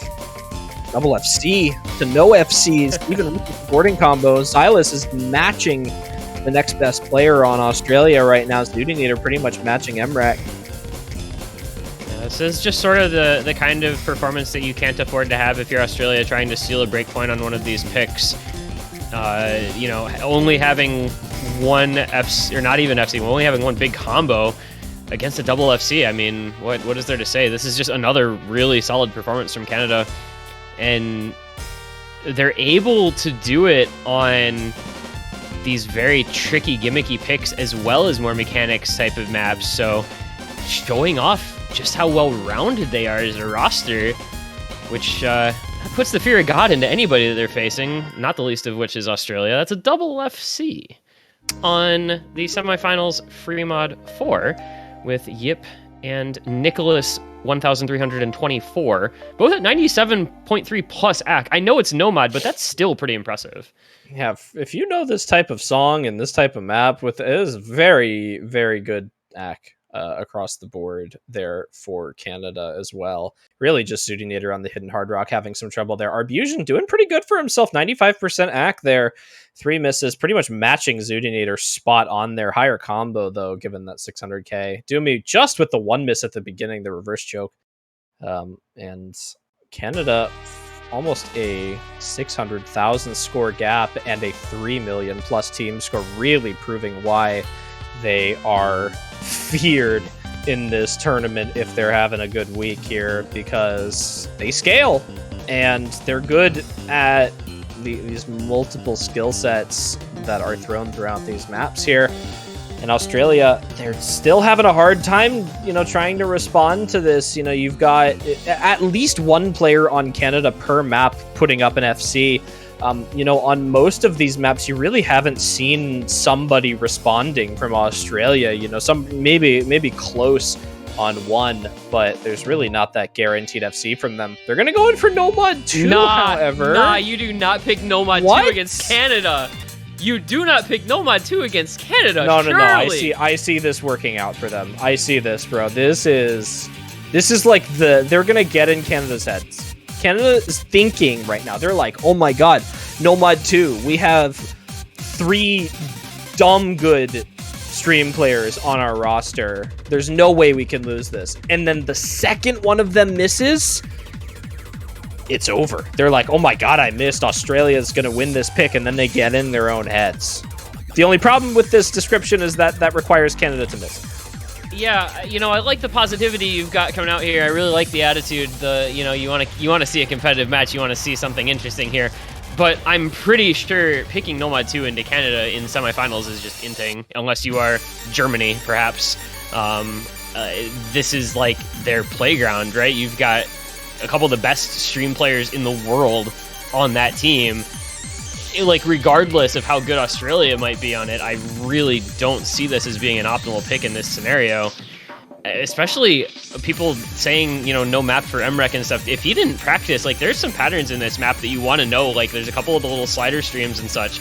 You want to know those are there. You want to have played this. So, I don't know. This is a scary one. I think I would have rather seen DT3 if Australia wanted to go tapping here. Yeah, I'm a little scared for this one.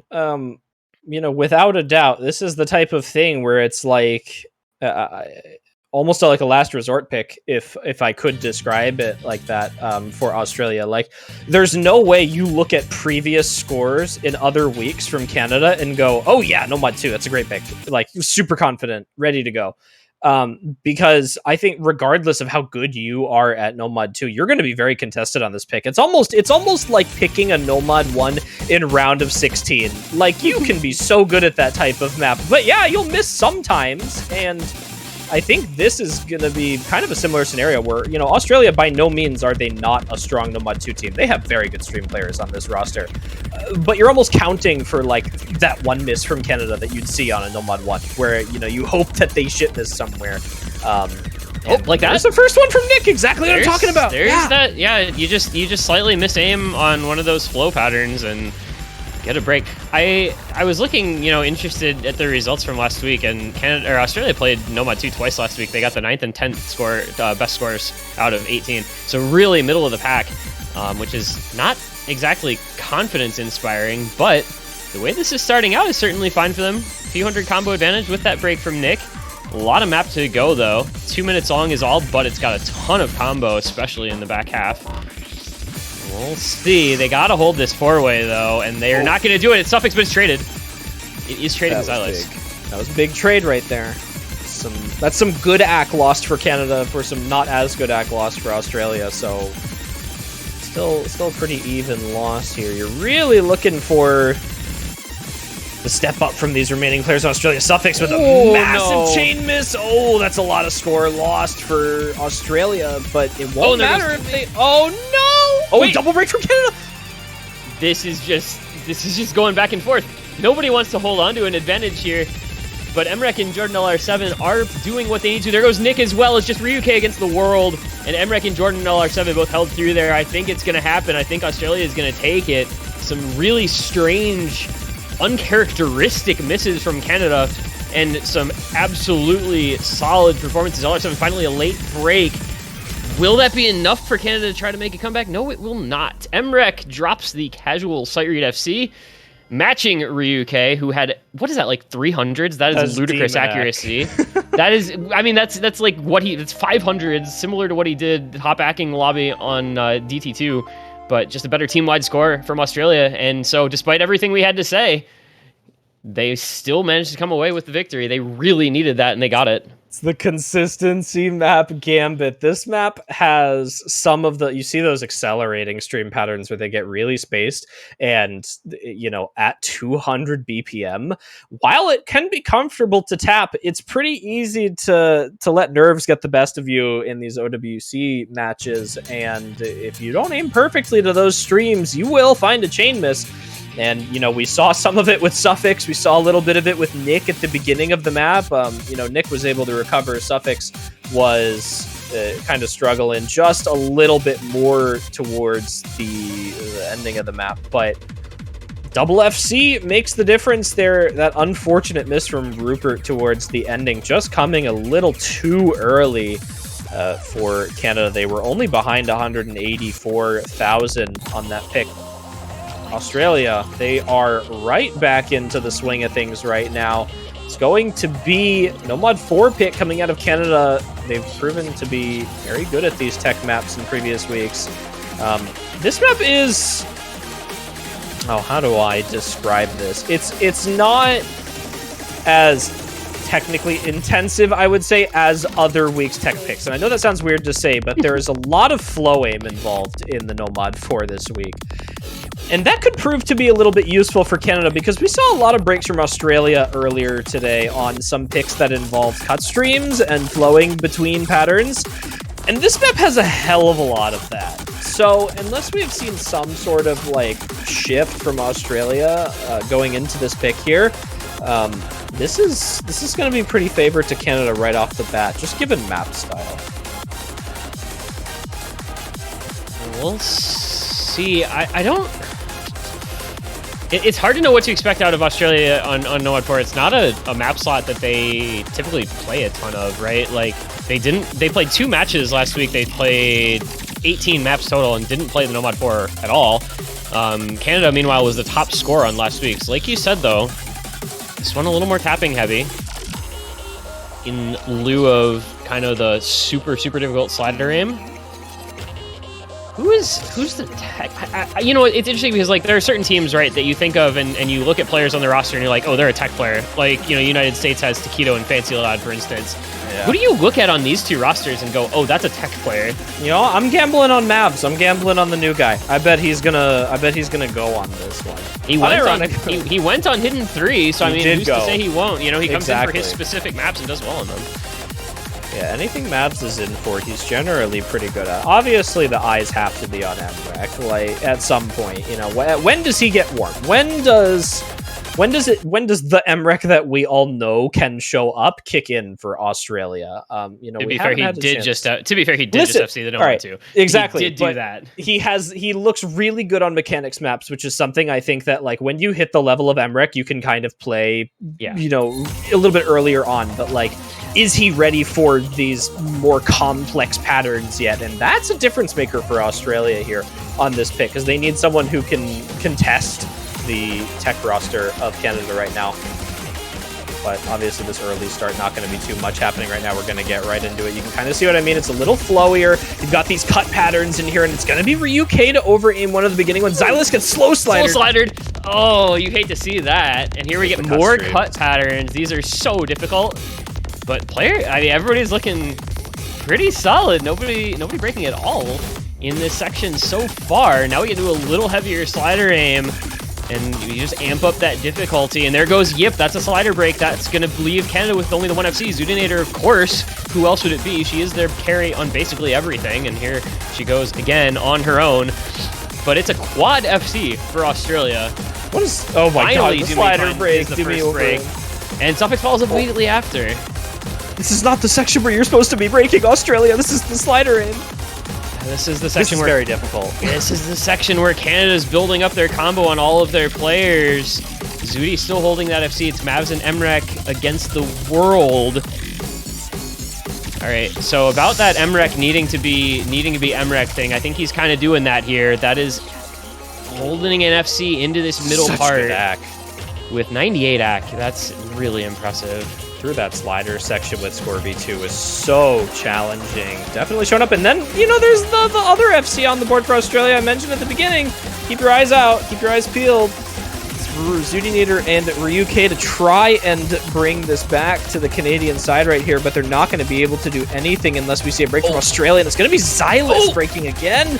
But it's a three-way. It's Suffix, Mavs, and Doomy all breaking MREC, the only FC left for Australia. Meanwhile, you've got Zudi holding the FC down. You've got Ryuke on a 950 combo and Yip on a 400 combo as well. That lead is just going to rocket over to Canada's side. This gets really scary now. A quarter of the map left to go and nobody from Canada breaking. That lead immediately 100,000 points in no time at all. No way we're going to see. One of these 2 FCs has to break. There's just no way. What? This is what you get when you throw some of the best tournament players in the world in a semifinals pool. MREC capable of pulling off ridiculous FCs anywhere. Zudinator, one of the most consistent players out there.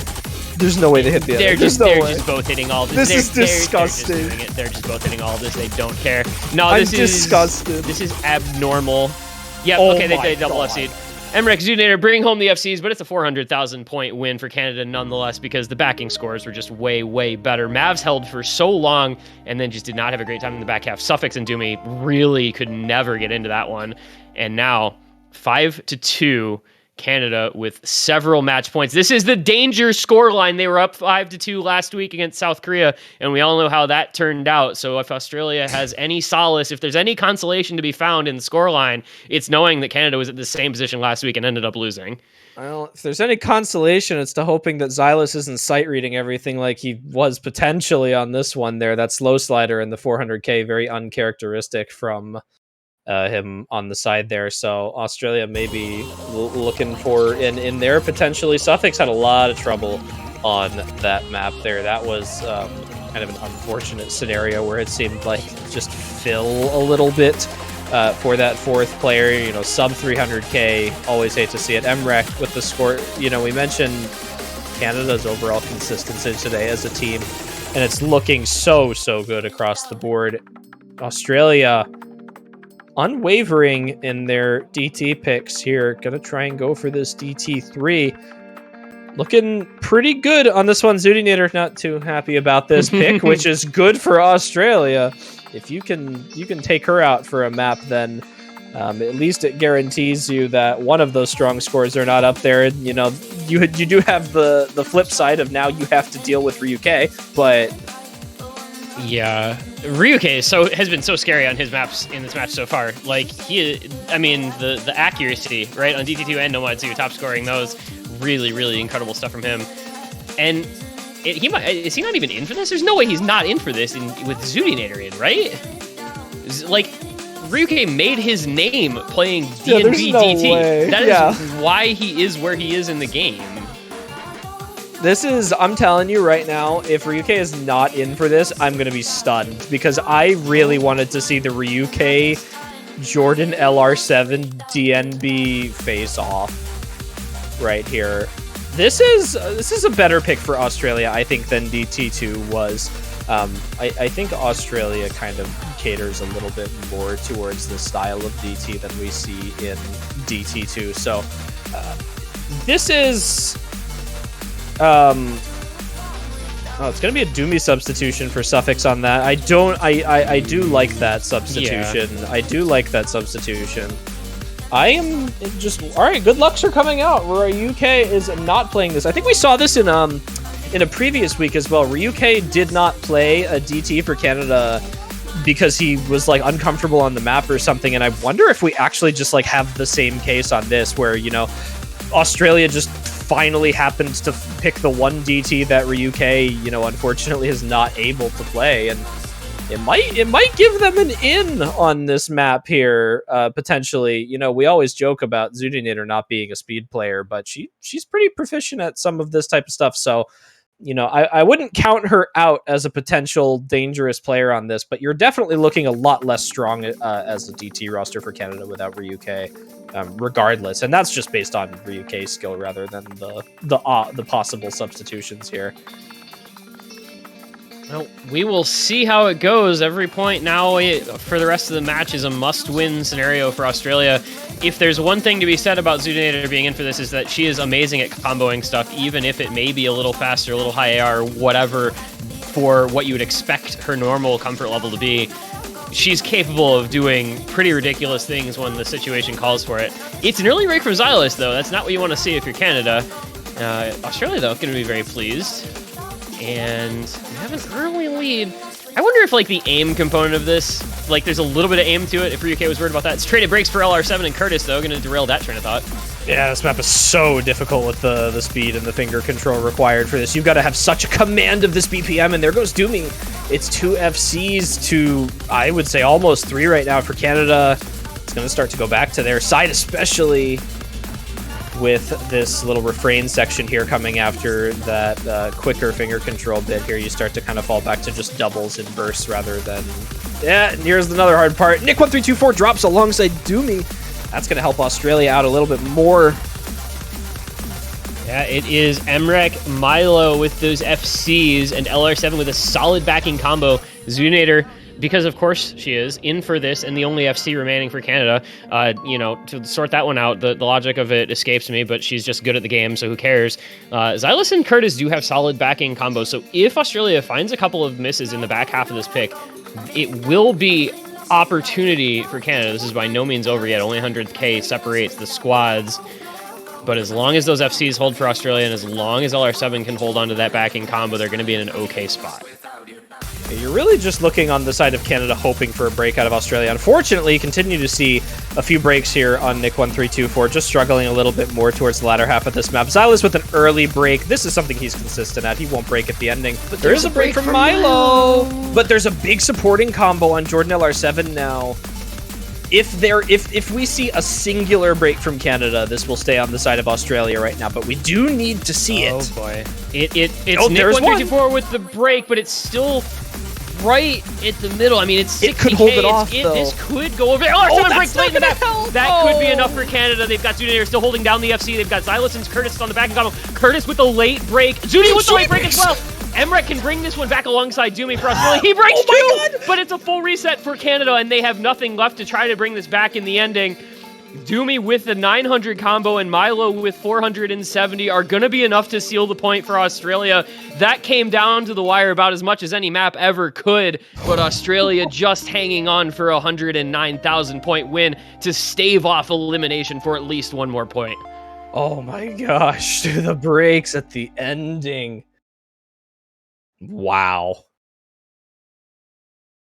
That's a situation.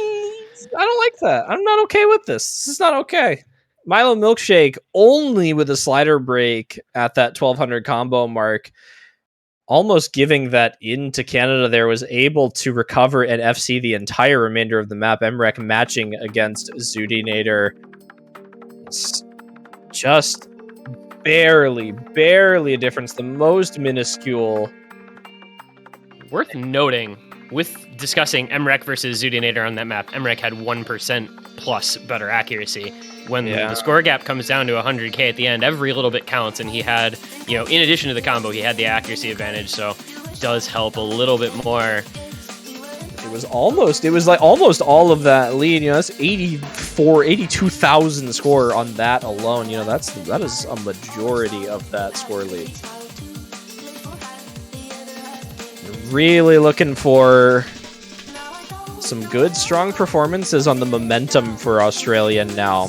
They only have to win one of Canada's picks to get right back into this, but it's gonna have to be Fremod 3. We mentioned it earlier. This was, kind of the pick that I thought they would go for before Fremod 4, but they're gonna go for it now. And I wonder if they saved it because it was kind of like their ace in the hole. Like I genuinely wonder if this is just the type of pick that they saved for, possible worst case scenario. Like, because if you're in Canada in this position, if you lose your own pick, Australia goes to their own pick and potentially forces you on tiebreaker, which is a situation that after last week, Canada wants to avoid pretty heavily.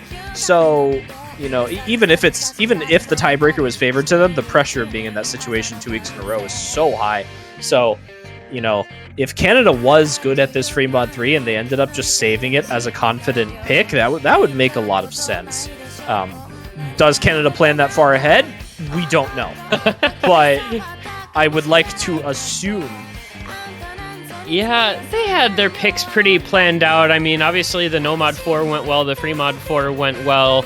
The Hidden 3 was a surprising victory on that break point for Australia, but this goes back to the roots of what we kind of started off the match with, right? When we saw, the Hidden pick, and then a little later on we went Rhythm pick. So Canada focusing away from the raw mechanics and into something that requires a little bit more of a rounded skill set. And again, going back to Fremod, which they've won both Fremods that have been played. This is the third and final that will be possible in this match.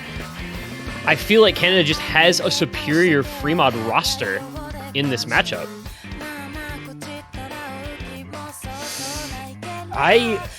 I am hoping that Australia has like something up their sleeve on this free mod pick right here, because given the trends of this match so far, Canada's really good at free mods. They have the mod capabilities, they have the consistency, they have the team performance. It's all the makings of a perfect free mod roster. And Australia, you know, they've had one or two people that have been pretty good at these maps so far, and they're really looking for, you know, maybe just a little bit more than that. You got to be better than just like decent. They've got to give, if what they've been giving is 100%, they've got to give 120. They need a little more. Yeah, they got to find that boost. I mean, you know, the free mod 1, right, came down to the last second. 9,000 points came down to the spinner. But the free mod 4 straight up just did not go well for Australia. So they got to really go back towards. I think, yeah, and this is kind of expected because it is that slightly lower approach rate, and if you're comfortable with sort of precision, I mean, it's CS 6.5 with Hard Rock, which Canada is, you can afford to do this. So Xylas back on the hidden only, Zudi back on the hidden Hard Rock, Ryuke this time in for a Hard Rock as well. Overmod, it worked out. It's working out for them typically. There's a lot of situations for Canada where overmodding works out just because they have players who are so comfortable on these mods, and I think this is probably no exception. The reading of this gets kind of nullified when you get to go Hard Rock, and not starting off well for Australia here either, with Milo and Mavs both breaking early on. Yeah, not at all. We saw Milo on the Hard Rock earlier with the free mod, hoping maybe just a little bit more comfortable here. It's definitely something Milo is normally good at. You're not looking at pretty stellar act from Doomy and Emrek either on those hidden no mod combos here, so a lot of the score gap being given up by that accuracy right now, actually more so than those misses, just because of how long this map is. You've got a lot of Hard Rock on the side of Canada, and you're trading a lot of the reading for a lot of precision requirement, which on Devious Panda maps is normally a pretty bad idea. With this type of thing, I'm not quite as worried because I think this map is slightly less mechanical favored, but as I'm speaking, Australia is just missing on multiple players. Emrek finding that drop is not good for them on top of the Mavs break. It's now Doomy on the only FC remaining for Australia in the first quarter of the map. Yeah, I was going to say, like, is there a worse scenario to be in than playing a 4.5 minute long free mod and having it be over a minute in, and you just have to continue playing the rest of the map anyway? Yeah, like you have to now hope for Canada to break. Yeah, like if you're Australia, you are on your knees praying to whatever god you may believe in that Canada just suffers severe dysfunction in the last half of this map, because clearly what you're doing is not enough to win. You're going to need some divine intervention here if you're Australia, because Canada still has a 3-way FC and Australia just has nothing behind the. They have 2 combos and the other 2 are just not having fun at all. I mean, I guess if you're looking at this in a positive light for Australia, you do have all of these breaks from Emrek being traded out by Zudinator. Oh, and there goes Doomy. All right, well, there's not as much to look forward to on Australia now. That is the last FC gone. Milo on the Hard Rock is definitely better to have the full combo because you do have that Hard Rock multiplier towards the ending, but that's not going to make the difference of 500k. It's going to make 50k. When you're and let's face it here, it's 500k halfway through a 4.5 minute long map. Canada all missed this build up. Canada are going to all miss this build up. Literally, Canada has to full reset right now for Australia even to have an outside chance. I can see it. I'm watching. I'm looking for it right now. It's going to happen. Or Xylas will just troll the spinner again or something. This is a really good team performance from Canada. This is stuff that Australia just doesn't have a way of matching. And Canada is performing to expectations on this map. This is why they pick into these free mods so much. This is why they go into, some of these more reading-focused maps, because they can put in a roster that does things like this, where they're holding a 3-way FC into the last quarter of the map with the match at a match point in their favor. All of the stress and all of the nerves that come from that, needing to close it out to avoid your opponents getting their last pick. All of that is on their shoulders, and they're still putting up a score like this. That Rupert break doesn't even end up mattering. That might though, Ryuke. No, Milo breaks. Mavs has a 730 combo. It's 600k. this is just Canada firing on all cylinders. Well, if you look at the good news, oh no, he broke. I was gonna say Embrek finally pushed above 200k. Australia, just like as a team on this one, are not having a good time. I don't actually know what's happening with Emrek right now. He's at 91% accuracy. When the best player on your team is struggling this much, it really is just not a good sign for Australia. Xylus is just gonna kind of finish this one out in style here. Doesn't need Zudinator, doesn't need Rupert, doesn't need Ryuke into the ending here. Really just gonna find a miss on the last set of streams. So he's not happy. Rage cursor. He's not happy. Yeah. He was very displeased about that one. This isn't a good hidden FC. Oh, he's so mad. Well, and there it doesn't matter. It's a 1,000,000-point win to close out the match. Australia just had no answers to how well-rounded Canada's roster was in this match. All three of the free mods that were played going Canada's way, the hidden one going Canada's way. There just wasn't anything that Australia could do on those picks. They did not have the rosters for them. They did not have the players for them. And Canada was just able to exert their will and take the match 6-3 and advance onward into the next round here in losers bracket. Australia will be going home in that 9th through 12th. It's an unfortunate situation to end up in, but somebody's got to be there, and it's them. Very tragic scenario. You know, we talked about this at the beginning of the match a little bit. You've got a 4th and 6th seed matchup in the losers bracket of the semifinals. That's just not something that you see all too often. And, you know, unfortunate as it is, it means we say goodbye to some very good teams very early on. Fortunately for Canada, they are not one of those teams. They are able to survive through one more match. They're not through the weekend yet, but after taking that loss in the winners bracket, they're looking a heck of a lot better this weekend. They'll be facing off against the 9th seeded Hong Kong in approximately 20 minutes. Yeah, they did something crazy to themselves here, man. I don't know about that one. Well, let's see if they could duplicate the performance that they just put up. Because they're certainly gonna need it. Hong Kong looking so strong against Indonesia earlier. Yeah, Hong Kong is one of those teams that has core players who just scale really well. And, you know, they blew Indonesia's doors off, right? 6-1 in that match, the first match of the day this morning. But Canada is a completely different team altogether. So that's going to be a heck of a match. I believe that one's going to be over on the B stream, if I'm not mistaken, right?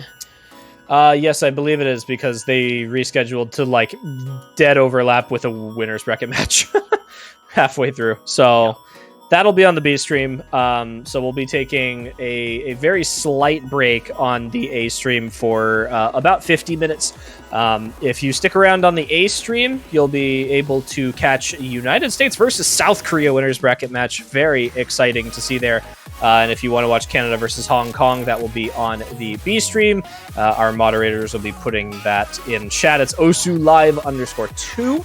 You can head over there for now and catch that match. Pull up multi-Twitch or multiple tabs and watch both of those matches at the same time. If you need something to fill 20 minutes with, we've got banners up on the OSU store. You can support your favorite teams that are both in the tournament and not in the tournament anymore. If you want to support them, go ahead and head over and do that. If you also want to donate to our prize pool directly, you can go to our Open Collective page, which is in chat right now. That is any donations going to that go directly to the OWC 22 prize pool. Every single bit of donations, they're given straight to the players. We are going pretty close to $1,000 on that now. So the prize pool going up from $5,000 to $6,000. It's pretty good, supporting your favorite teams and, you know, the potential top 3 there. That's all the fun offerings we have this year for you. Also some channel points if you want predictions and stuff like that. There's more gambling opportunities, I guess. Chili Affairs just got all the housekeeping duties here today. We got a lot of stuff going on. You can buy this, you can buy that, you can gamble channel points, you can subscribe to the channel to support it even more. You can do all kinds of stuff, but more as important as all of those things is really be here in 45 minutes, because USA versus South Korea, first winners bracket semifinal. You do not want to miss that. It is going to be a banger. And of course, on the B stream, about 20 minutes, Canada, Hong Kong. Final thoughts, Mr. Chillier? I guess we could give a formal recognition to the teams that have won so far. Hong Kong, China, Russia, Canada. Well done in your matches. Best of luck to the remainder of our teams this in these upcoming matches. Of course, we've got all the Sunday matches ahead of us, some of which are on your screen right now, just not including potentials, I think. No, potentials should all be there now. Everything's there. It's all there. Don't we're worry. good. It's all there. We're good. We're good. We know what we're doing, I promise. All right. Thank you guys for watching. Congratulations to Team Canada on that victory, advancing onward into the next round of losers. We will be back in 45 minutes on the stream for the first winners bracket semi-final, USA versus South Korea.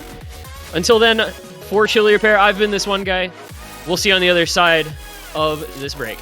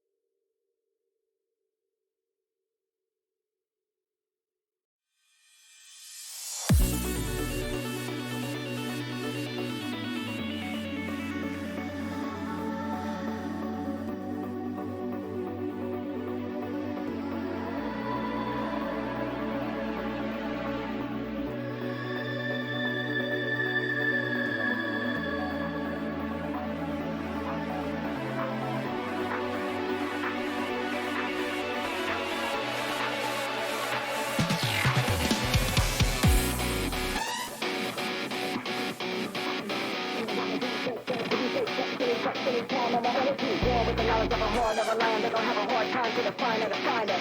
And I'd rather die first, start giving fake fuck, silly time on my energy. Born with the knowledge of a hard, never land. They're gonna have a hard time to define it, to find it. And I'd rather die first, start giving fake fuck, silly time on my energy. Born with the raw, with the raw, with the raw, with the raw, with the raw, with the raw, with the raw, with the raw, silly time on my energy.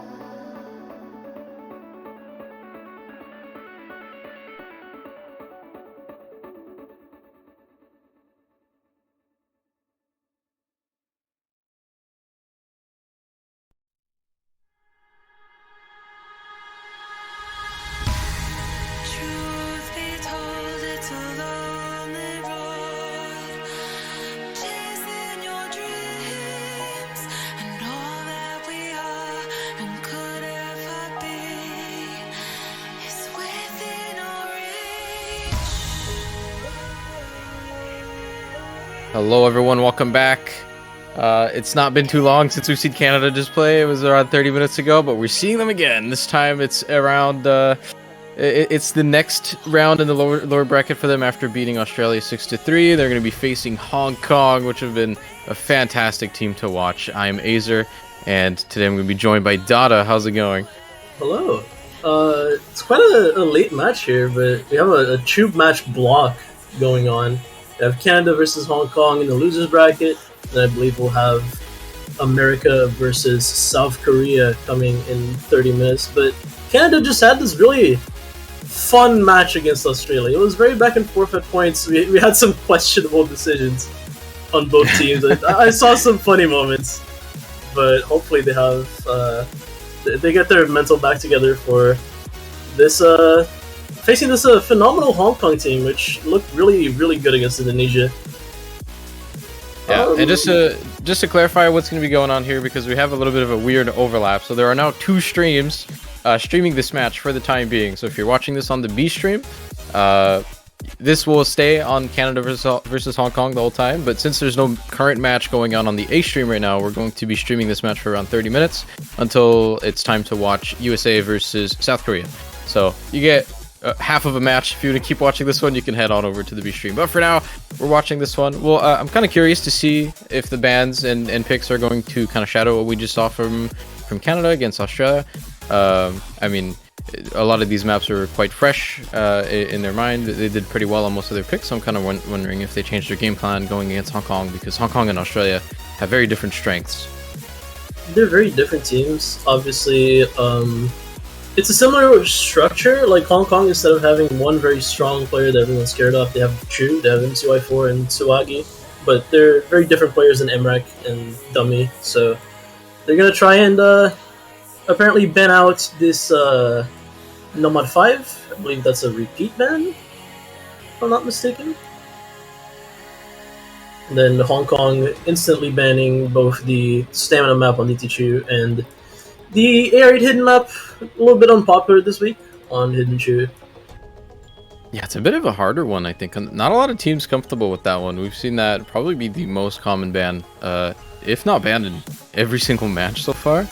So, not too surprising to see that one, honestly. Nomad 5 also kind of this very polarizing map. It's hard to tell whether teams can even play that or not. There's not a lot of good reference for it. It's a very unique map in that regard, so...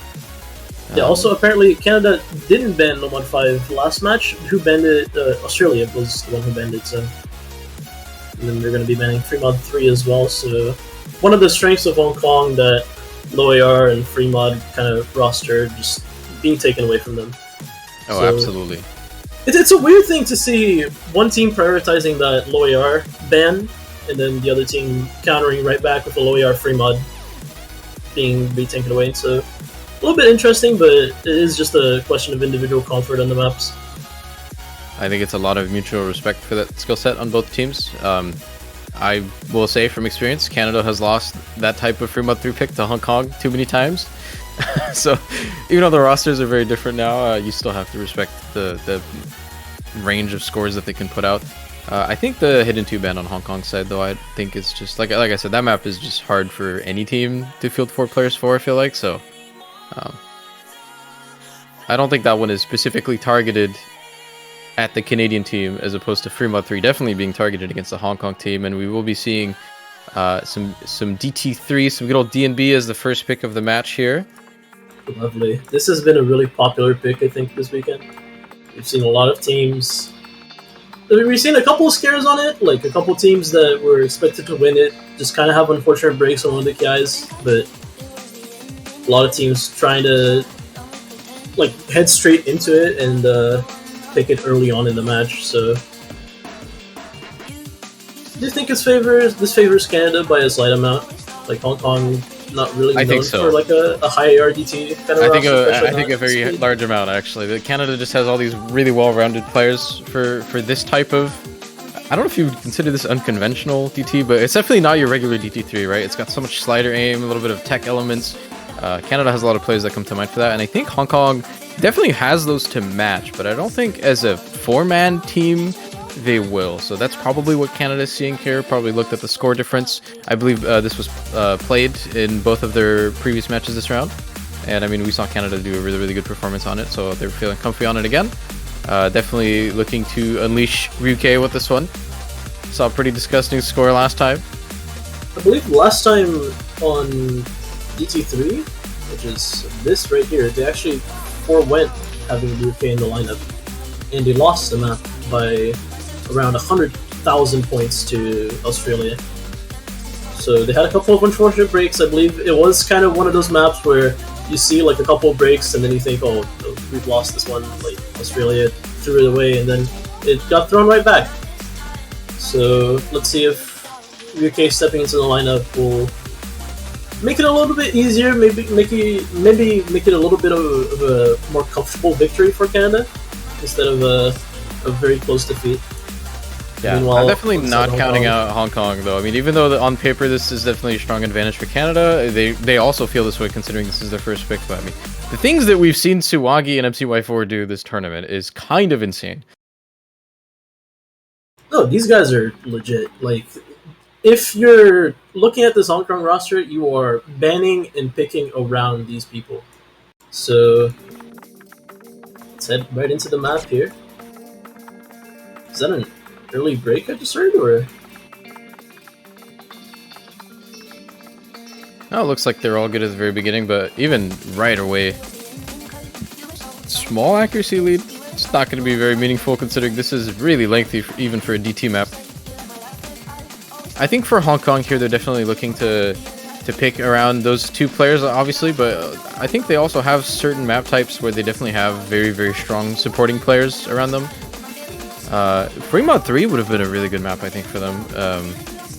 In terms of supporting, I think they have a really well-rounded roster, but I mean, immediately going off of this, already 3 breaks before the map even starts. It's already only just Suwagi against a mountain here. It seems to be a very well-researched pick for Canada here. Absolutely, I think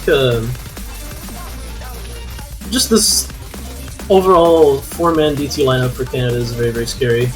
And Hong Kong, they don't have the same issue of speed that they had in a couple years prior, where they didn't really have a full lineup, but they obviously aren't feeling that comfortable on this pick.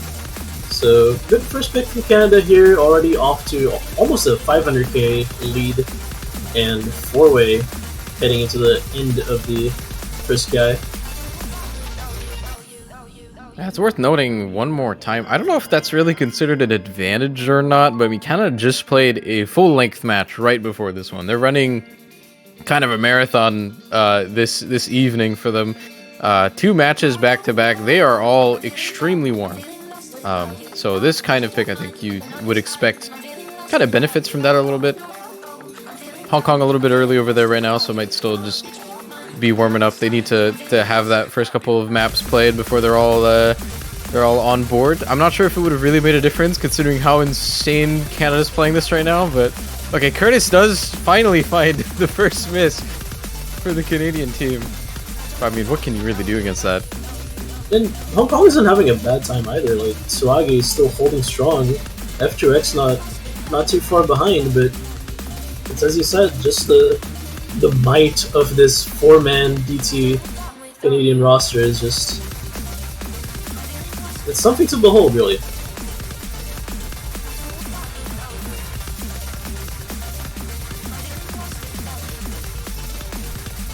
Couple more breaks at the end, not gonna matter though. Suwagi actually breaking the only FC. I was gonna say, Suwagi, I mean, kind of as always, we haven't really seen Suwagi falter much at all in any round so far, but not gonna get the FC for this one.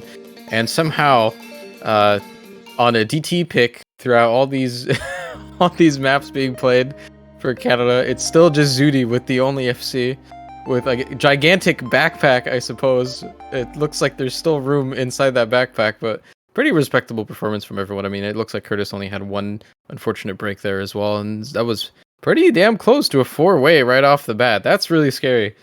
Yeah, 4-man, or not 4-man, a 4 million almost performance from Canada in a semifinals DT pick. Very, very respectable. And as we said before, Hong Kong didn't play bad. Like, they came to play, they had a respectable set of scores in their own right, but it is just not possible to win when everyone's firing on all cylinders like they have here. But let's see what they pick next. I'm expecting Hong Kong to like head more into the kind of like flow Amy side of the pool, like maybe Nomad 3, Hidden 3, Hard Rock 3, stuff like that, where they can really like take it away from a couple of the more mechanic intensive picks and try to hope for the Canada special, really. Like, So a couple of very unfortunate breaks, and then like leading into like a 100k or 50k map loss, like it'll happen a lot of times in the Australian match. Nomad 4, okay. Okay, I'm that's kind of also wondering. Yeah, go for it. Go ahead. it's also like very respectable to go for the mud 4 right away. Like Hong Kong, they've historically always been this very like strong yet underrated roster that is always like a lot of like either mappers or friends of mappers that like play a lot of this like tech stuff. They're just really like specialists on this kind of stuff, and it hasn't changed over the years, even as some of the mappers kind of like stepped away from the game. No, you're absolutely right about them being a little bit underrated on a pick like this, though. They've always been team-wide just extremely comfortable on a pick like this, so I think it's a very smart first pick from them. I think it's still pretty evenly matched here, though. I mean, Canada just did put up, I think, almost 3 FCs on this as they just played, if I remember correctly. But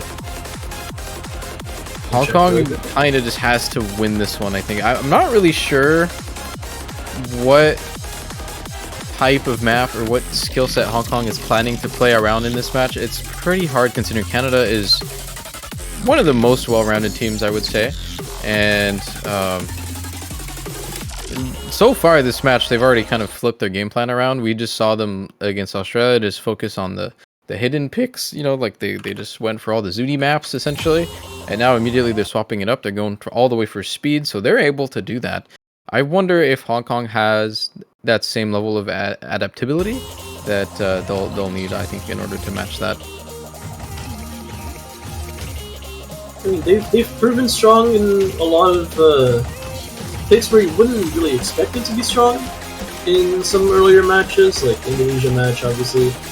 I believe, despite there not being a single DT played, like even a couple of the more mechanics-intensive picks in the aiming side, they proved very, very respectable. But as we head into this Nomad 4 here, the early breaks from Zudinator and Suwagi.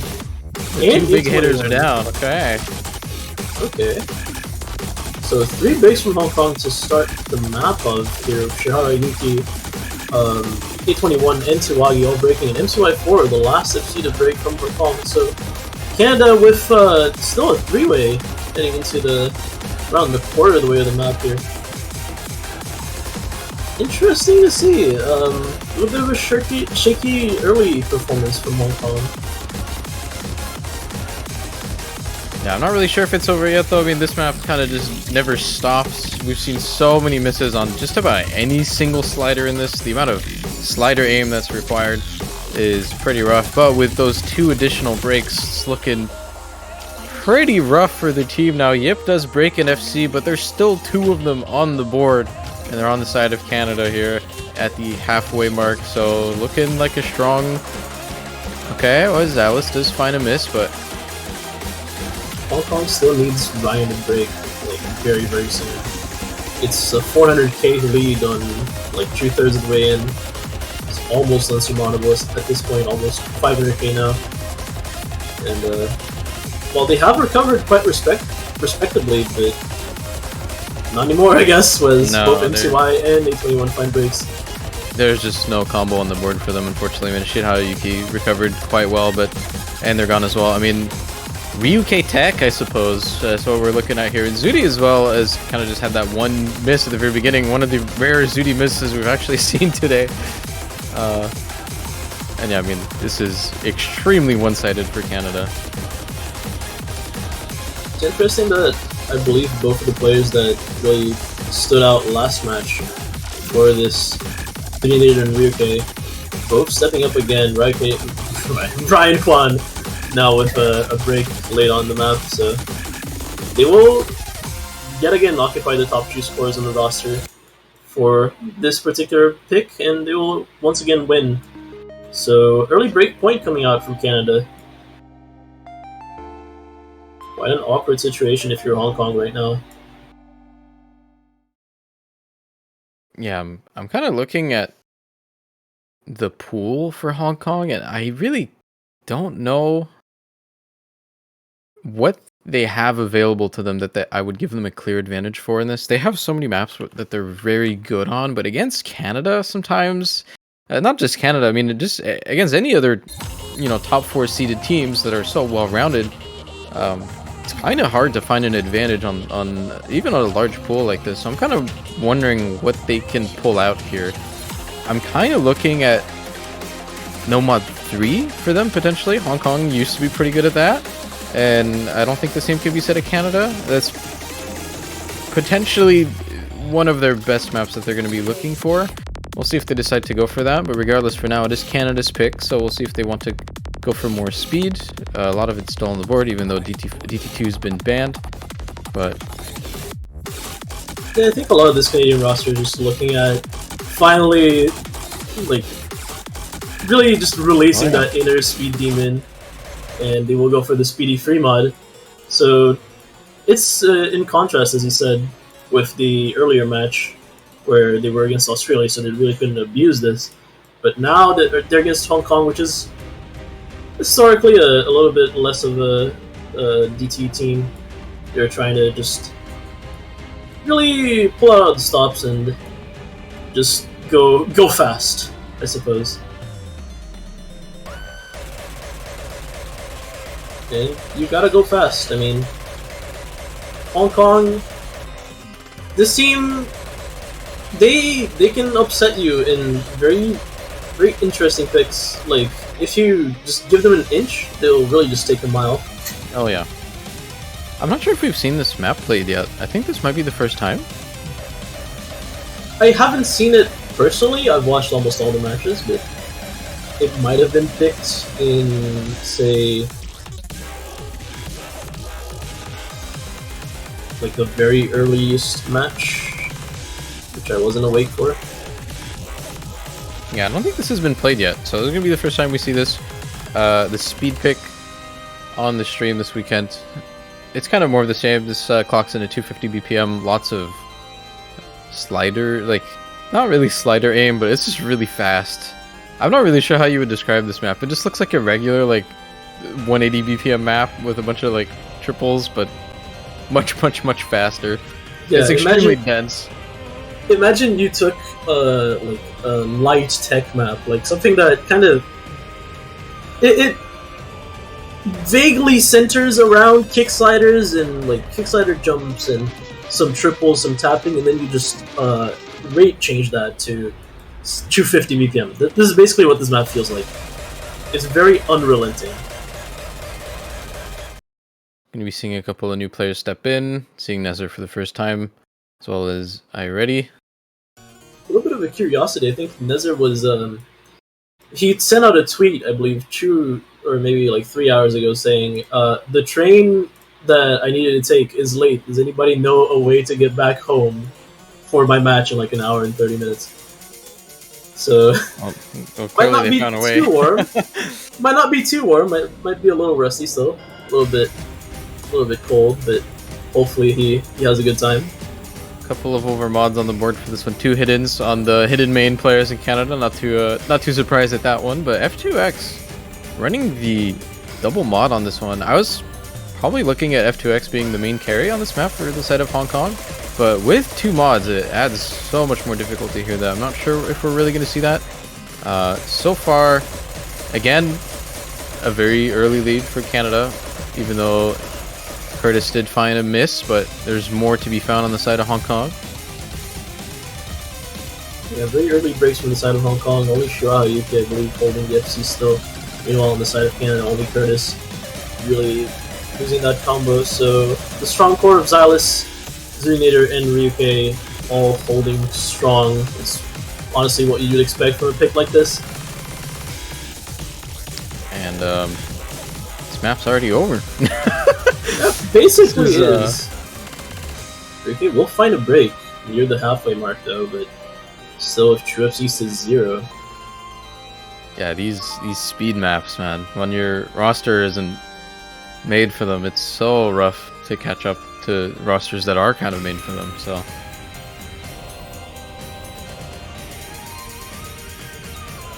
tracks missing. That little bit of the slow part.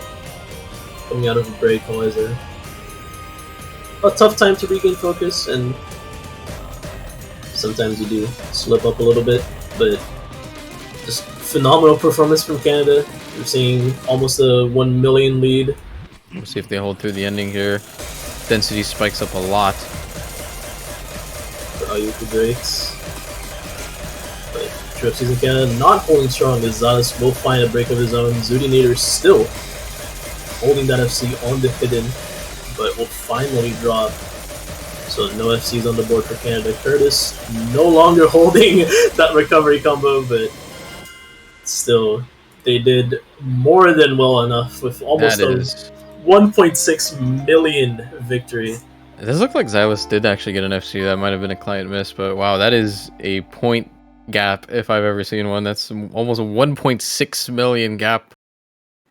They could have 2v4'd them. That's kind of insane in semifinals. It's scary. I mean, if you're Hong Kong, you're already mentally ready for this. You already knew that, you know, we're gonna try for speed. We're gonna try on their picks. They're obviously gonna go early on, starting with speed. But if we don't get it, we just gotta mentally reset and move on and try to find our points somewhere else. And this is what they have to do now, as they'll try to get their first point on the board, confirming their pick.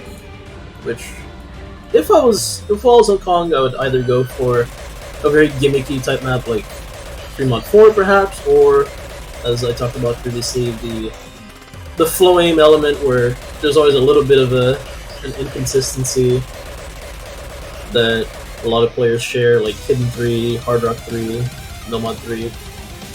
So let's see what they choose. Yeah, we're not really...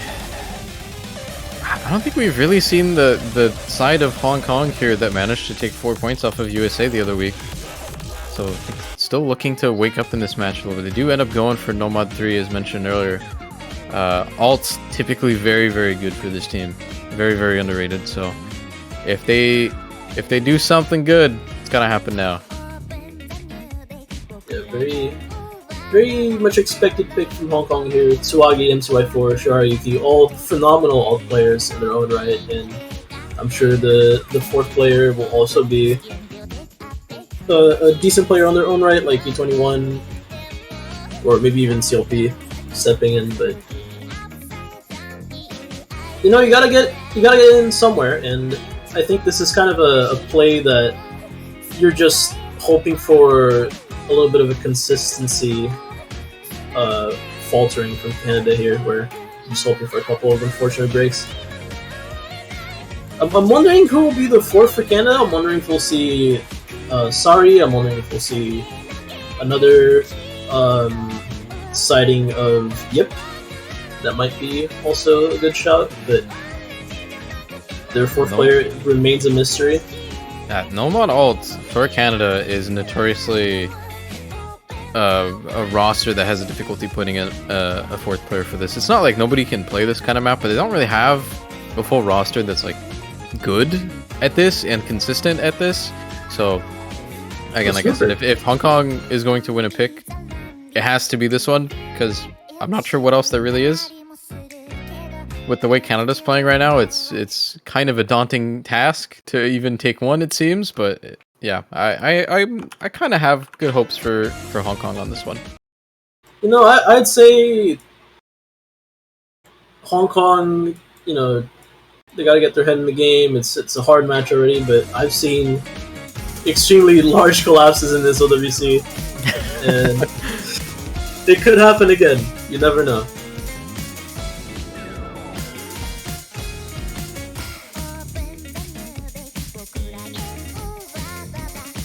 Get into the map here. Nobody yet to miss.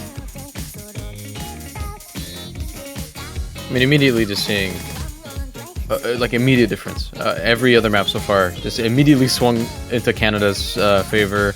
Lots of early misses on Hong Kong. None of that this time around, and they even have an accuracy lead. Looks like Ryuke struggling a little bit in accuracy early on, dropping around 4%. We're about to get into one of the first harder sections here, so we'll see if anything changes. Who will bite the first bullet? I think we're going to be looking at the end of this section for the real breaks, when the wiggles really get nasty. But Tsuwagi, first break in the lobby. Still not a big deal, still very early on the map. The map's quite long. Plenty of stuff still to happen. But the lead will swing over to Canada by the end of this first guy. Here we go. Couple of funky wiggles. Nobody tripping up on them yet. Tsuwagi missing again. Still, not as big of a deal as it could have been. If you want anybody to miss on Hong Kong, if you're cheering for Hong Kong, Tsuwagi is it. It's the least meaningful combo right now.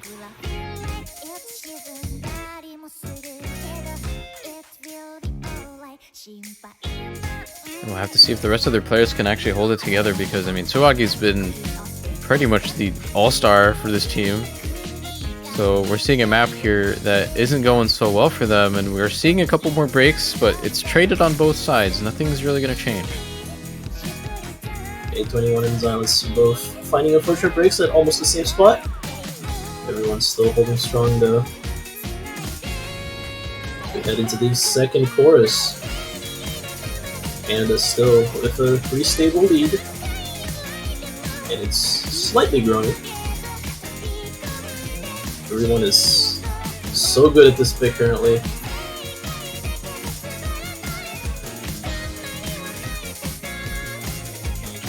Oh, but Shirayuki finding an unfortunate break at the end of that chorus. So that will really open up the door for Canada, as if it wasn't open already. MCY4, the only FC remaining for Hong Kong. Meanwhile, Canada, still 3 FCs, Zuninator, Repertion, and Ryuke, as we head into the almost solo section. Zaz breaking again, but he wasn't an FC, so still, Canada roster holding strong through this pick. You know, it's easy to look at this through, like, a different lens. I think you're probably looking at this and like, oh, Hong Kong players are getting a couple misses, but like, why aren't Canada players getting any? Like, this is kind of an insane run for them so far this match, just finding 2-3 ways on that. Okay, they actually do find a couple of it. There we go. Both Rupert and Ryuke breaking on the end of that solo. Nobody breaking on the jumps. We've seen a couple of unfortunate breaks here, but everyone holding strong. While it's just MCY4 and Zuninator holding FC, but Shirayuki, Xylus, Zuninator also finding that reset, so no more combos for Canada. MCY4 still with a meaningful combo of his own. Almost an FC, if not an FC. So if he holds, the lead will swing back over to Hong Kong. And Tsuwagi also with a phenomenal recovery combo, supporting that. Is there enough map for the lead to swing back over it? Shirayuki misses, but it's straighted out by Recursion. If they hold, though, they have to hold this. Oh, Tsuwagi finds a miss! Tsuwagi finds a set of really enough? painful chain misses. No, I don't think it is. Tsuwagi at the end. Oh, man. What did it finish MCY4. actually? I don't even know. I don't think it would have. I think it would have been very close at least. So, Tsuwagi's break at the end was unfortunate, but phenomenal play for MCY4, almost bringing that score back and getting Hong Kong that first point, but it wasn't meant to be. Canada, no FCs, but a phenomenal team performance of their own right, and they will find that second break point. It's now 4-0, and it's their pick. All right, and to move on from that, just to point out, the USA-South Korea match will now begin on the main stream. So if you're watching on the main stream, farewell, go enjoy that match. If you want to keep watching Canada versus Hong Kong, we're still live on the B stream with this match. And the way it is right now, we're not going to be live for much longer. Canada is looking very, very strong. And while Hong Kong, they still haven't found a way into this match. They really need to figure out that Canadian roster. Maybe try to crack them in a little bit more of an easier map. But they had the right idea. They had the right idea with Nomad 3. It almost worked. A couple of unfortunate breaks really didn't let them keep that.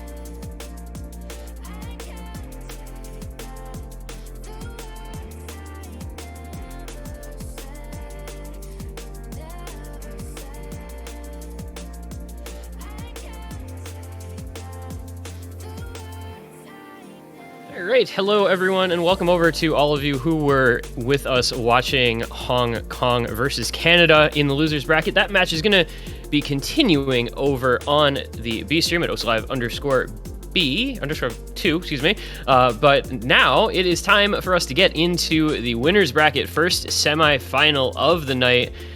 It's going to be South Korea versus the United States in a battle that is going to be, I think, incredibly close.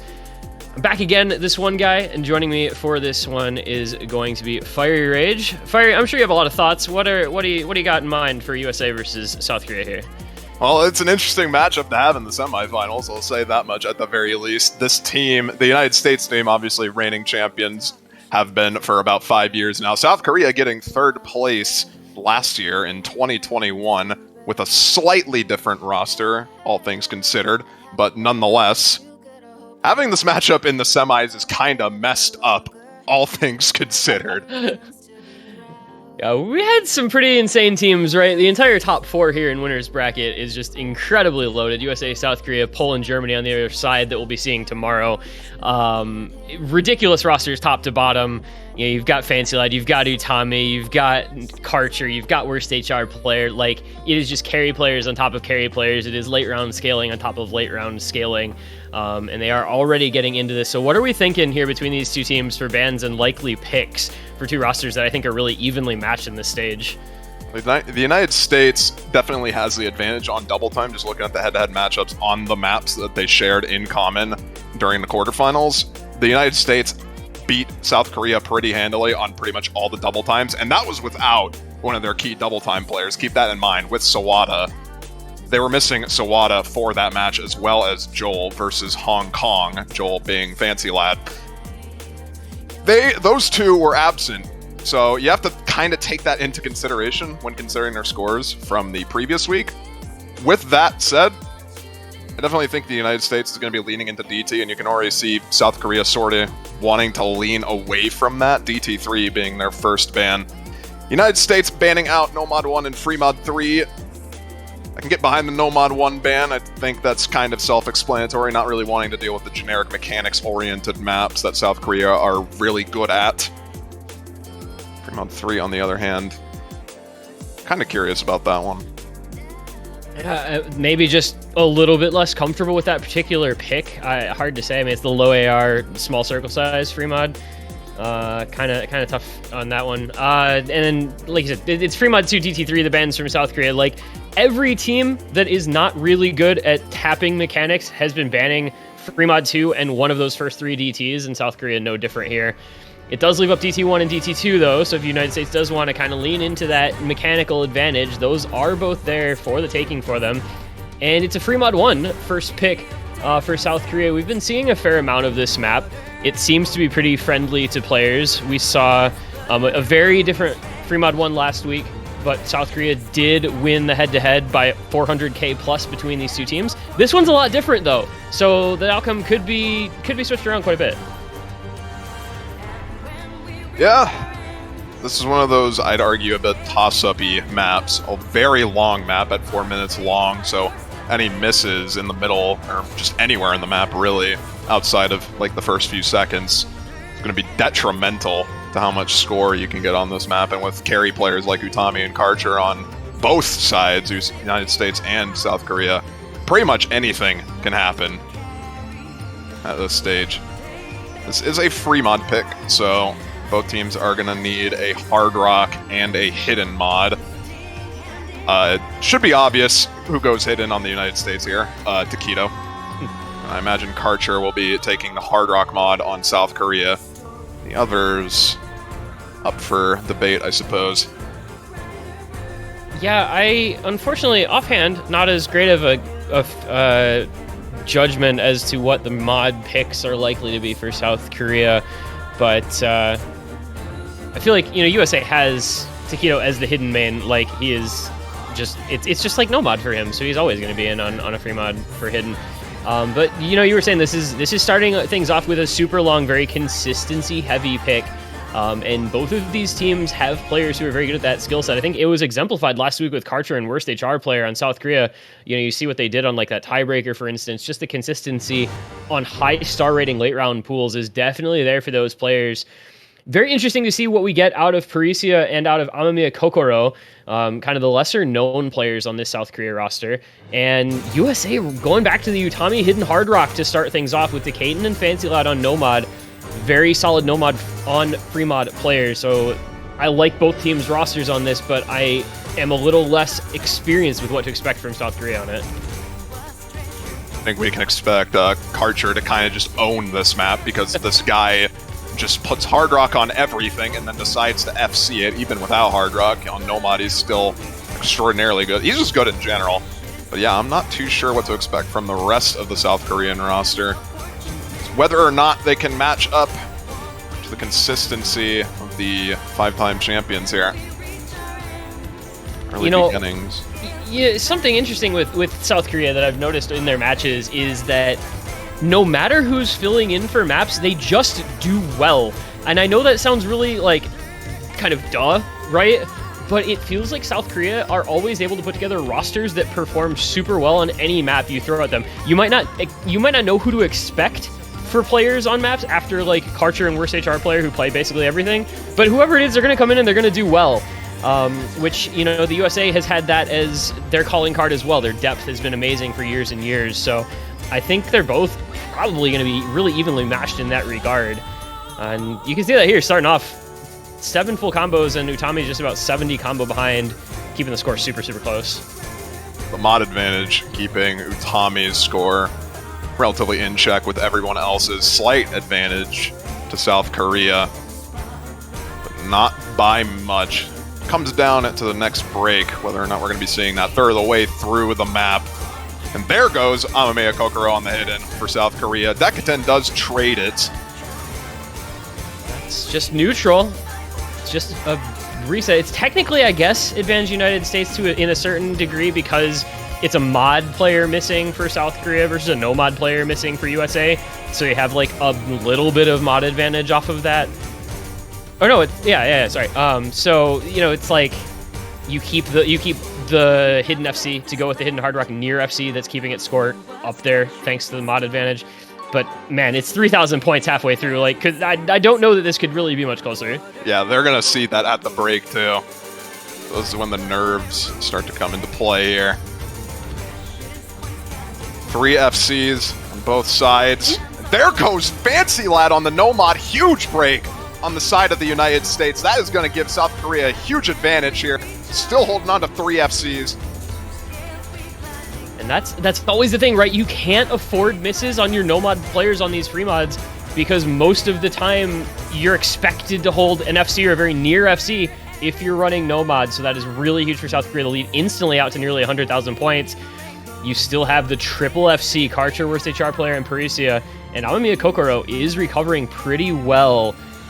Still about a quarter of the map to go, so it's not over by any means. If South Korea finds any misses in the late moments of this pick, it can go back, but they're going to have the lead for now. Yeah, it's going to take, I think, probably 2 combos missing from South Korea at this point. Either that or a player missing right now, I guess. Parisia going to be dropping the no mod. So that is going to give combo advantage back to the side of the United States. Still 2 FCs just holding strong for pretty much both sides. Utami might as well just count that as an FC at this point. Still holding on strong with the hidden Hard Rock. This lead is going to shift over so slightly. Maybe not as slightly now with Kokoro missing as well. Just a few minutes of the map remaining. Fancy Lad trades the break. There goes Karcher on... Oh my god. But Utami trades it back as well. And it's worst HR player versus Takedo, and if they can both hold these FCs... Oh my god, oh my god. The last moment. Again. This supporting combo from Decatan is hugely important right now. It's the only reason the United States still has a chance in this. Is there enough time to stage a comeback here? It's gonna be a spin to win, and they might... Nope, they don't get it.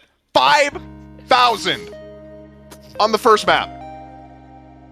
Well, if you wanted to start off the match with a bang, that's the way you're going to do it. A spin to win for the second time tonight now, after the same thing happened with Canada versus Australia. We've had it now in USA versus South Korea. A 4-way S rank for South Korea, but unfortunately, USA just not able to do enough in those last seconds despite the combo advantage. They threw it away just a little bit on those bigger combos at the end.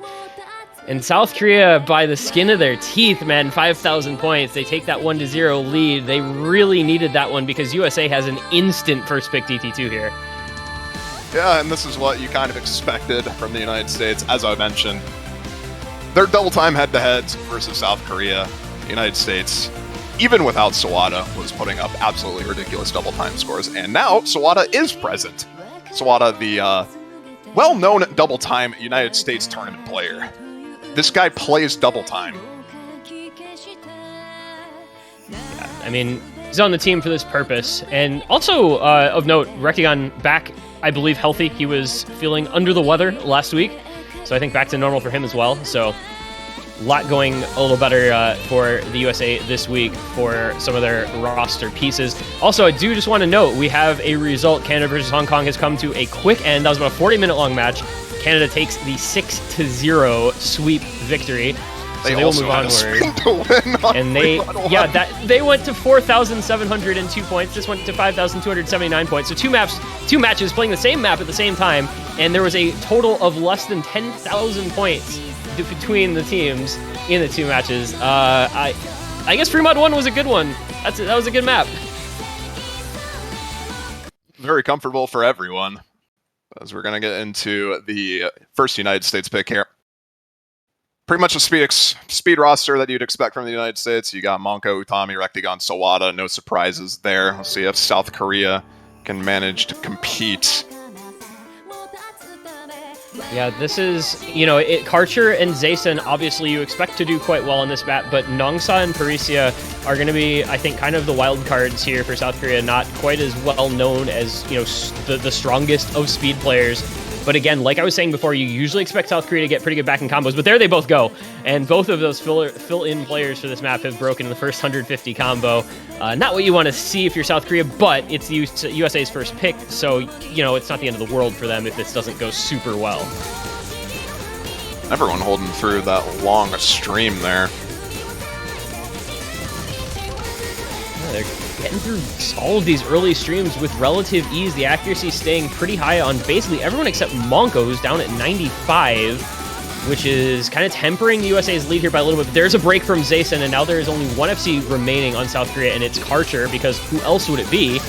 But unfortunately, he's just not going to be able to do this alone, as we are a third of the way through, and it's over 100,000 points already for USA.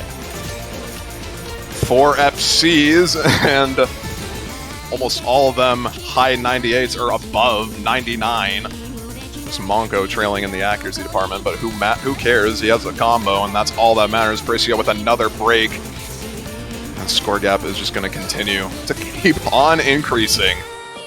This could get really ugly if the USA continues to hold the 4-way here, especially with the AC as high as it is on Utami Rectagon, and with more breaks coming out there from Zayson.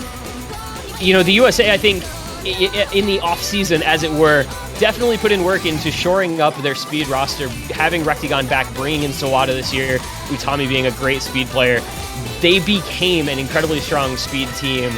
If they weren't already good at it, they became better at it this year, even without Arison, because of the changes to the roster overall. And you're kind of seeing that here as we scale into these late rounds, and they still continue to put up scores like this.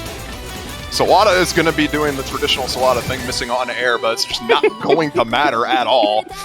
The only miss from the United States so far, 3 FCs still, absolutely ridiculous team score, as it is just right now. And it's just going to keep on growing. This is going to be a ridiculous performance here by the time this is done from the United States. Shoutouts to Karcher, who had an FC until just then, breaking very near the ending, doing the best he could for South Korea, but the backing score is just not even close to comparable. USA is going to put up a 4.2 million score, almost 4.3 million score on DT2 with a triple FC in semifinals week. If you want to talk scaling, United States is the team to look at, because normal teams don't do things like that. And talk about confidence picks. The United States winning their own pick by almost 2 million. Meanwhile, South Korea just winning by 5,000. That is a very strong confidence booster. Crazy act from Rectagon on that too. 99.44%. We thought Ryuke put up good act last match. Rexigon says, I can do better. Oh man, that guy is so good at speed. USA is really glad to have him back this year after his break from the tournament scene. And now you go back over to South Korea. You barely got away with your first pick and then got blown out on the USA's first pick. So a little thought maybe going into this next one for that team. I think their best option, to be quite honest, is either going for something like the Nomad 3, Nomad 4, or opting to go for maybe Hidden 2, honestly. South Korea actually did fairly well on Hidden 2, all things considered. It's one of the more toss-up-y picks, though. Yeah, I mean, looking at their scores last week, right, USA got the top score overall in Hidden 2, but South Korea was hot on their heels with the second best, so definitely stays an option. And I do think that if you're South Korea, you definitely do continue going with those, kind of non-mechanics types of picks. You're going to go into the gimmicks, you're going to go into the niches, you're going to, find the farthest reaches of your cupboard of tricks if you're South Korea, because going straight up against the United States on mechanics is not a winning proposition. It's going to be the Fremod 4 pick, though. A favorite from everyone in this stage. Mapped by down. Guess what the difficulty name is? Is it up? No. Shoot, what is it? It's left. Ah, that was my next guess. All jokes aside, it's down, down, down, down. We're down, down, down, downing, because we have some more down, down, down, down. South Korea, it like we said, right? It's a rhythmic pick. They can't go up against USA straight up on most mechanics picks, so they're going to go the opposite direction as fast as their little legs can carry them, and hope that this one turns out maybe a little more in their favor compared to their first pick of Fremont 1. And imagine feeling pretty confident on this, all things considered. Imagine Karcher is ready to showcase his accuracy prowess on the Hard Rock. I wonder what the best Hard Rock score is so far, because this map has been played a lot, so there's probably a lot of scores for it. Kind of curious. I believe Vroom has an FC, but it's with 94% on Hard Rock. I'm not too sure if anyone else has FC'd this map with Hard Rock quite yet. Honestly, 94% Hard Rock FC on this is definitely respectable. Like, I'd be pretty happy with that. I think the highest... The only person... The only person, I think, to get above 99% right now is Ikoro, and... Wow. Yeah, you... Who would have seen that coming, guys? Wow! That's shocking. Tell me more! Next you'll tell me, like... I don't know. Freaking Ryuke did well on a speed map or something. So... Karcher Hard Rock, worst HR player hidden, Nope KJK, and Allegrisimo in on Nomad. Nope KJK, very solid player on these gimmick maps for the South Korean team. Utami Hard Rock, Takedo hidden, of course, and then Decaton and Fancy Lad again in on the Nomad. So kind of similar rosters, just the Hard Rock only for Utami instead of the hidden Hard Rock, but otherwise, USA keep things in place. And I think we learn a little bit about how this match might go based on the result of this map, because if the USA can steal this one away, it starts to make South Korea think even more about their picks and give them a little more pause before picking some of these gimmicks. It was the Nomads that let the United States down last time, but just like that, Utami and Decaton going to be the first drops on Nomad and the Hard Rock gone on the side of the United States, giving South Korea a pretty sizable combo lead here in the early stages of the map. You see that very solid accuracy coming out from South Korea. Karcher on the 95 Hard Rock, 99% on Hidden from Worst HR Player, and 99 on Nomad from Allegrisimo. Nobody over 99 on the United States. So not only are they down 4 FCs to 2, but they're also down a pretty decent chunk of accuracy. Fancy Lad just now getting above 99. But we're going to need to see some misses out of South Korea pretty soon, because this score lead is already 200k, and it's just going to keep on growing with these 4-way FC that they're still holding on to. This is such a good score. This is, you know, the confidence boost that the USA got out of the DT2 pick. If South Korea continues this 4-way, they get that much confidence and maybe even more from this free mod 4 pick, because they look very, very strong. It's still a 4-way. We're 2/3 of the way through. It's 99.25 AC with hidden for worst HR player, because of course it is. And it's a 300k and growing to 400k lead. No one missing on that little rhythmic section after the break. It's going to come down to the last fourth of the map, but even then, it might be too little too late unless the entirety of South Korea misses. Algoritmo will start it, granted, but it's going to need a bit more than that. Needs to be, it probably needs to already have been a break or two more from South Korea for the USA to have a chance. I think this is basically over in South Korea's favor, because goodness, what a performance they're putting on. USA has a double FC going, and they've never felt like they were in contention in this map ever since Utami and Decatur broke early on. The accuracy from worst HR player on this with hidden is honestly quite ridiculous. That's five FCs in the lobby. It's a 3-way from South Korea. 99.21 hidden FC from worst HR player. I'm sorry? They had one total miss? You get 3.3 million and you still lose that map. That map was literally only decided by the misses Decatan and Utami got early on. That is the only reason that map went to South Korea. Everyone else just FC'd the rest of the map, except for the one miss that Algoritmo had. That's an insane play from South Korea. I'm really, really impressed by that. And they're going to say, okay, we've got some more picks now that we know what happens on that kind of map. USA going to go DT4. Of the DTs that were available to them, I don't know that this would have been the first option. This is a little more alt and aim control instead of, kind of that raw mechanics. But I do think they're still favored on it, right? I think this is still relatively favored for the United States. They did beat South Korea's score on the DT4 in quarterfinals, if I'm not mistaken on that.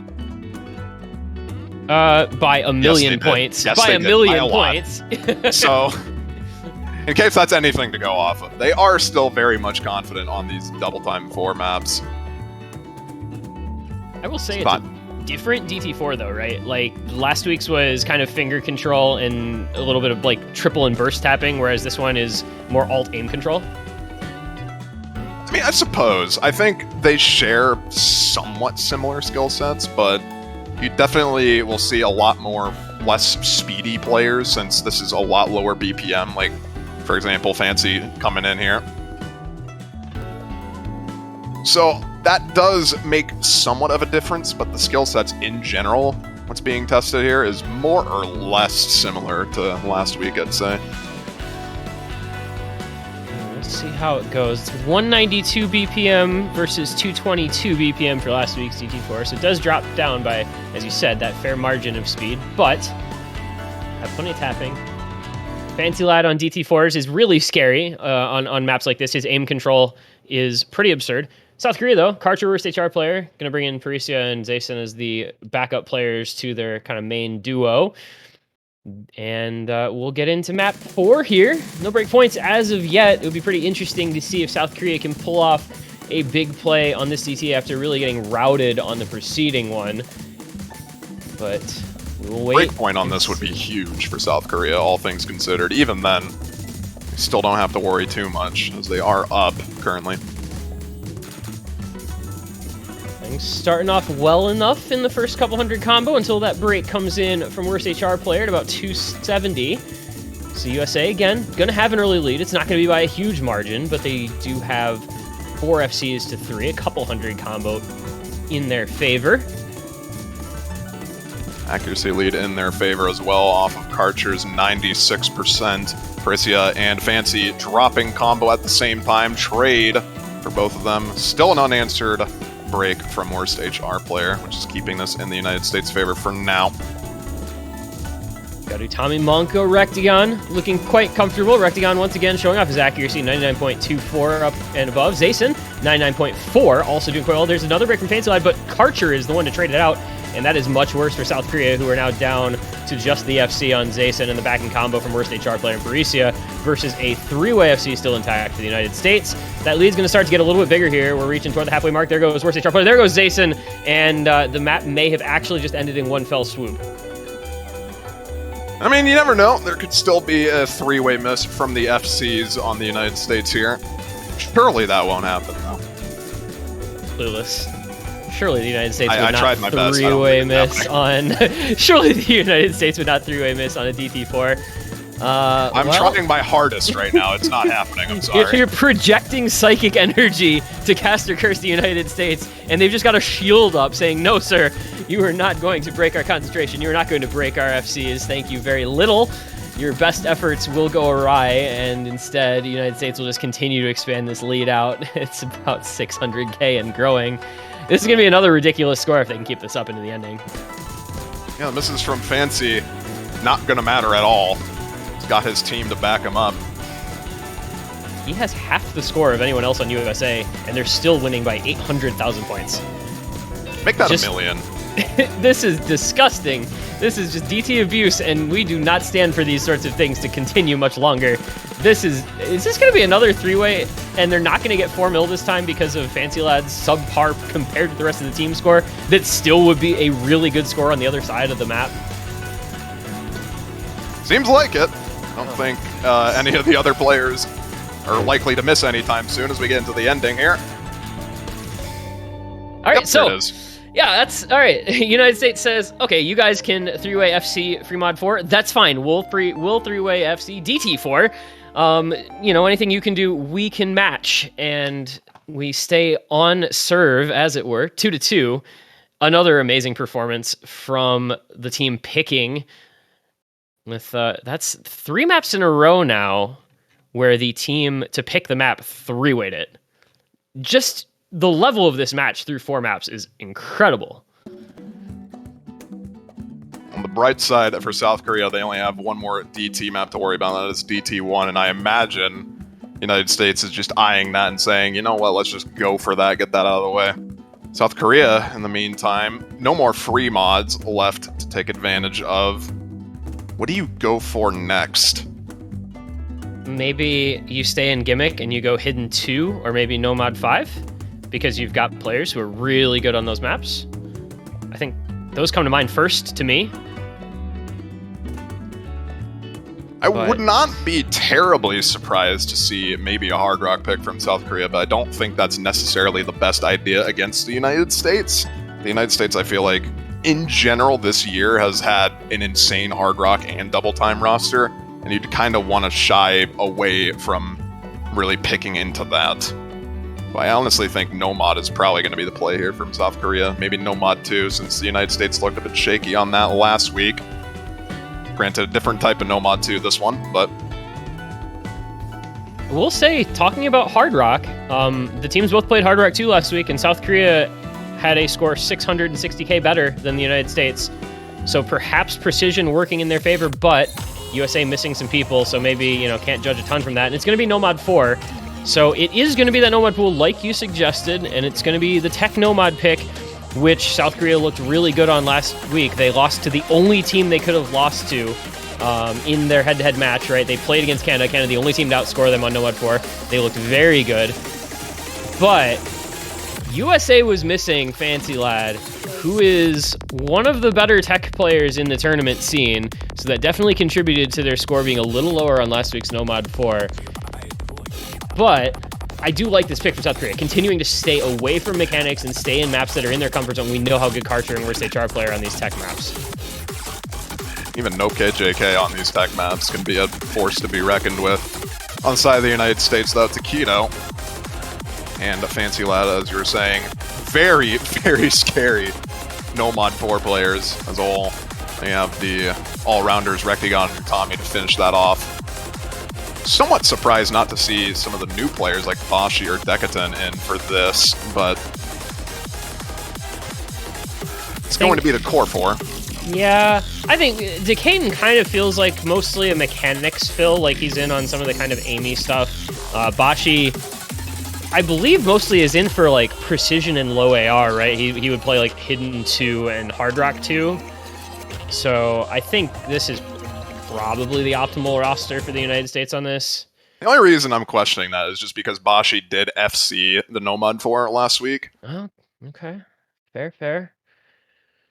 But nonetheless, you could pretty much put a lot of people in on the United States roster. Yeah. You could probably just argue that, yeah, this is a good roster. USA has so much depth on their squad, and especially on a tech map like this that has so many different aspects to it. You've got some bursts, you've got some streams, you've got some cut patterns, plus all of the normal slider aim you would expect in a Nomad 4 like this. Really calls upon a lot of different skill sets that the United States has a lot of players for. But South Korea as well, early break from worst HR player before they even got to that first cut pattern, and into the cut streams we're going to go. This is a place where if you're comfortable with this map, you're going to hit this very, very easily, and if you're not, it's going to show. And it's going to be Rectagon. First break of the USA. Rating out worst HR players, earlier miss, so combo advantage in favor of South Korea. We get into the first hard part here. Kokoro is going to be dropping as well. That's not answered by anyone on the side of the United States. And look at the accuracy as well. You've got 99 on Takedo. You've got mid-high 98 on Fancy Lad. Meanwhile, it's 96 on Mamiya Kokoro. It's 96 on No KJK. So that's going to help the United States. Worst HR player, despite the early break, is at 99 AC. But United States just has that slight AC advantage and the combo lead that they're still holding on to. They're going to need to find breaks if South Korea want to bring this gap back. But instead, Tamamiya Kokoro breaking again. It is traded by Takedo, though. So now things even out. Now it gets really interesting if South Korea can hold. But it's Tamamiya Kokoro and No KJK breaking. That is not an opportune time to break. That is the one FC I think they needed to hold there. I'm not sure what Kokoro was doing there. I think that was a cursor adjustment with the tablet. Yeah, that was definitely a grip adjustment. Probably just not having the most opportune break after that. Takedo going to be finding another miss. Combo is still well in favor of the United States now with worst HR player breaking as well. Utami and Fancy looking to just continue their FCs throughout this section. We said you need to be scared of United States' top players on these tech maps, and they're showing exactly why. Fancy Lad, I mean, you see him on every tech map leaderboard in the game, and you also see him at the top of the leaderboard in his matches on the Nomad 4s. A couple late breaks come in. Rectagon, Amiya Kokoro. Worst HR players don't want to go, but Utami, Fancy Lad holding FCs. Takedo with some decent backing combo. United States, they're going to put up the first break point here. It's going to be on the Nomad 4. It seemed like a decent pick on paper for South Korea, and Karcher will look to bring home a possible FC here, but the United States just has so much more depth on this map and has so much more backing combo and score.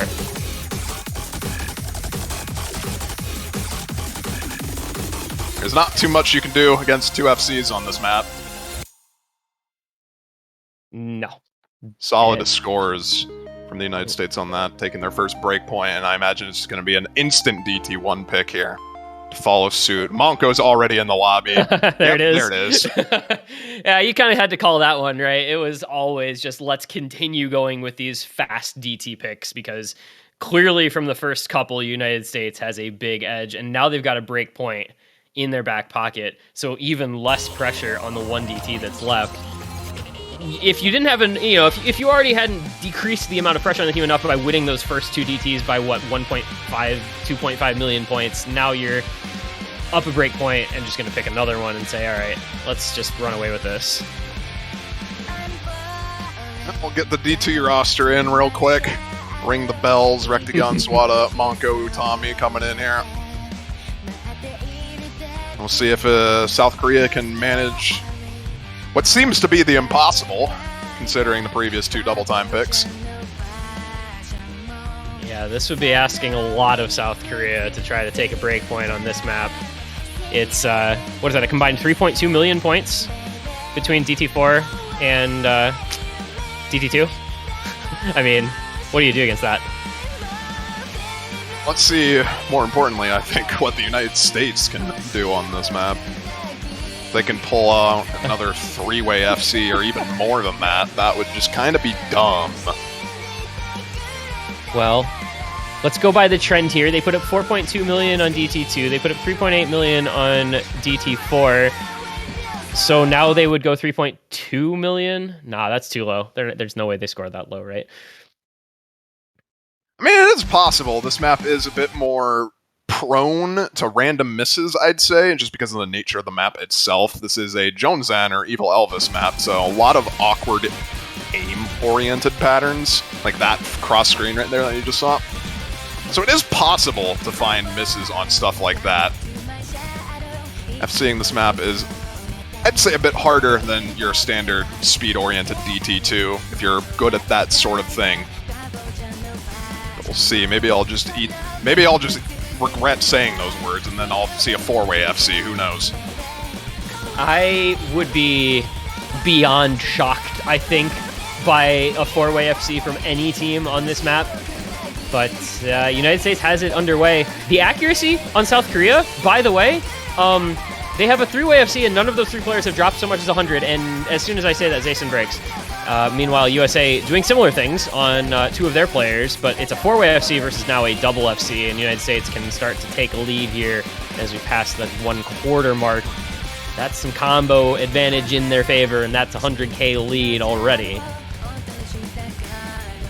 Surely the United States 4-way misses on the next chorus. It'll happen at one of these points. I'm going to make it happen. I appreciate your determination for cursing your own nation, but so far it is not working to make it happen, out. all right? Dyson dropping another miss. There goes dropping the FC. 1 FC to 4 halfway through the map. Still holding on to the SS's on Karcher and Monko now. I was about to say Sawada, but he did drop in 100.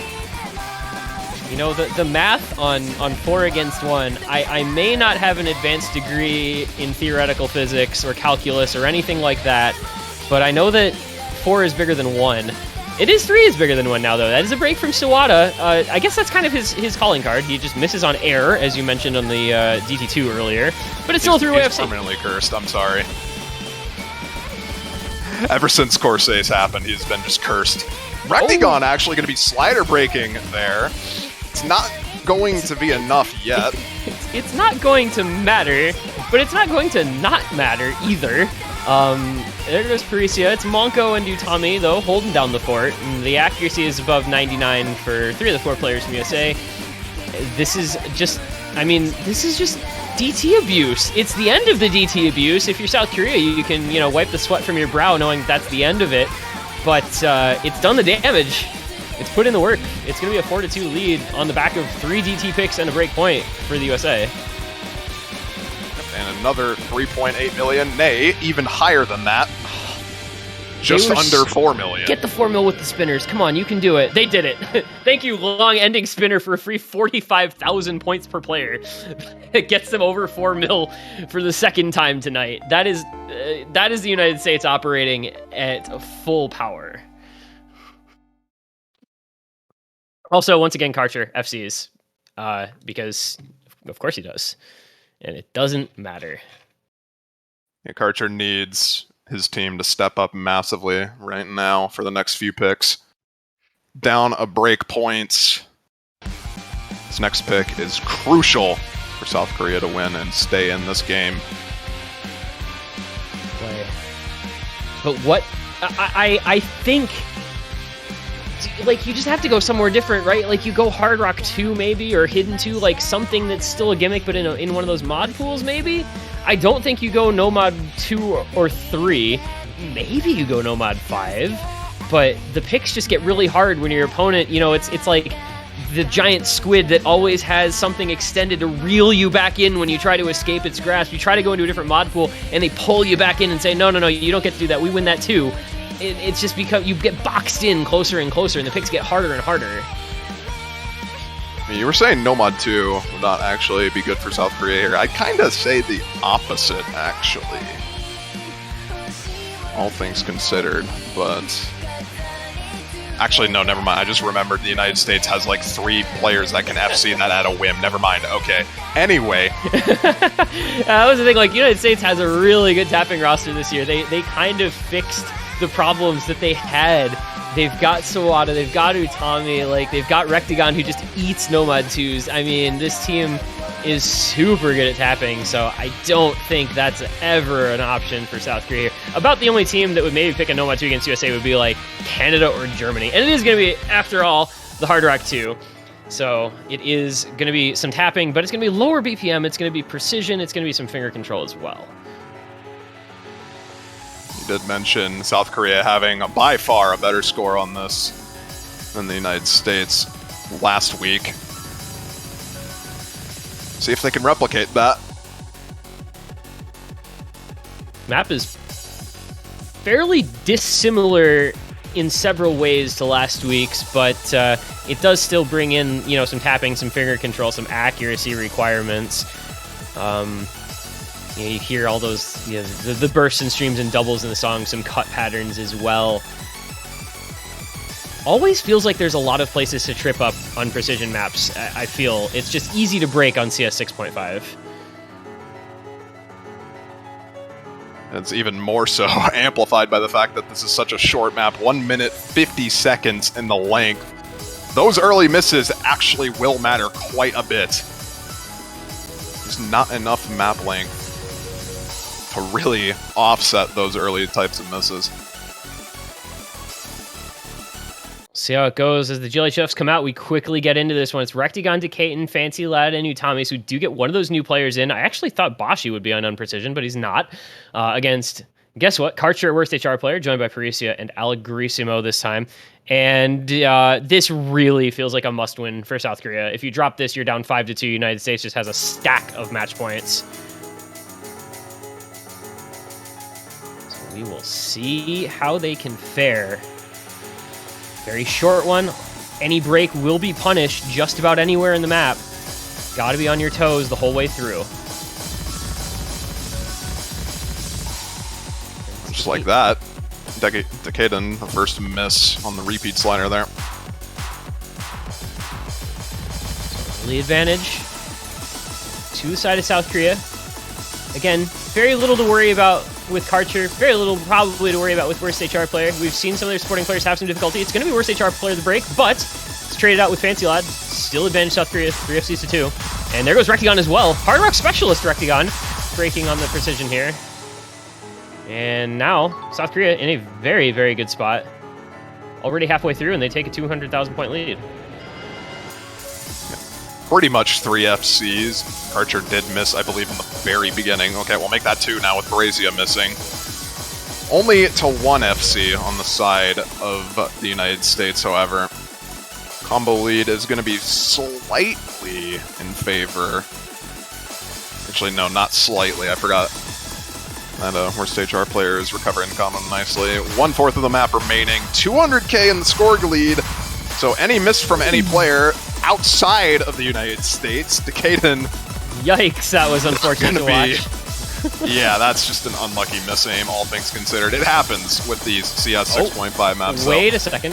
Allegrissimo with the late break. I don't think it's going to matter. Yeah, USA doesn't have enough combo. And with Rectagon breaking as well. And there is the FCs from Utami and Karcher, but very solid backing scores from pretty much everyone on the South Korean side.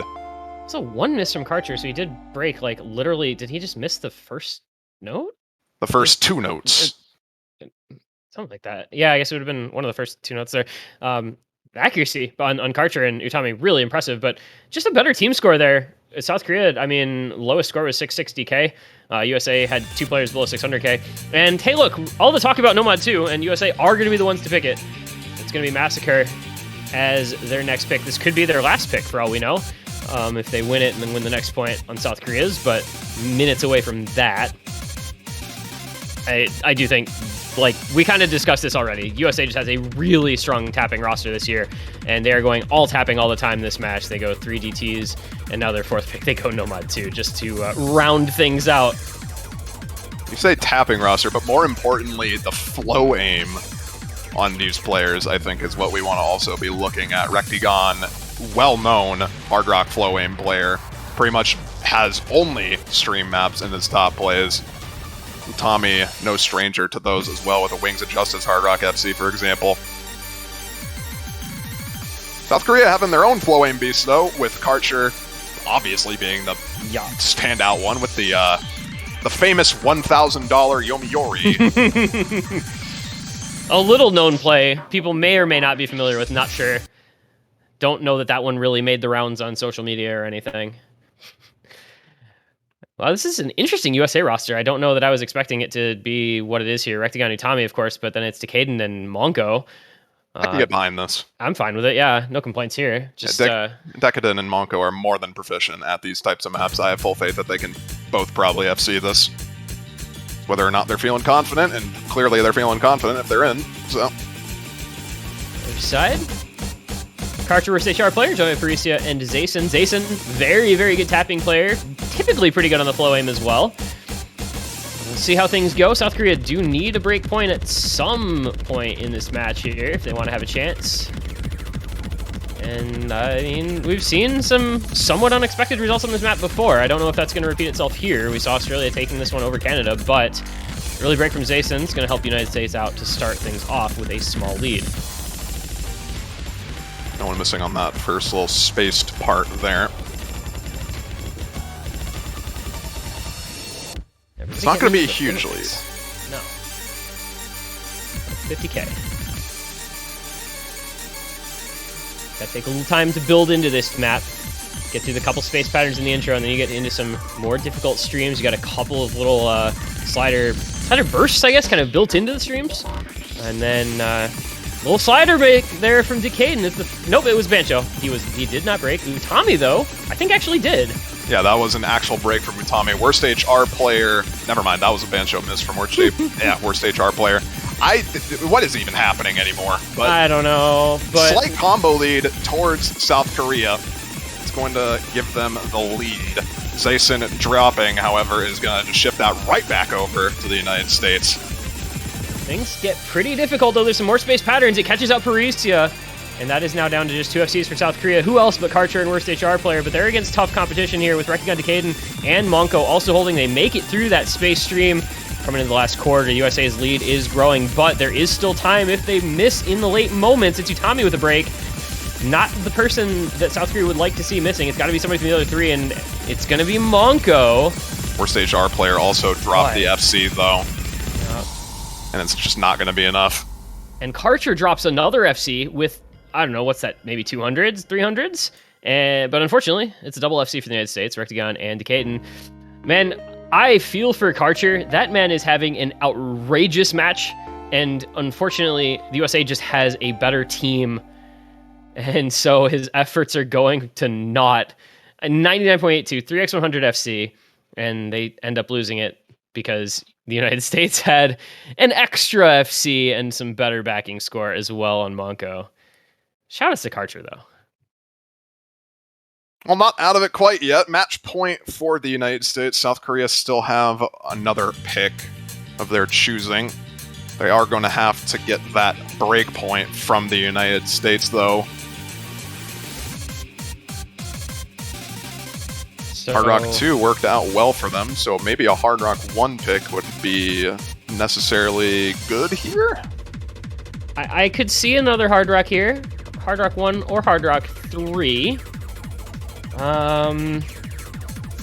It really, I mean, you're saying, you know, make sure first order of business is make sure it's something that Karcher will FC, which is not difficult because that's pretty much everything in the pool. And then the second order of business is who are our most consistent backing scorers, because the United States backing scorers have in general been a little more consistent than South Korea's. So it's a tough ask here. You've got the Nomad 5 still, you've got the Hidden 2 still, you do have those other 2 Hard Rocks. They're going to take some time on this one, I think, and it's a tough question. I mean, I don't have a good answer for what I would pick here either, but it is going to be the Hard Rock 3 at the end. I think this is the first time we've actually seen this in a match this weekend. I will burst that bubble because it was played in Romania versus China. That's unlucky. Sorry, it happened to be played in the match that I commentated earlier today, so I saw that one firsthand. But yeah, well, it has a fan favorite. Fan favorite, nonetheless. Yeah, this is such a great song. Hard Rock, high BPM, Amy alt. I don't know who that even favors in this one. Karcher will do things, a worst HR player will do things, but man, this feels like a toss-up between these teams. Yeah, because then you have Fancy and Rectigon also doing things on this map, just to counteract that. It's gonna come down to which team, obviously, is more consistent on this map, and we'll see how South Korea fares on it. They did well on the Hard Rock too. See if they can replicate the magic on this map. I mean, it's only the one break point between the teams, right? Like, this is not a huge difference, but it's so far been enough to keep the USA in the lead. But man, this is, I don't know, just going into this one, not knowing what to expect. It feels like a lot of the previous maps, we've had an idea of how it's going to go, and this one I don't have that feeling either direction to guess at which team is likely to come out on top. But it's a match point for the United States. It's the first of two that they will have before a potential tiebreaker after them both. And it's South Korea's final pick of the match, so you've got to think that they're feeling pretty good about it. We will see if they can stave off being sent down to the doom and gloom and that is the dungeon of the lower bracket for at least one more map. And what is the client doing? That was a new one. Finally, 15 BPM. When long the have we Hard Rock waited? 3 is too fast. We've waited so long. It's finally here. The HT mod bracket. I'm all here for it. All right, in we go. Rectigun, Fancy Lad, Decaden, Utami, Karcher, Parisia, Alagrisma, worst HR player. Who will be the best performers? I'm looking at Karcher, as always, but after that, it's a lot of different people who can do well. Everyone getting through that slider aim section well off enough. Slight accuracy advantage on the side of South Korea. Very slight, though.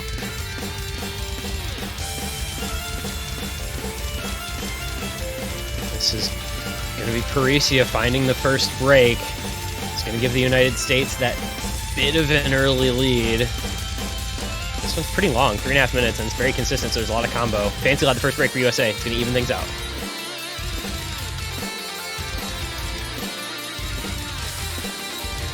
We are dead even. 3 FCs per team, similar accuracy basically everywhere.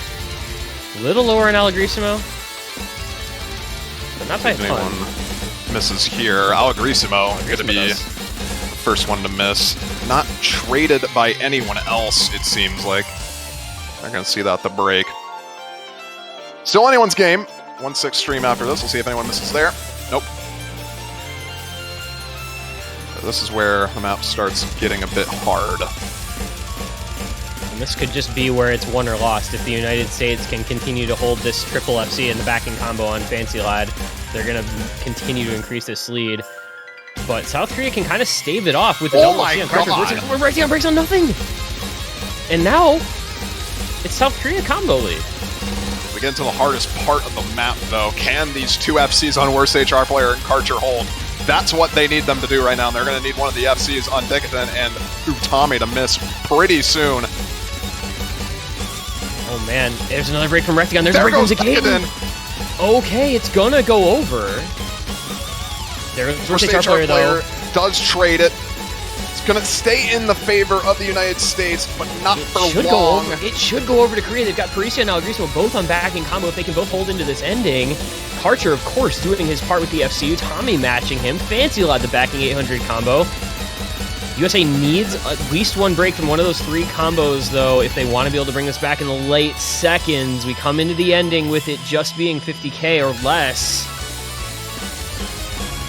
Any combo Oh outside my of God. Worst HR player and Decadent break right now, it has huge implications to whoever is going to win this. And the ending is so volatile, too, with the slider aim. There goes Alagrisimo, the first drop. Utami trades it immediately after the FC is gone, and just like that, South Korea 5-4. Wow, that came down to the wire. That late break from Utami. Karcher just holds the FC. That man is on a mission for South Korea. Unbelievable. Another FC. He is on a tear, and there is no signs of stopping him. Unbelievable. 5-4, United States have their last pick. No more tapping. What do they go for? Hard Rock 1. Would be everything. a ballsy pick, all things considered, since they did lose Hard Rock and both Hard Rock picks so far. You don't go Hard Rock 1 here. Everything left is so volatile, right? Like, Nomad 3 feels volatile. Nomad 5, Hidden 1, Hidden 2. I mean, it's all 3 Hidden still available. Neither of these teams have wanted to touch the mod. Oh, I think Hidden is probably what we're going to be likely seeing here. What Hidden map is up for debate, but I think Hidden is probably likely here. If I'm USA, I'm taking my tack pause right now and giving myself an extra little bit of time to think about. This is the same situation, you know, it's 5-4 again, just like it was last week, where it just comes down to those late couple of picks from both teams to try and determine the ending of the match. That's a lot of stress and a lot of pressure going into one pick each at the very end. And we know what South Korea is capable of on these tiebreakers, so you're scared of that, and it's Hidden 3. This is what USA is going to stake their match point on their own pick on, is going to be alt, flow, aim, Hidden. It's a very difficult map, especially this late on into the match, but USA has some very good Hidden players, so I do respect this pick a lot. You were talking about volatile maps, though. This map is arguably one of the most volatile, I'd say, at least remaining in the pool so far. There are so many potential breakpoints here that can just cost you this map, and the ending goes absolutely bonkers with its difficulty. Yeah, the KIs in this map, and especially the last quarter, are so difficult to be consistent on. I mean, I don't think I've seen anyone combo through the entire ending. I think there's maybe one reverse choke on a Koro, and everybody else that I've seen take an FC into the ending has broken in one of those last very difficult patterns. So it's all about the consistency in those KIs and trying to do as best you can in the ending. Hidden, as we said, this is a skill set that has not been entered by either of these teams. But USA does feel like they maybe have a little bit of an advantage. You know, you usually see Karcher going Hard Rock on the free mods, for instance, if he doesn't go no mod. So going Hidden maybe takes away a little of that advantage that they would have for him. I don't know. Karcher's more than comfortable on Hidden, all things considered. Whenever he's not playing Hard Rock, he's playing Hidden Hard Rock. And solo play in particular, so more than well-versed with Hidden. Should be able to do well on this. Worst HR player known for this kind of stuff. Nope, KJK as well. Korea having a pretty strong roster for this map, all things considered. But they're going up against Utami, Fancy, Takedo. Top 3 Hidden players in the United States, I'd say. Yep. Seconds in with the fill. This is 2 very dangerous rosters on a map like this. Both sides have players who can absolutely pop off and carry this. If we're ever going to see an FC on this map, it wouldn't surprise me for it to happen here. But with the pressure mounting to about as high as it's ever going to get, those little shakes and those little bits of nerves can really play havoc.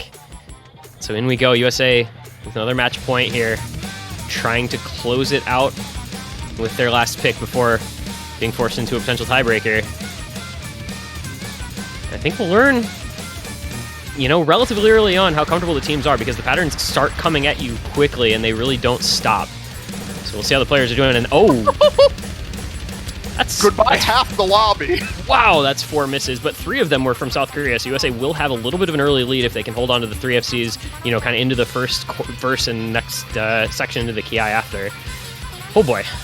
And luckily, it's not going to matter all that much unless the United States somehow manages to pull off a 3-way FC on this map. They won't. If they do, I will gladly eat my own words, but I am fairly confident they won't. This map is ridiculous. 3 minutes and 40 seconds of length, so these early misses are not going to dent the score too much for South Korea here.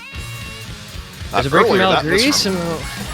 Yeah, that miss from Malagrisimo is going to matter a bit more. However, he was one of the ones to miss earlier. We're just going to need somebody to trade it. There goes Utami on the side of the United States, so finally traded. But we're And going to need to there's see more Karcher and Decadent trading at the same time. So it still just doesn't matter. It's Taquito Fancy Lad against worst HR player Nope KJK. It's basically dead even combo because all his breaks early on were at the same spot. Taquito is capable of putting on a big carry performance on some of these difficult hiddens. It's another break from Decade, and it's not going to be the end of the world. But their backing combo not being the same, similar to South Korea, will help South Korea try to, kind of scrape away at this lead. At the spinner, you're going to see it's just 66,000 points. That's halfway through, and things are only going to get more difficult the rest of the way. Yeah, the combos need to hold on both sides right now. Nope KJK, worst HR player, Taquito, and Fancy. If any of those 4 players break, things get dicey.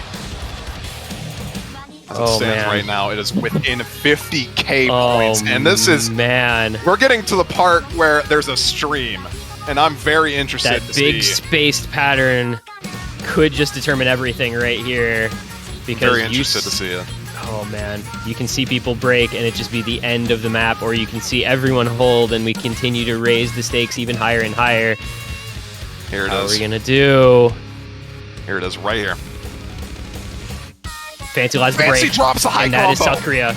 And that is South Korea now can run with this into the last KI. It's gonna be the lead going over their way.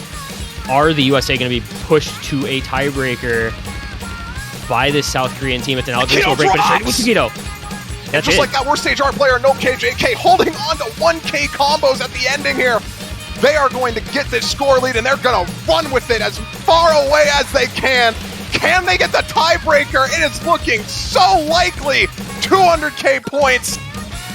And I think it's all but confirmed now. P1G. It's done. It's done and dusted. It's signed, sealed, and delivered. It's worst HR player on a rampage. It's Nope KJK backing him up.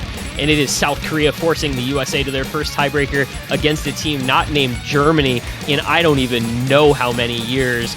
South Korea has come back from 5-3 to force the TB here in the semifinals.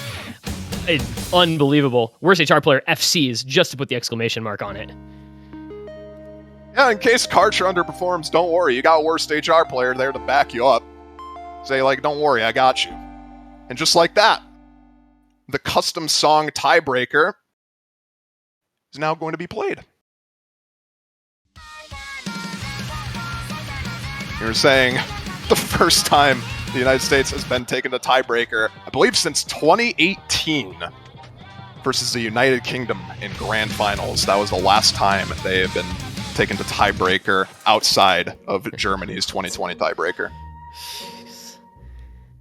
And this is a scary tiebreaker.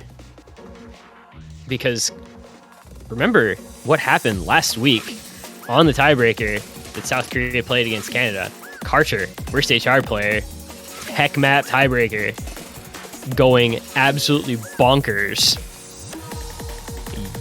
And that can happen again.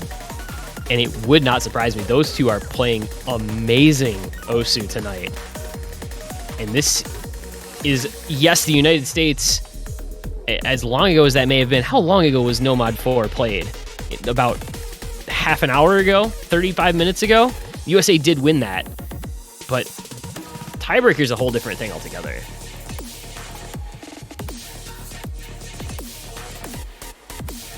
The United States has experience with these tiebreakers. And everyone just I guess I can't blame them. Yeah, we get that tactical pause here, a little timeout available to teams.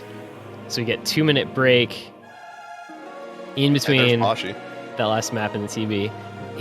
Is Bashi in for tiebreaker on this USA team when you've got Utami, Fancy, Taquito, No, I think he just wanted to say hi. He has not played a map this entire match, so I think he just wanted to say hi. How's it going, Bashi? Say hi to chat.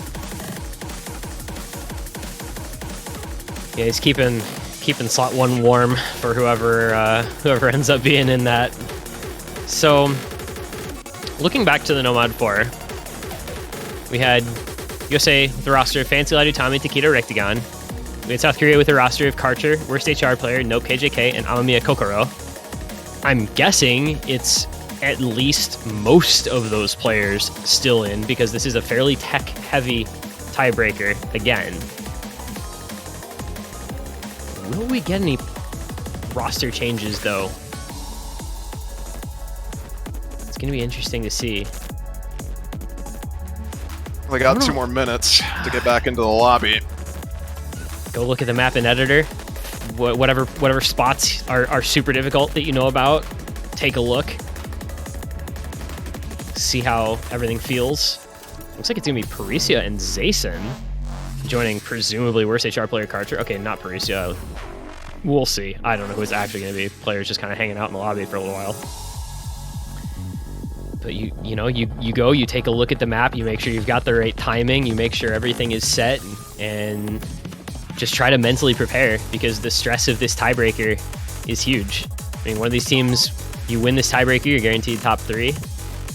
Lose, you drop down, and you face some very stiff competition in losers bracket next week.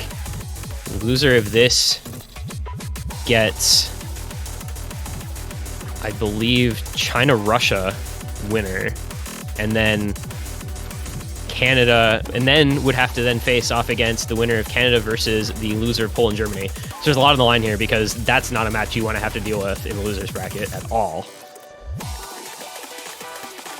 Most certainly not something you'd want to face when you're facing potential elimination. Let's see how it goes. And it is... We get into the custom song tiebreaker. Oh, man. First tiebreaker of the semis week. I am scared. Yeah, this is terrifying. Absolutely. Just no other words for it, because these teams have so many players who can pop off on a map like this. And we've seen it happen. So we've got Zason and Parisia as the fill players for South Korea, joining worst HR player and Karcher. So they do swap out both of the players that were in for No Mod 4. So they are switching up. Zason, obviously, you know, a little more tapping focus. Parisia has been a little bit more fill in generic sense.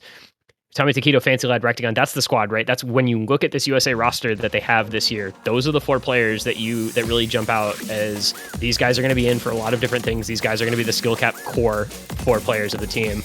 And it is all down to both of these 4-man rosters to do whatever they can. Taquito on his preference mod hidden, everybody else running no mod.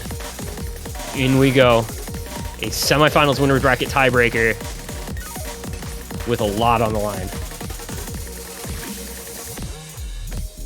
And it's the first break out of worst HR player, but as this is a 5.5 minute long map, those early breaks are not going to be that impactful. It's going to start mattering in a little bit, but not yet. Only 200 combo behind when you've got as much combo as this has. It's not going to be the biggest deal. We'll give the United States at least some breathing room in the early stages here. And this map just doesn't let up. And it's, you know, with it being this original song, this custom made for OWC, it's going to throw a lot of things out. And it's a slider break for Rectagon. Getting And slow slidered there. Man, that's why you practice, is to know where the slow sliders are, right? Oh, man, that is a shame. Not where you want to be. Oh, no, never mind. That was Bancho. Okay, it was Bancho. All right, well, all that might be nothing. Man, I really wish that bug could be fixed, but it is what it is. And that might be a real break from Fancy Lad. We'll see. Looks fairly likely. Yes, it is. This is going to give combo advantage to South Korea here. Oh my god, how many of those were real breaks? We're going to see here, but if they're real, that's Utami Taquito and Rectagon. Zason, worst HR player, both breaking. But it's I think those were all real breaks. Those were all real. Those were real breaks. Parisia and Karcher are the only FCs remaining right now. Oh my goodness. Now we're only a third of the way through. There's a ton of maps still to go. A lot of places you could still break. But South Korea has a sizable combo lead with that double FC on Karcher and Parisia. Karcher is just willing this team to the finish line. He does not want to go down to losers bracket. And he is making his case for, you know, MVP of this tournament, because my lord, what a valuable performance he has brought to his team. There is a break from Zason, but you just got to be watching Karcher and Parisia. Those are the two that really matter over on the South Korea side. As long as those two hold, they're not in the worst spot ever. Yeah, there's not that much supporting combo. Worst HR player is building it up slightly. But if those two FCs break, it's right back over to the United States. Okay. Halfway through the map. 100k. That is not negligible. 100k lead. There's a break from Barisia. It's traded. It's not traded. It's a break from Zayson as well.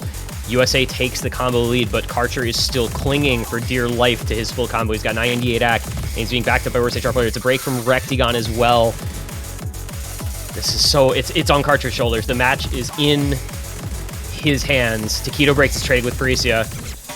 That's the advantage of South Korea. Utami breaks as well. Fancy Lad is the only combo remaining. Oh wait, dear. Takedo was a Bancho break, but okay.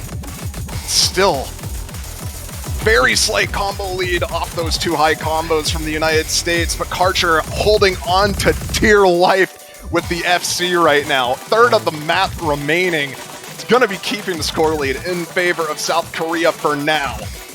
If Karcher breaks, it all collapses. It all falls down around him. But as long as he can hold it, he doesn't. It's a break, but it's Fancy Lad trading it. So it's actually not quite as bad as it could have been, but it is still Takedo on a 1200 combo. It is Rectigon on a 500, Utami on a 400. United States might just be able to start pulling us back. There are a sizable amount of combos on the side of South Korea, though. Look at worst HR player, look at Zayson, look at Parisia. Those are pretty decent combo, and there's a break from Utami to help things out for South Korea even more. They're going to hold on to this lead. Takedo needs to break, though, real soon. Oh, it's Rectigon gone too!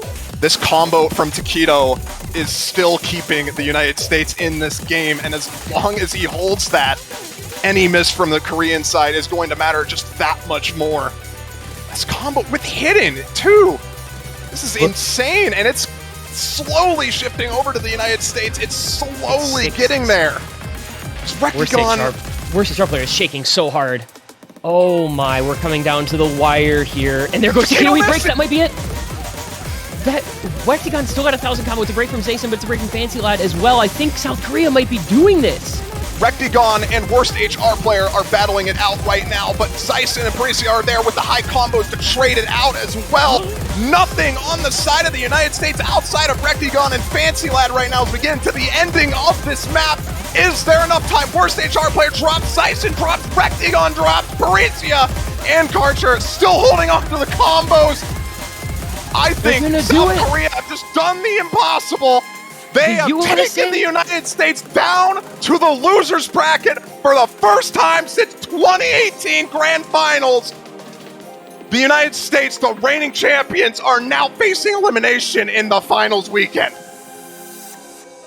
South Korea, 2 weeks in a row, these comeback victories that look impossible, they make them possible. Karcher just goes off on these maps, and the backing combos were there whenever they needed them.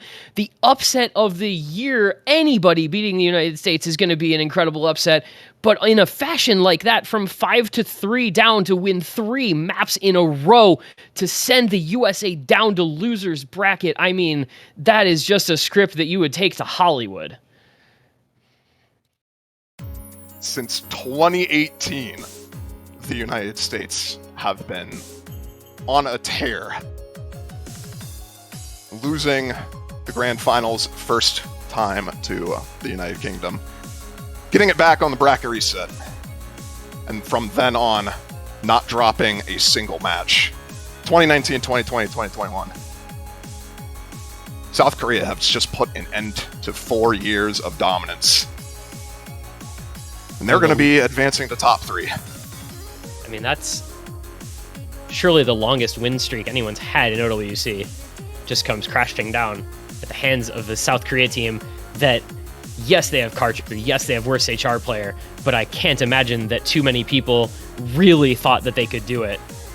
But they did. They had the confidence, they had the faith, they didn't fall apart when they went down. And they earned this victory in a way that very few teams can say they did against the United States in the last 7 years of OS World Cup. And that sets up top 3 South Korea guaranteed. They'll await the winner of Poland, Germany. And in words that I haven't said as a caster in OWC, that's how long it's been. The USA will go to the losers bracket They'll face off against the winner of China versus Russia, and then they have to face off, if they win that, against one of Canada, Poland, or Germany in the losers bracket. It's a gauntlet for them that has now been thrown down at the hands of South Korea. Let's just have Poland win against Germany. Let's just make the winners bracket South Korea versus Poland. Just throw everything on its side and have the first and second place fight to the death in the losers bracket just to get third. This throws everything you thought you knew about OS World Cup out the window. Who knows what'll happen now, because that just changes things up. The USA that's been in the winners finals so many times will finally be trying to make their way back up from losers. But South Korea, they get to their... I don't actually know the last time South Korea was in a winners final, in all honesty. But it's been a long time coming, and it's Karcher, and it's Worst HR player, and it's their surrounding players that have done it. And I don't even know what else to say. Just an unbelievable match. 2 weeks in a row to make these kinds of comebacks is just astonishing, and it says so much about their ability to play from behind and their confidence and their poise.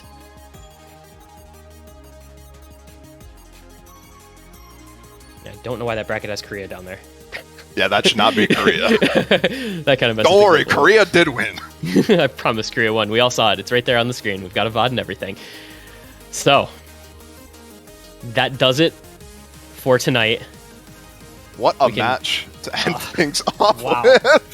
Incredible day of OS, and I think we all get a well-deserved bit of rest, whether it's late night or early morning.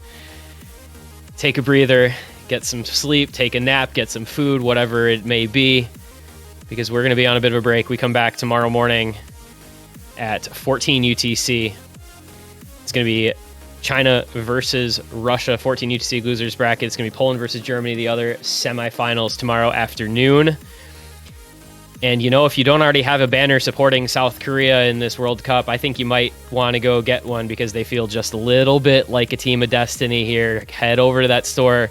If you support this South Korean squad making this run, let your profile show it, because man, oh man, they feel like they might be on a historic run in this World Cup. Before we close, any last second thoughts, Mr. Fiery? I'm just astonished. I never thought I'd see the day that the United States finally lose a match ever since the dominant run from 2019, 2020, 2021. I mean, I was a part of that. I was a direct part of that, and I was just like, wow, this team is just insane, and everyone in the United States is insane. It just felt like they had an endless stream of talent, and Korea finally put an end to that. Finally put an end to that era today. It's now up to the United States to prove that they can still do that in the losers bracket. That they can still compete. That's all I got. All right. Well, we'll be heading off. Be back here 7 hours or so, a little more, for those matches tomorrow. Deep breath required. South Korea has done what many thought was impossible. They head onward to the winners bracket final. We'll find out who they'll be facing next week. Tomorrow, we'll be finding out who the USA will be facing in the losers bracket already, and some more to come. For now, I've been this one guy. He's been Fiery Rage. Thank you for being here for this incredible, unprecedented match. We'll see you guys tomorrow for the last couple matches here in OS World Cup semifinals week. Goodbye for See you now. then.